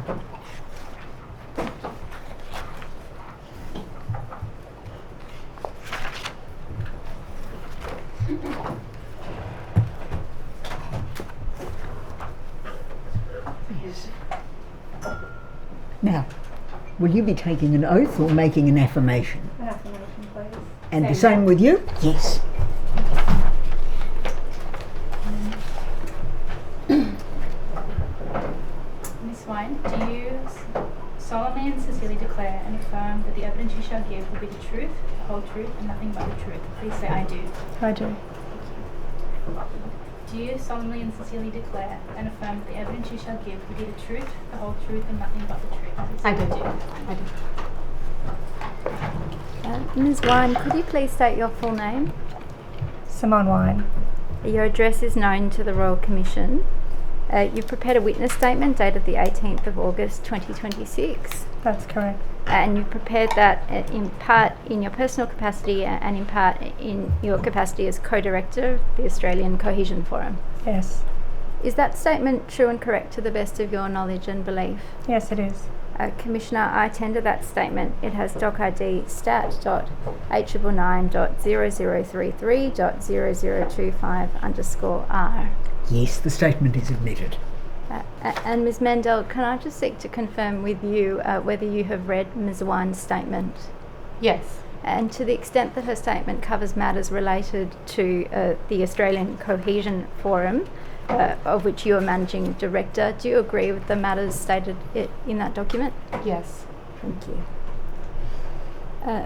Ms. Whine, you've mentioned that you're one of the co-directors of the Australian Cohesion Forum, and I think you also hold within that organisation the titles of Program Delivery Lead and also Jewish Community Liaison, is that right? That's correct. You founded that organisation together with Ms. Mendelle? Yes, we did. And is it right that Australian Cohesion Forum is a not-for-profit and entirely volunteer-run organisation that was set up to facilitate effective intercultural partnerships with culturally diverse communities within Australia? That's correct. And I'll ask you and Ms. Mendelle a bit more about the work of the organisation shortly. Ms. Whine, prior to establishing Australian Cohesion Forum, you had been involved in grassroots advocacy supporting specifically the Jewish community in the wake of the 7th of October 2023, is that right? Yes, that's right. I set up a grassroots group called J United to support our community after October 7. And can I ask, what made you decide, as it were, to shift from the Jewish community specific advocacy space into an organisation that was focused more on intercultural engagement across a diversity of communities? It was quite a natural shift because for all of the things that we had done in the lead up to setting up the ACF, we had had multiple communities coming along. So initially we started with an activation in the city with shoes and balloons and posters about the hostages, and multiple people came up to us to ask us what had happened. They hadn't heard about it in the mainstream media, and we had ambassadors talking to them, and we could see that there was real interest in speaking to us and understanding what had happened. Later our group set up a Walk for Unity. We had that at the King's Domain. We had the Hindu community attend, we had members of the Iranian community attend, various communities just attended and spoke. Unfortunately, we weren't able to get into the city at that time. We were told by police that we weren't allowed as a safety risk. And that was the closest place that we could get to into the city. And while we were there, people had just shown up. We had speakers that were organised, but then groups like the Iranians showed up with their flags and people didn't know who they were, so we would walk up to them and we'd ask them like, "Hi, who are you?" And then slowly have built a relationship with them over time from that point. We did things like a Hulla for Unity with one of the synagogues. We brought in people from various cultures along at each table with a Jewish person to explain what was going on and how this was our bread and how we have it on the Sabbath, and that was like a huge success. And then through that work, Ros and I kept sort of bumping into each other. She's in Brisbane, I'm in Melbourne. We kept hearing about what each other's work was. And then we discussed, how could we work together? How could we expand this beyond our community? And we started talking about what is it that everyone's doing. We don't want to be in anyone else's patch. We don't want to do what everyone else is doing. We want to fill a gap. And so we came up with the Australian Cohesion Forum and the programs that we run. Ms. Mendelle, can I come to you? Are you able to tell us about your own background, perhaps personal and then also professional, particularly your background working in the area of multicultural engagement? Well, I grew up in Israel and I moved here 8 years ago with my wife. We met there. She was born in Australia. And we met, it's very cliche, we met in Tel Aviv during Pride, which I don't normally go to Pride, but we met there. And we fell in love, and then we moved to Australia together and had our children here. So my children are Australian, which is never something I ever would have imagined. And they have Aussie accents, even though they're so small. And back in Israel, I've always been a huge believer in the capacity of people to humanize each other and work together and talk to each other, and I'm a big talker, so In university already, I was involved in a lot of reconciliation programs, sort of Palestinian Jewish or Arab Jewish reconciliation programs. I also volunteered for settlement organizations when Israel received a massive influx of Sudanese, South Sudanese, and Eritrean refugees. I worked with a settlement charity and got to know these amazing people so well, and how far they walked across the desert to reach our gates and to come in. And Israel, along with all of those really beautiful positive things, I am a survivor of terror attacks, and I was a direct survivor of a violent hate crime in Israel. I got away. It was really lucky. It was a carjacking that deliberately targeted us because I was a Jewish female and I was out not on my own, but only with one other person. And I survived that attack, and I survived that attack thanks to being rescued by Arab Israelis. So that is the beautiful, complex nature of Israel. And so carrying all of those experiences, I came to Australia, and I was immediately hit with how gloriously amazing the multicultural life is here. I meeting Hindu and Indian origin Australians was amazing for me, because we don't have many people like that in Israel. And just seeing all the different cultures and all the Asian cultures here as well, I just loved it. And I felt like Australia is the place where the whole world is your friend and you can access every kind of culture. And my career is communications, mostly in tech. I work with startups. And then October 7 happened, and like many of us, I watched the Hamas live stream, the gleeful live streaming of the murder and rape of people that I knew, people that I recognized. And in watching that live streaming, the first thing I remember is seeing the happy and heart emoji responses on the live streams, and seeing that a lot of the users that were doing these happy reactions were actually also based in Australia. And shortly after that, with the protest movement starting even before Israel responded, and the wave of hate that hit us like a ton of bricks, I connected with the Jewish community and I started to assist in events. And in doing so, I immediately noticed, like Simonne, the other cultural community members who were showing up for us without being invited, without being asked, without us demanding it. They just would show up, and we wouldn't even know who they were half the time. I mean, Taiwanese people would show up, and of course the Iranians, the Iranian diaspora, and specifically now my dear friends Azin Nakibi and Hessam Orji, they would just show up for every event. And of course the Hindu community. So I immediately realized that this is the trick. This is what needs to happen. To come back to this beautiful dream where everyone is working together. These are the people that I need to expand relationships with. And so in a variety of ways, we started to do that. I was helping with all kinds of events here in Brisbane. The first event I think we did was an impact net. We brought together Hindu, Iranian, and Jewish community members, each to share about inner workings of their communities and how we can work together. And I truly can go on and on. I wasn't kidding when I said I was a talker. So maybe I'll come to Ms. Whine. Are you able to tell us about the background of the members who make up the Australian Cohesion at the ACF board? Board, yep.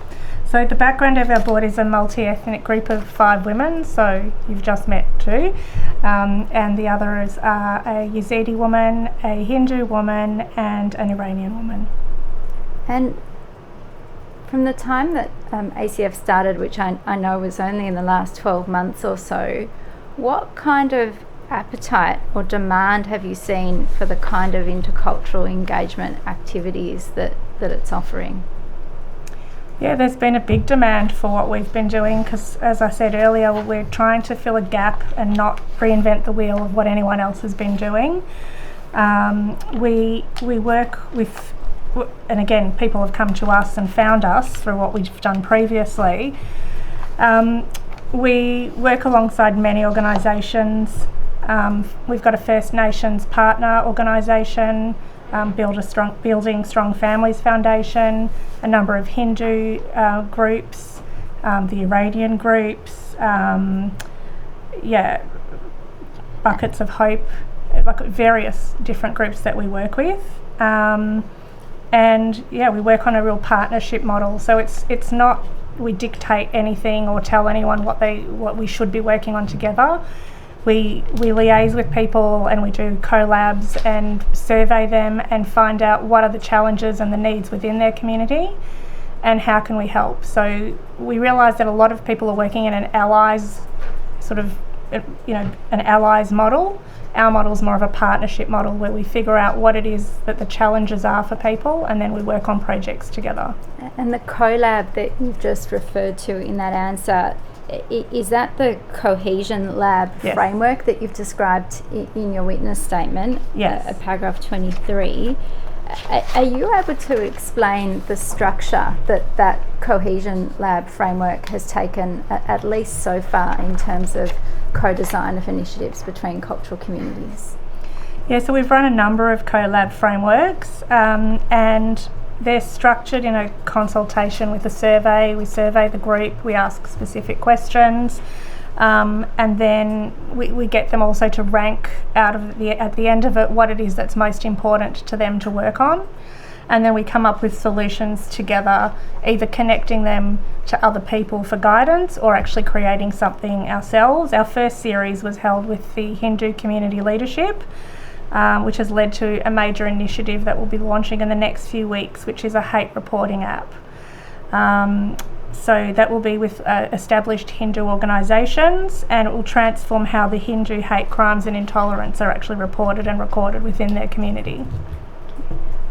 And Ms. Mendelle, I might ask you to comment on another project that's been described in Ms. Whine's statement, which is the Living Archive.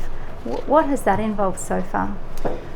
Well, I'll preface that by explaining that when we started to have meetings with a broad range of community representatives across Australia, so that would include South Sudanese, Aboriginal and Torres Strait Islanders, even Samoan community groups. Of course, Hindu, Iranian was our sort of bread and butter at that point. We had really good established relationships. And what we realized is that many of the existing programs in the multicultural space are very prescribed, so they're very sort of top down, as in an organization will come in with a program and they will expect community groups to adopt it. Whereas we wanted to do something that was fully collaborative, agile, and that the qualitative data that would emerge from it would be then analyzed in a really flexible and agile way to find what actually the community needs and then help them build their capacity. So with the Hindu community, that was really amazing because we had such great relationships. So we were able to meet with over 26 Hindu community leaders, and then also something like 50 or 60 Hindu community members as well attended the Melbourne consultation, and to collect data from that even during the session. And the other one that is rolling out right now is we are doing our Cohesion Lab framework with our First Nations partner, which are the Building Strong Families Foundation and their Aboriginal and Torres Strait Islander network. And I say Aboriginal and Torres Strait Islander because literally the Bowie family, the father is Torres Strait Islander and the mother is Aboriginal, so they're truly a beautiful mix.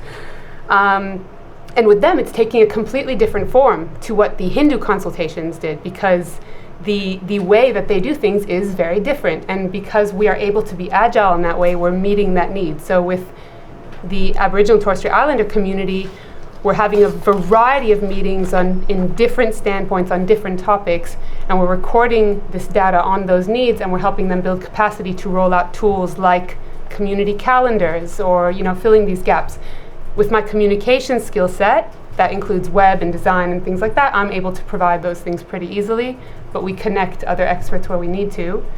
And the Living Archive tacks on to that because we realize that so many people have not heard these stories. So many people have not heard a South Sudanese survivor story. I might just interject there. When you say these stories, the Living Archive, can you just take a step back and explain what stories are being told through that project and through what mechanism are they being collected? Once we started working with communities, we realized that many of them carry stories of survival, of resilience, especially if it's refugee communities. South Sudanese survivors who walked across the desert, the lost boys and girls, Taiwanese people who escaped, and have commentary on China, and of course the Iranian dissidents who escaped the IRGC. Once we realized their stories are not often heard, we decided to create a digital platform to capture their stories and record them, both in written testimony and filmed. And this started actually November 2025, before the Bondi attack even occurred. We started to collect testimony, and within a month we had over 100 written testimonies submitted across multiple cultures. And then we realized we wanted to do professional filmography, and that's what we've been doing until now. And of course, after the Royal Commission started, the concept of testimony became such a huge a huge thing. So. And Ms. Whine, in relation to that project, you've said this in your witness statement, that once complete, this archive is intended to become a public and educational resource, and its purpose is to highlight that communities who have lived through persecution, displacement and conflict carry knowledge no institution can replicate, and that they have witnessed the full arc of how social cohesion unravels. Against those remarks, what do you see as the value of capturing this kind of testimony amongst various communities who have experienced various forms of persecution and conflict? I think amplifying and elevating their voices that are unheard in Australia, but they're carrying stories that matter. And when you hear people's stories, people have empathy. You can't not have empathy when you hear a real life lived experience story. I experienced that. I was part of the steering committee for the book Ruptured, where we captured 36 Jewish women's voices in Australia talking about what's happening post October 7 here for us. And we could see that from the feedback at the time, we had feedback from people within our own Jewish community saying thank you, we feel like our voices are on this page and that we're seen and heard. But we also had feedback from other communities telling us that they had no real understanding of what was going on until they read those stories. And in fact, some people were even saying that they've changed their mind on various things post reading them. So we know that it works. We know that when we hear people's stories, that it cuts through. But we also know that if we tell these stories, it can showcase where things will head if we don't act. Ms. Mendelle, would you like to further comment on Ms. Whine's answer in relation to the value of this kind of collection of narratives amongst different members of the community? We think that there's value in a community-led and volunteer-led resource that not only collects these incredibly diverse stories. For example, we just finished filming a Cambodian survivor and a Rwandan survivor. They're based in Sydney. But also, once the stories start to collect, you start to see common themes. In painting these common themes, we can really learn important lessons about how to prevent a degradation of society here in Australia. And many of us from survivor communities, or minority communities, or as the African communities like to say, communities under continual existential threat, we can see the warning signs well before the crisis happens. And I will say, of course, in Australia, the crisis perhaps has happened, but it can get much worse. So whether it's the Iranian dissidents discussing the extremism of the IRGC and the dangers of its influence here, and they were calling out for this and we were helping them raise awareness for this well before even the firebombing of the synagogue, or whether it's a Rwandan genocide survivor describing what led to the genocide and the hate, we can see a common theme emerge that radicalization and extremism is a very dangerous game and that it cannot be ignored. And of course that there is hope. Ms. Whine, in your witness statement, you've said that you did not set out to become an advocate for diverse communities, but that the 7th of October made you one. And you've also said that you felt that you wanted to be able to do something to stand alongside communities particularly having been acutely aware of those that stood by the Jewish community post the 7th of October. Does the work that you've been doing so far with the Australian Cohesion Forum give you hope for the future? Yeah, it definitely gives me hope for the future. I think I speak on behalf of many Jewish Australians who are at the point of losing hope. You know, it's been tough to see a society that we've been living in. I'm an Aussie, born and raised here, and I love this country.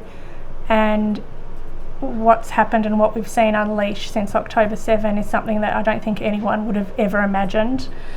But I think when we work with other communities, we stand by each other, that's the only way to build social cohesion. And Ms. Mendelle, what do you see as the power that can lie behind diverse communities working together? I think perhaps there's a lot of, very structured dialogue events and multicultural programs out there. But I always ask myself, well, what happens after that? After the event ends and we all go home, or we've asked someone to stand with us and they're an ally now. Okay, they're an ally now, and what's next? How can we build each other's capacity, share skills, share knowledge? That's the true point of multiculturalism at the end of the day. So by working with, the Hindu community would be my most outstanding example, because we are at that point of actually we've produced something now that is a result of this beautiful relationship. And I do have hope that we can achieve that with many communities, even if there are differences and even if there is conflict. As long as, none of us endorse violence against another community and we don't wish the elimination of another community, we can work together, we can create beautiful things together. Thank you. I have no further questions, Commissioner. Yes. Thank you both. Now, wait a moment, I'm just checking. Ms. Cairns. No questions. You've no questions. Thank you, Ms. Cairns. Thank you both for your evidence. You are excused. Thank you. Thank you. Yes, Ms. Commissioner, Phillips. I call Devavrath Parasuram. Yes.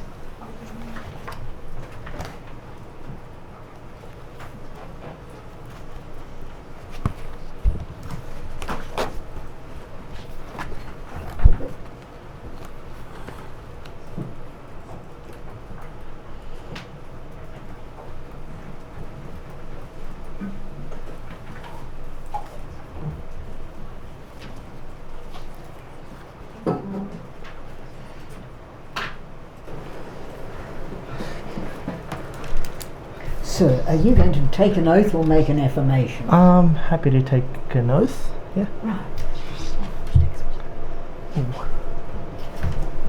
Which,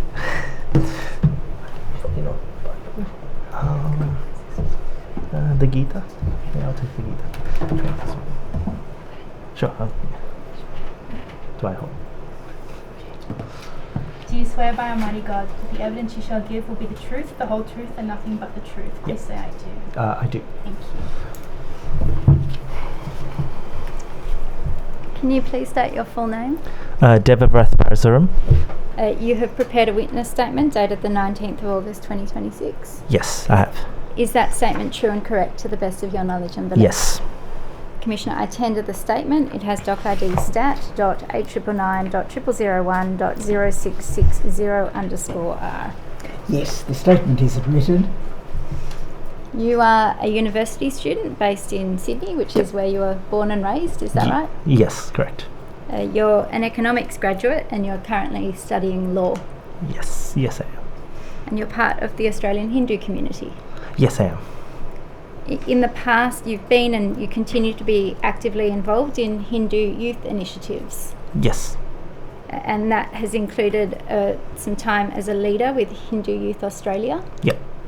Can you tell me a little bit about that youth leadership role? Yeah, so when this opportunity came to me, it's a privilege to kind of give back to the community, especially in the period I've grown up. I'm in my early to mid 20s. And growing up, the community infrastructure was getting there, but wasn't completely there. So when I finished school, I thought, what can I do to my community to give the things that I didn't necessarily get? And youth leadership here was a great opportunity, because what I found is what people want above all is community and a sense of belonging, and creating initiatives and effectively what is community infrastructure to make people feel like they belong is such a powerful tool for people's personal identity, but also community identity as a whole. And you were one of the co-founders of a fairly recently established organisation called Hindus Down Under. Yes. When was Hindus Down Under started? Around January this year. And is it right that the focus of Hindus Down Under is around youth identity, social cohesion, changing the public perception of Hinduism, both for Hindu Australians and also for the broader Australian community? I think that last comment around public perception, it could probably, I think, carries a bit more nuance, but broadly, yes. Would you like to expand on that nuance, as you say? I think we will probably go into it when we talk about, anti-Hindu, anti-Indian hate, but that nuance comes to how Hindus are perceived both in the wider community, but also media and public language used, because that's come to a particular inflection point, especially in the last year. And perhaps off the back of that, can I ask, why was it that you and your co-founders decided to found the organisation? Yeah, so we'd been talking about this for a while, and in the wake of what happened, the tragedy at Bondi, we realised that one of the big problems is that the digital space has taken over, especially with young people, their communication with other communities. And we found that it's very important that we have community initiatives such as the Australian Cohesion Forum that actually go out and have those grassroots conversations, because that's what builds human empathy, and it brings down the probability of dehumanization to a far lower level. Just from a personal level, you wouldn't insult someone to an extent if you actually had met them and had that empathetic connection, and actually meet with a real person and understand who they are, what is their background, rather than getting it from wherever in the internet. And you've said in your witness statement that Hindus Down Under hopes to take a proactive approach in helping to build social cohesion by working with governments, with community organisations and others that share a similar drive and vision. Is that right? Yes. Arising from that, what is your personal view, and if different, the view of Hindus Down Under about what social cohesion involves in a practical sense?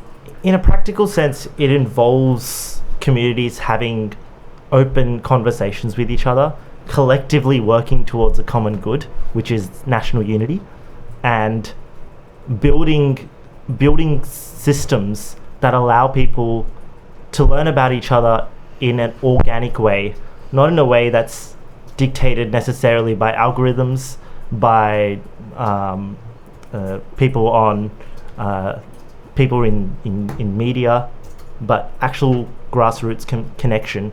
But also what social cohesion entails is having those open and honest conversations in a respectful manner in which we can actually get some progress.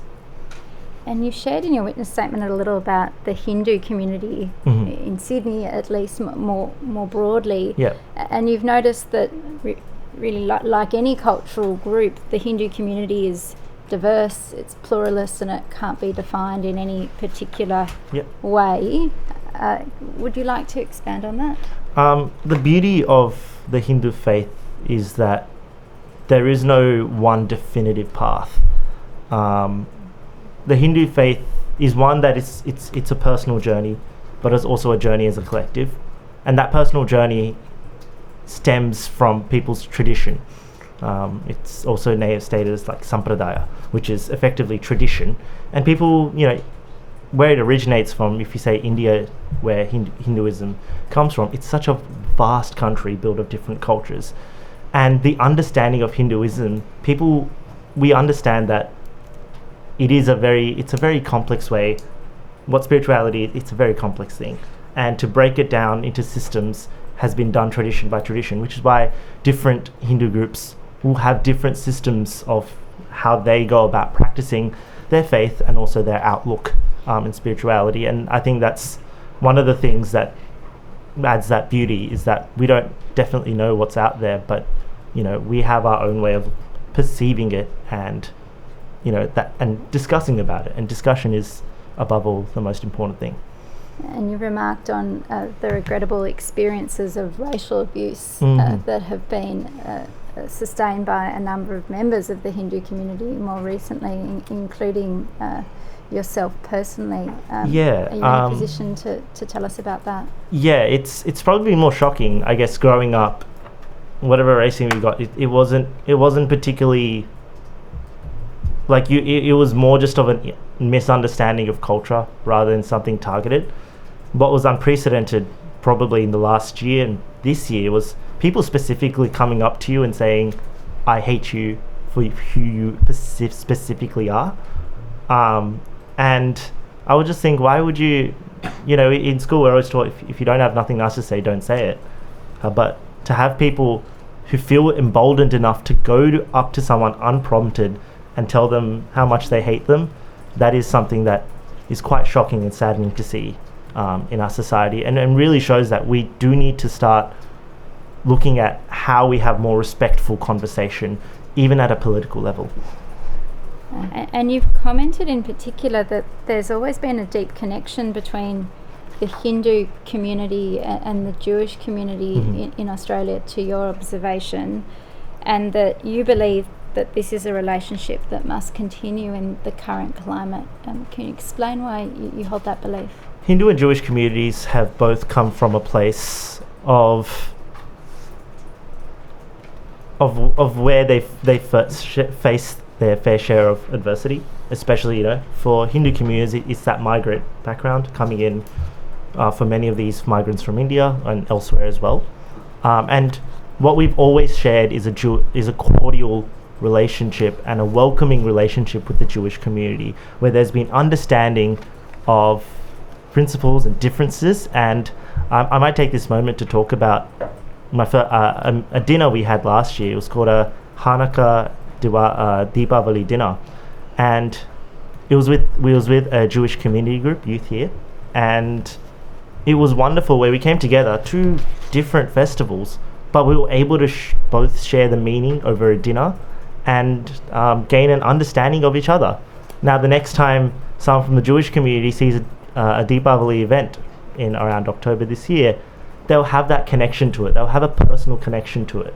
And whatever they might hear or online or whatever that goes on, for them it's that they can go, okay, well, I've met this community, I know what this is, it probably isn't true, but I can also go ask my friend. Whereas what's happening, what I see a lot now, is people look at these, whatever stereotypes are made out, and because they don't have that human-to-human connection, there's nothing to verify with. You've mentioned the youth dinner just then, and in your witness statement you've outlined some other activities or initiatives that you've been involved in, whether through Hindus Down Under or otherwise, to facilitate intercultural engagement, particularly between Hindu youth and the Jewish community. Can you tell us about your involvement in the initiatives of the Australian Cohesion Forum, whose representatives we just heard some evidence from? So our first main conversation came in the wake of the Bondi attacks. We had a community consultation. It wasn't just with Hindus Down Under and Australian Cohesion Forum. It was with a group of Hindu community leaders, where we mapped out what are the commonalities in the rising anti-Semitism and Hinduphobia that's going on, and what we could do to actually address just national unity and social cohesion together. Because we can have one problem, we can have one solution ourselves, but national unity requires all of us to be working actively together for that outcome. And this was what I thought was a momentous occasion, where we've now opened up an opportunity for communities to directly work together for the benefit of the country. And the particular initiative that we heard about a little earlier, namely a hate reporting tool for the Hindu community. Yep. Are you able to comment on what you see the practicality of that kind of mechanism to be? Yeah, the practicality is that we get quantitative data, and quantitative data is what ultimately drives policy decisions, along with qualitative data. We've got qualitative data in a sense of, evidence of racial abuse, racial statements being made towards other people, and racism, as I pointed out today. But this does need to be compiled in one that can be followed. I do appreciate that governments receive hundreds and hundreds of reports, so it needs to. That hate tracker is a great way of compiling this information in one, and something that could be put together that puts up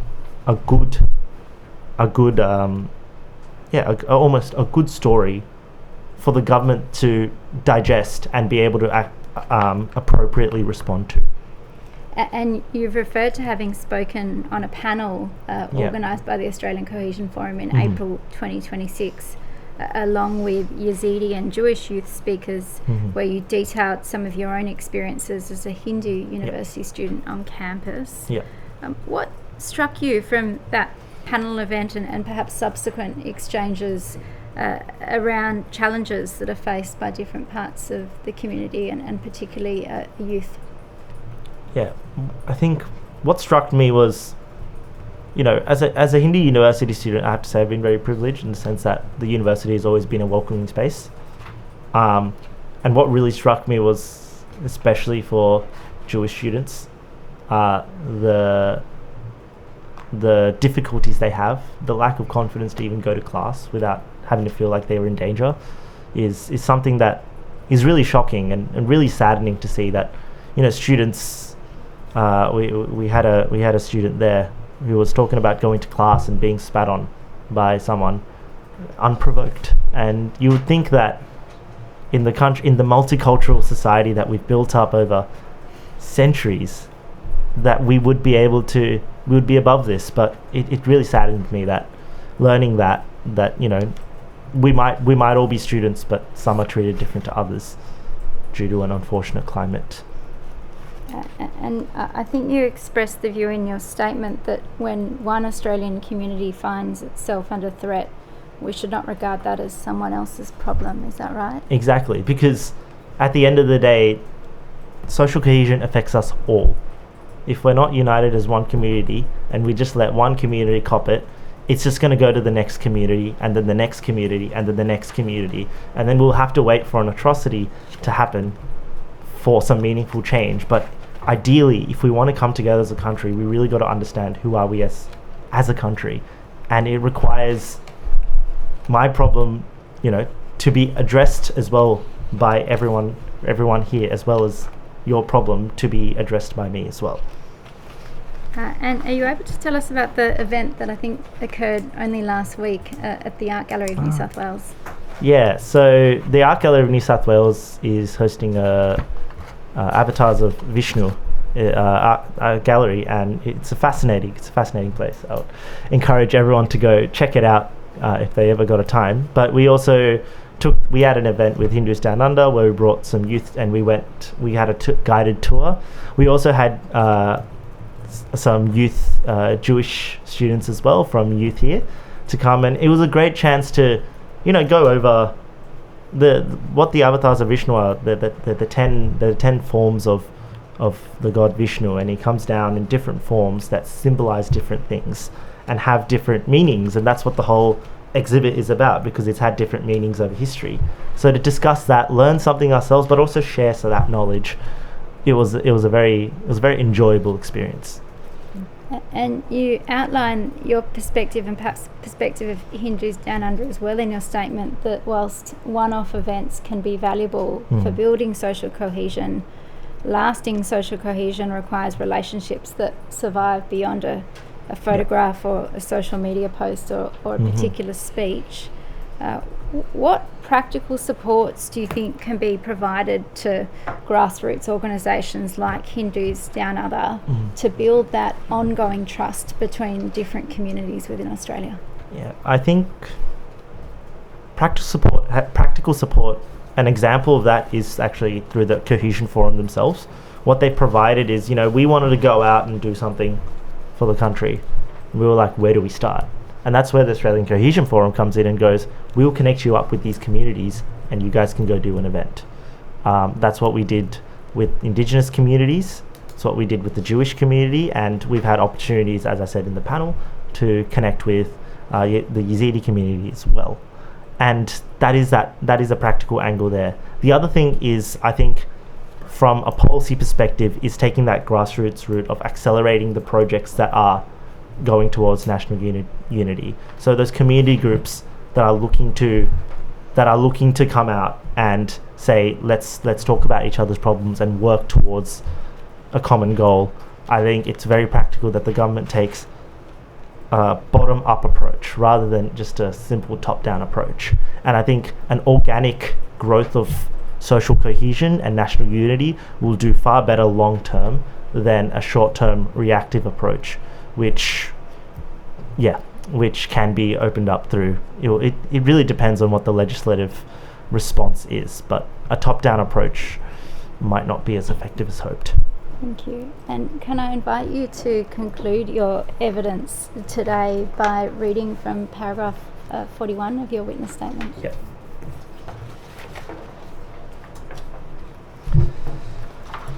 The beauty of democracy lies not in our ability to agree, but in our willingness to share a common future with people whose convictions may be profoundly different from our own.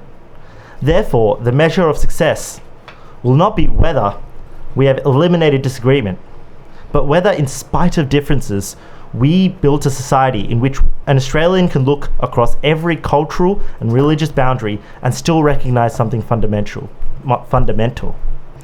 Your place here is bound to mine, and neither of us is truly secure in our belonging unless both of us belong. Thank you. Thank you. Thank you, sir. Thank you. You are excused. Thank you.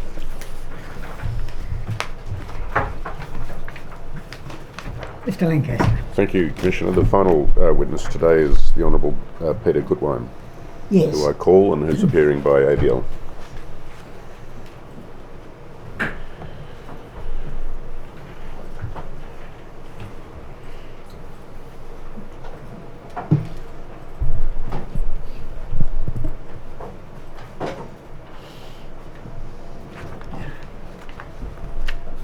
Mr. Gutwein, good afternoon. Can I ask whether you will take an oath or make an affirmation? I'll make an affirmation, please. Yes. I'll just ask the Commission officer to administer it. Do you solemnly and sincerely declare... Oh, apologies. Do you solemnly and sincerely declare and affirm that the evidence you shall give will be the truth, the whole truth, and nothing but the truth? Please say I do. I do. Thank you. Yes. Can you see and hear me clearly? Well, to be honest, I can't see you. All right. That has happened a couple of times this week and then it's been quickly solved, so I hope that happens now. In the meantime, could I ask you to state your full name, please? It's Peter Carl Gutwein. Your address is known to the Royal Commission. You are the chair of Australian Multicultural Council, is that right? That's correct. You've prepared a witness statement dated 19 August 2026? Yes. Are the contents of that statement true and correct to the best of your knowledge and belief? They are. Commissioner, I tender the statement. It has the ID STAT.899.0035.0005. Yes, the statement is admitted. Mr. Gutwein, can I ask, are you now able to see counsel assisting on your monitor? Only in a very small screen. The main screen's not coming up for me. But I can see counsel, but he looks like he's at the end of the cricket pitch. Right. Well, it's certainly been a long time since that's happened, but we might try and proceed if you're comfortable doing so. Of course. Thank you. If I can just address some of your background, please. You're an Australian citizen who was born in England originally? That's correct. Your mother was originally British and your father was from Yugoslavia, as I understand. That's correct. They migrated to Australia and settled near Launceston in Tasmania with their young family when you were around 4 years old. That's correct.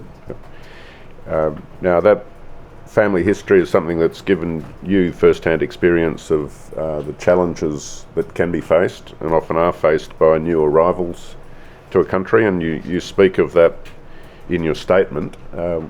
Could you speak briefly to that this afternoon? Of course, look, when we arrived in 1969, broadly speaking, a quarter of a century after the Second World War, we were part of the wave of migration that came out of Europe at that time. It was a tough place for migrants.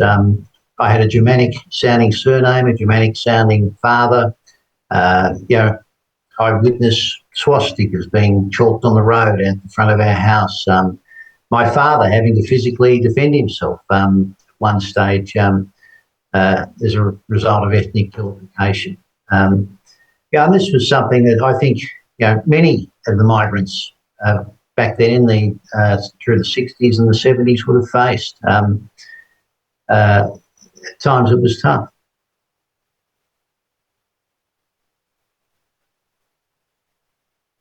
And at the same time as the rest of your family, and you recall in your statement your father declaring it was the best day of his life.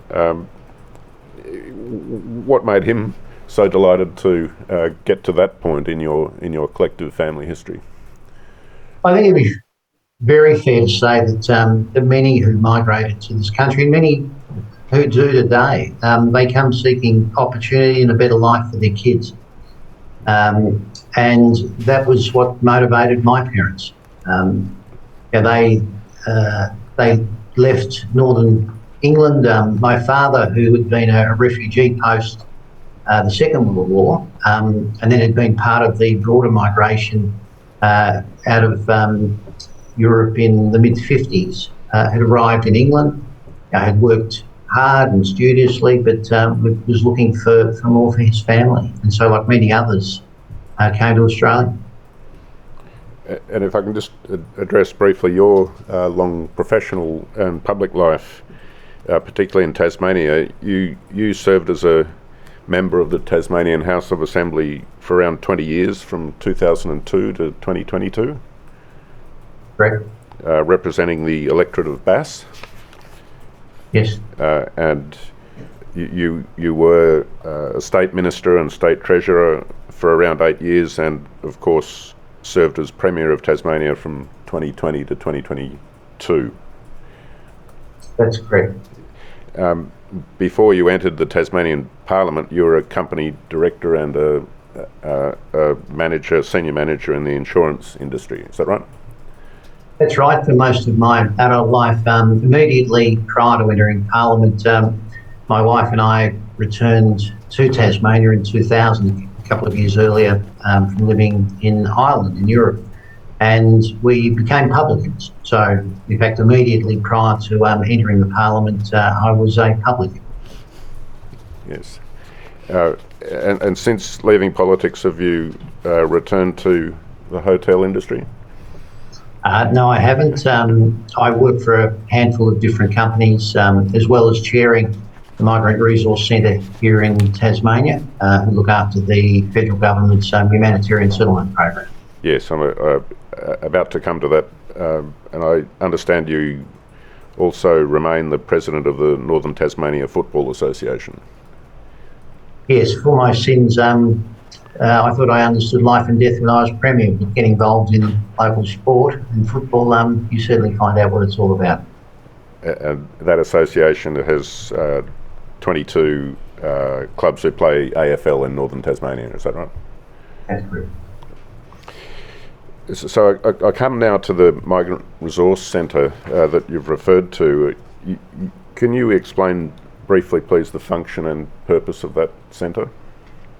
I can. The MRC TAS is a service delivery agency. We hold the contract for the delivery of the humanitarian settlement program here in Tasmania. We provide a wide range of services, youth programs, obviously settlement, and we employ around 140 people on a head count here in the state. And the name of the centre carries a description of its core mission, humanitarian settlement of new arrivals, but could you describe perhaps in a little more detail the kind of programs that you deliver with the Commonwealth funding? With that Commonwealth funding, as humanitarian settlements arrive, Tasmania usually gets around its percentage share each year of the intake into the country of humanitarian entrants. That, in Tasmania's case, is broadly between 300 and 600 entrants each year. We immediately engage with those humanitarian entrants, provide them with immediate housing, support and assistance to find their way upon arrival in this country. Is it fair to say that in that role you have developed an appreciation for some of the mechanisms that might be required or appropriate for developing social cohesion, or as you described, I think, living well together? Well, obviously, I think both in the current role that I have with MRC Tas, but then also broadly through being a member of the Tasmanian Parliament representing a section of our broader community for a long period of time, that has certainly given me an understanding of some of the challenges, tensions and opportunities that exist in terms of social cohesion, or as I would much prefer it be put, living well together. Your statement notes that as the leader of the Migrant Resource Centre, you've participated in 2 long walks that you describe in your statement. Could you address those, please, for the Commissioner? Look, absolutely.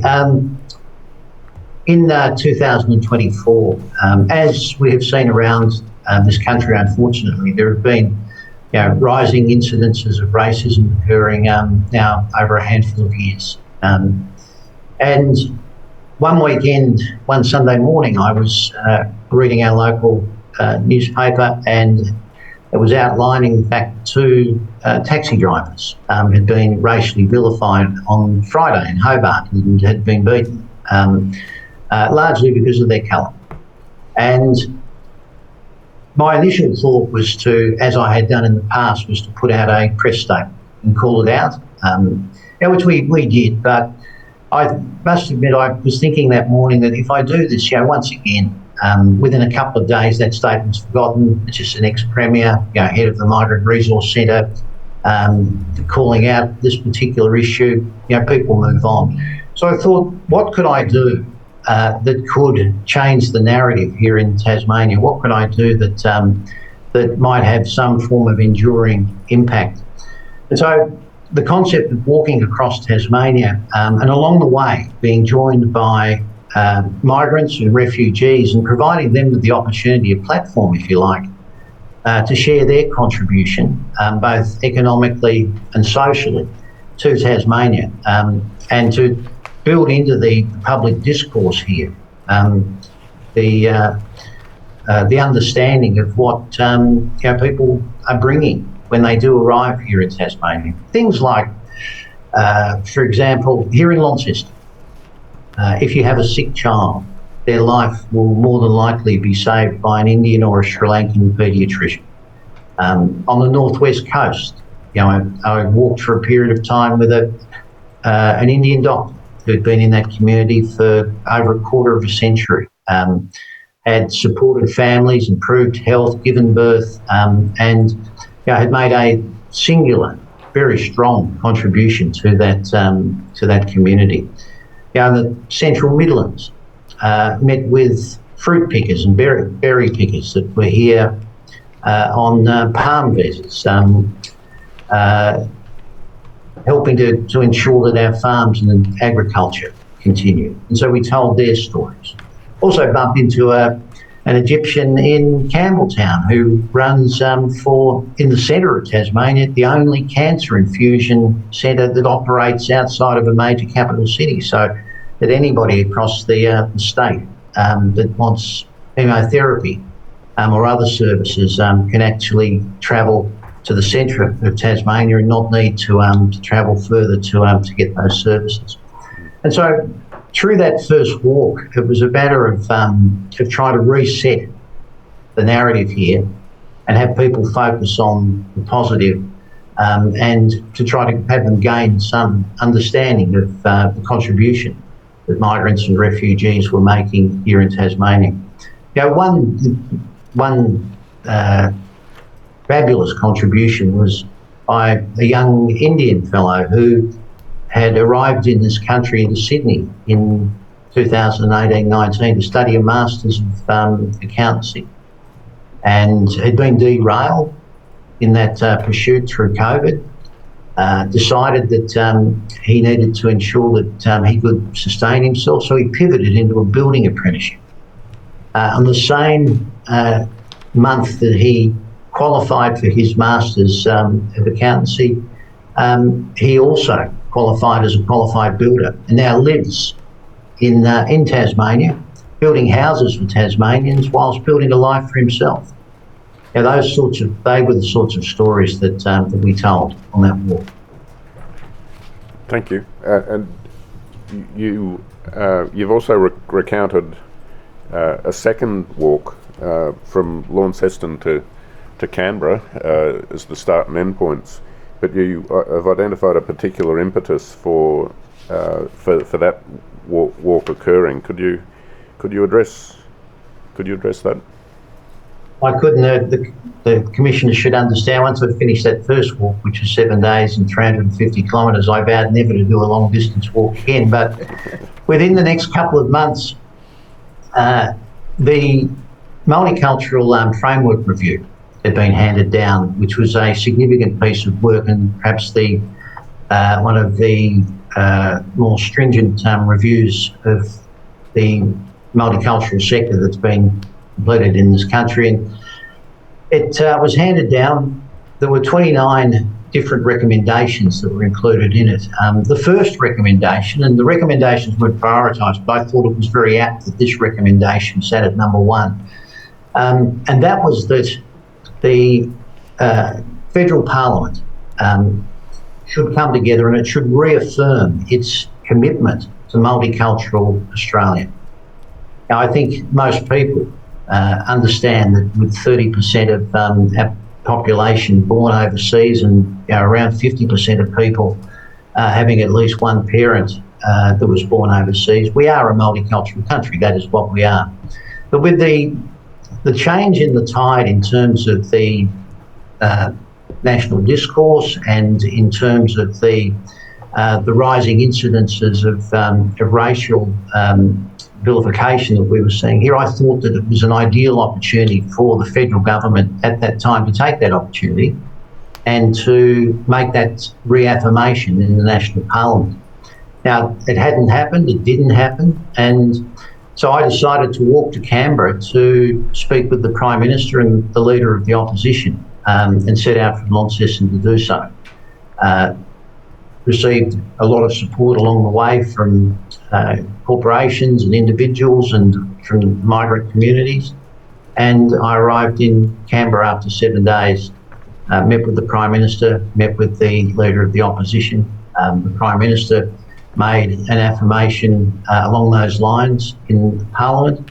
The Leader of the Opposition then spoke positively about what I was attempting to do. But I think the missed opportunity was that Parliament didn't take the opportunity for a debate and to commit through a vote to that concept of reaffirming Australia as a multicultural country. And from your perspective as a former state premier, what makes such affirmations by governments and leaders significant in this context?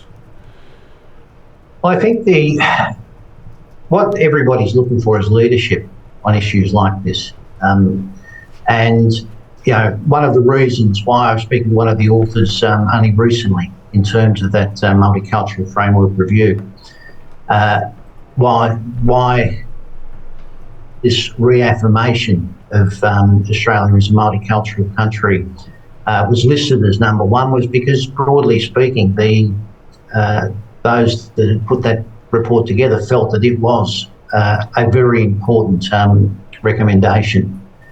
You know, what politicians, what members of parliament say does matter. You know, the words that they use are the tools of their trade, and they can build cathedrals or they can tear them down. And in this case, 50 years on from when Al Rasby first spoke about Australia as a multicultural country, it was a great opportunity, I think, to send a signal to all of this country that we have our roots are in migration, in immigration. Save for First Nations, all of us arrived here from somewhere else.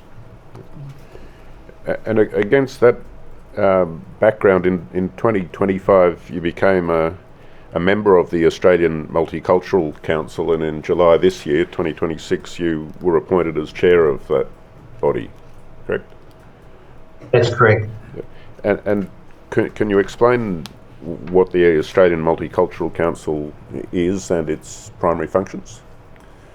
Well, the council consists now of around 13 members, all of them from different states and territories. There are 8 that are jointly nominated by the federal government along with state governments, and then there are 5 members that are ministerial appointed, of which I was one. That council's role in terms of multiculturalism, inclusion, is to provide advice to the federal government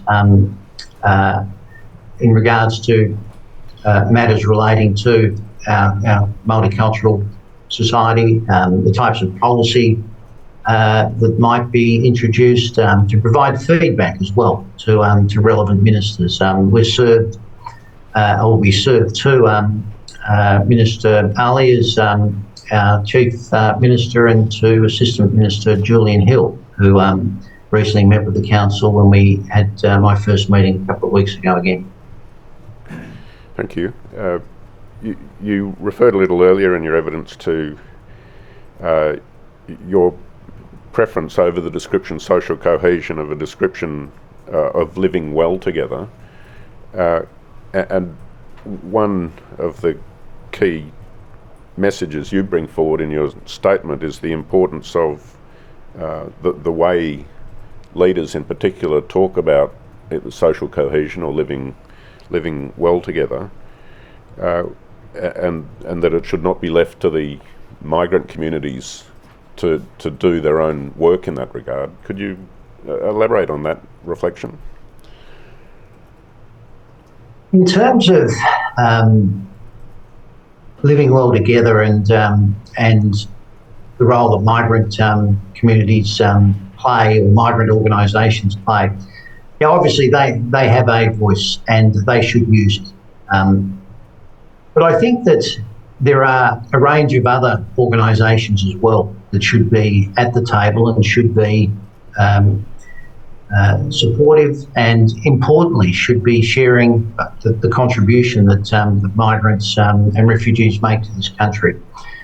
Now, if you consider that organisations like the Business Council, the Chambers of Commerce, housing industry associations, all who benefit from the skills that migrants bring, and also understand very clearly the challenges that this country has, with a low unemployment rate, skills challenges.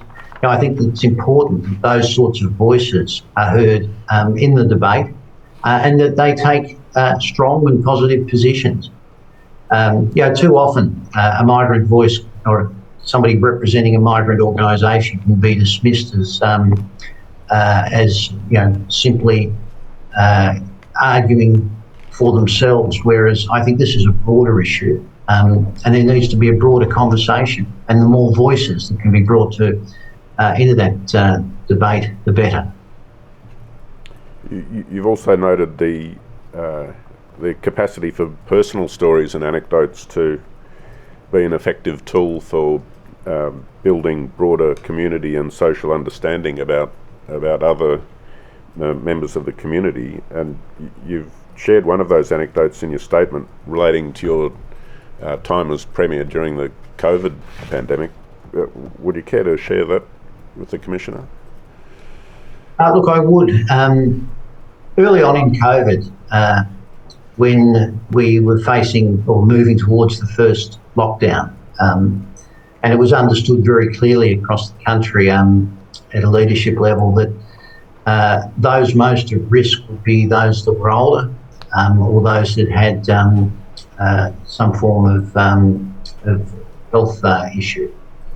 And as we headed into the first lockdown, I had messaged very strongly, as did other premiers, that stay home, stay safe, only leave for certain reasons, and had, as I say, lent into the fact that, and knowing full well that Tasmania had one of the older populations out of all the states and territories, it lent very heavily into that.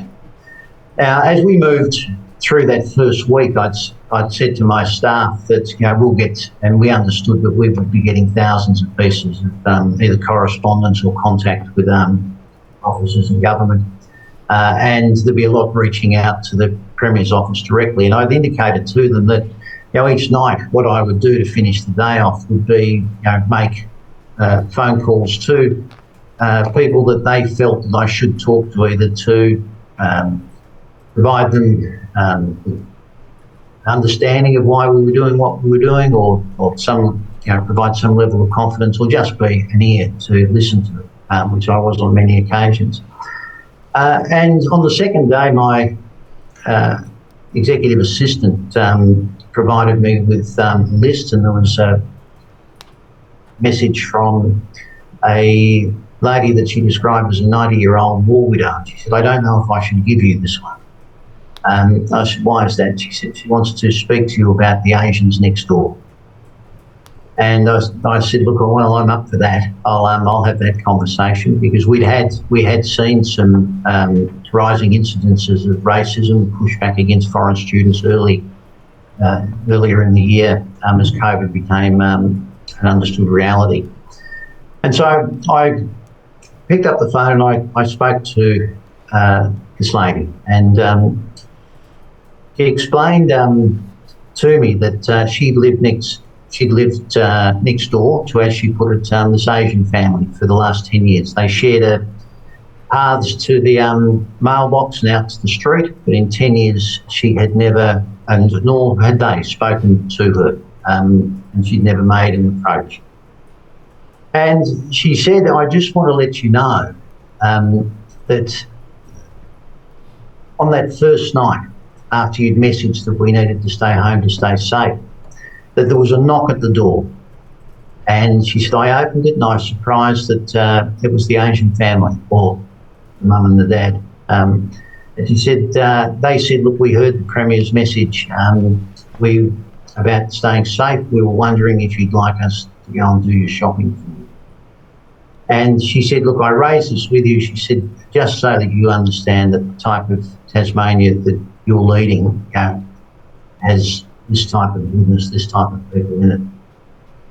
I have to admit, I shed a tear when in that phone call. And 3 months later, she reached out again and left a message that the family that she was living next to, who were from Sri Lanka, by the way, that their children were now treating her as a de facto grandmother. And I think what was really interesting from that was that there was an understanding. Here were here were good people that just had never had the opportunity to connect. But when they did, they formed a bond, and they found that there was great common ground. Thank you. in your statement, you make the observation that, in your view, successive federal and state governments, despite best endeavours, have at times lost control of the debate about the need for coordinating resources to reshape the narrative in respect of social cohesion and living well together. And you make the observation that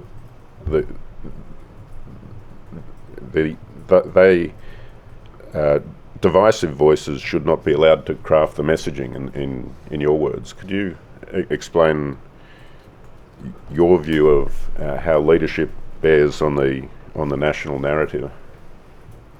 Well, I think leadership and communication is so very important, and I'll come back to that point that I made about, I think that the priority recommendation 1 out of the framework review, to have the Parliament come together and make a reaffirmation that Australia as a multicultural country, I think is so very important. I think that in itself could help reshape the narrative. But there is no doubt at the moment that those that would seek to use migration more broadly as a weapon, and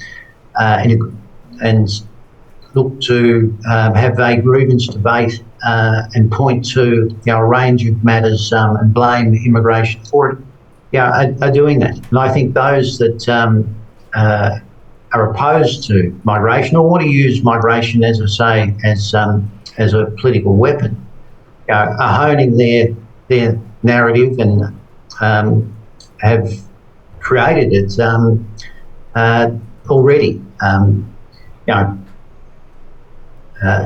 Migration has pushed up the cost of housing.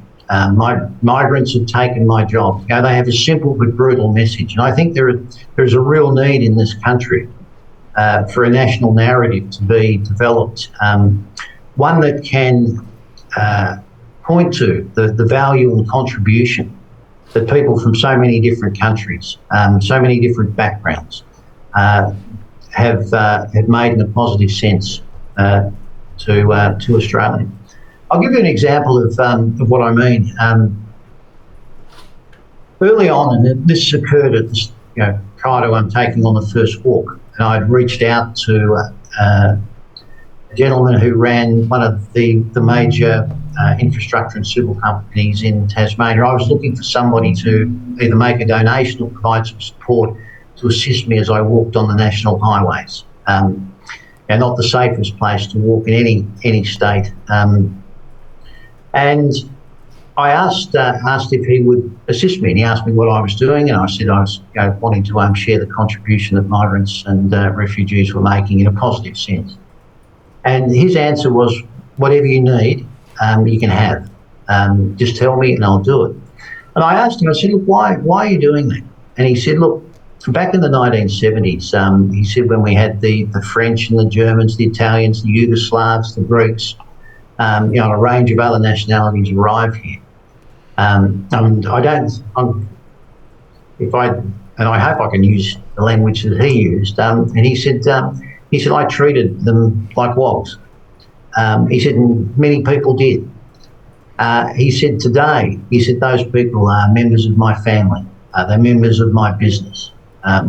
He said, we can't wait 30 to 40 years now for Australians to accept the current migrants that we have in the same way that it took us 30 to 40 years to accept that last wave. And it's interesting, when you look at the contribution that was made through the 60s and 70s in terms of some of the major infrastructure works that have gone on in this country, the Snowy River Scheme, the hydro in Tasmania. Most Australians, and certainly most Tasmanians, if you mention the hydro, look at that period and the people that came and built that infrastructure. They look back with a sense of pride and gratitude. We've got to start the narrative now in terms of the migrants that we have in this country, the fact that we have doctors, the fact that we have engineers, people are working on our farms. They're the stories that have got to be told, because unlike 30 years ago, today we have the internet, and social media is no longer a platform, it's become a battleground.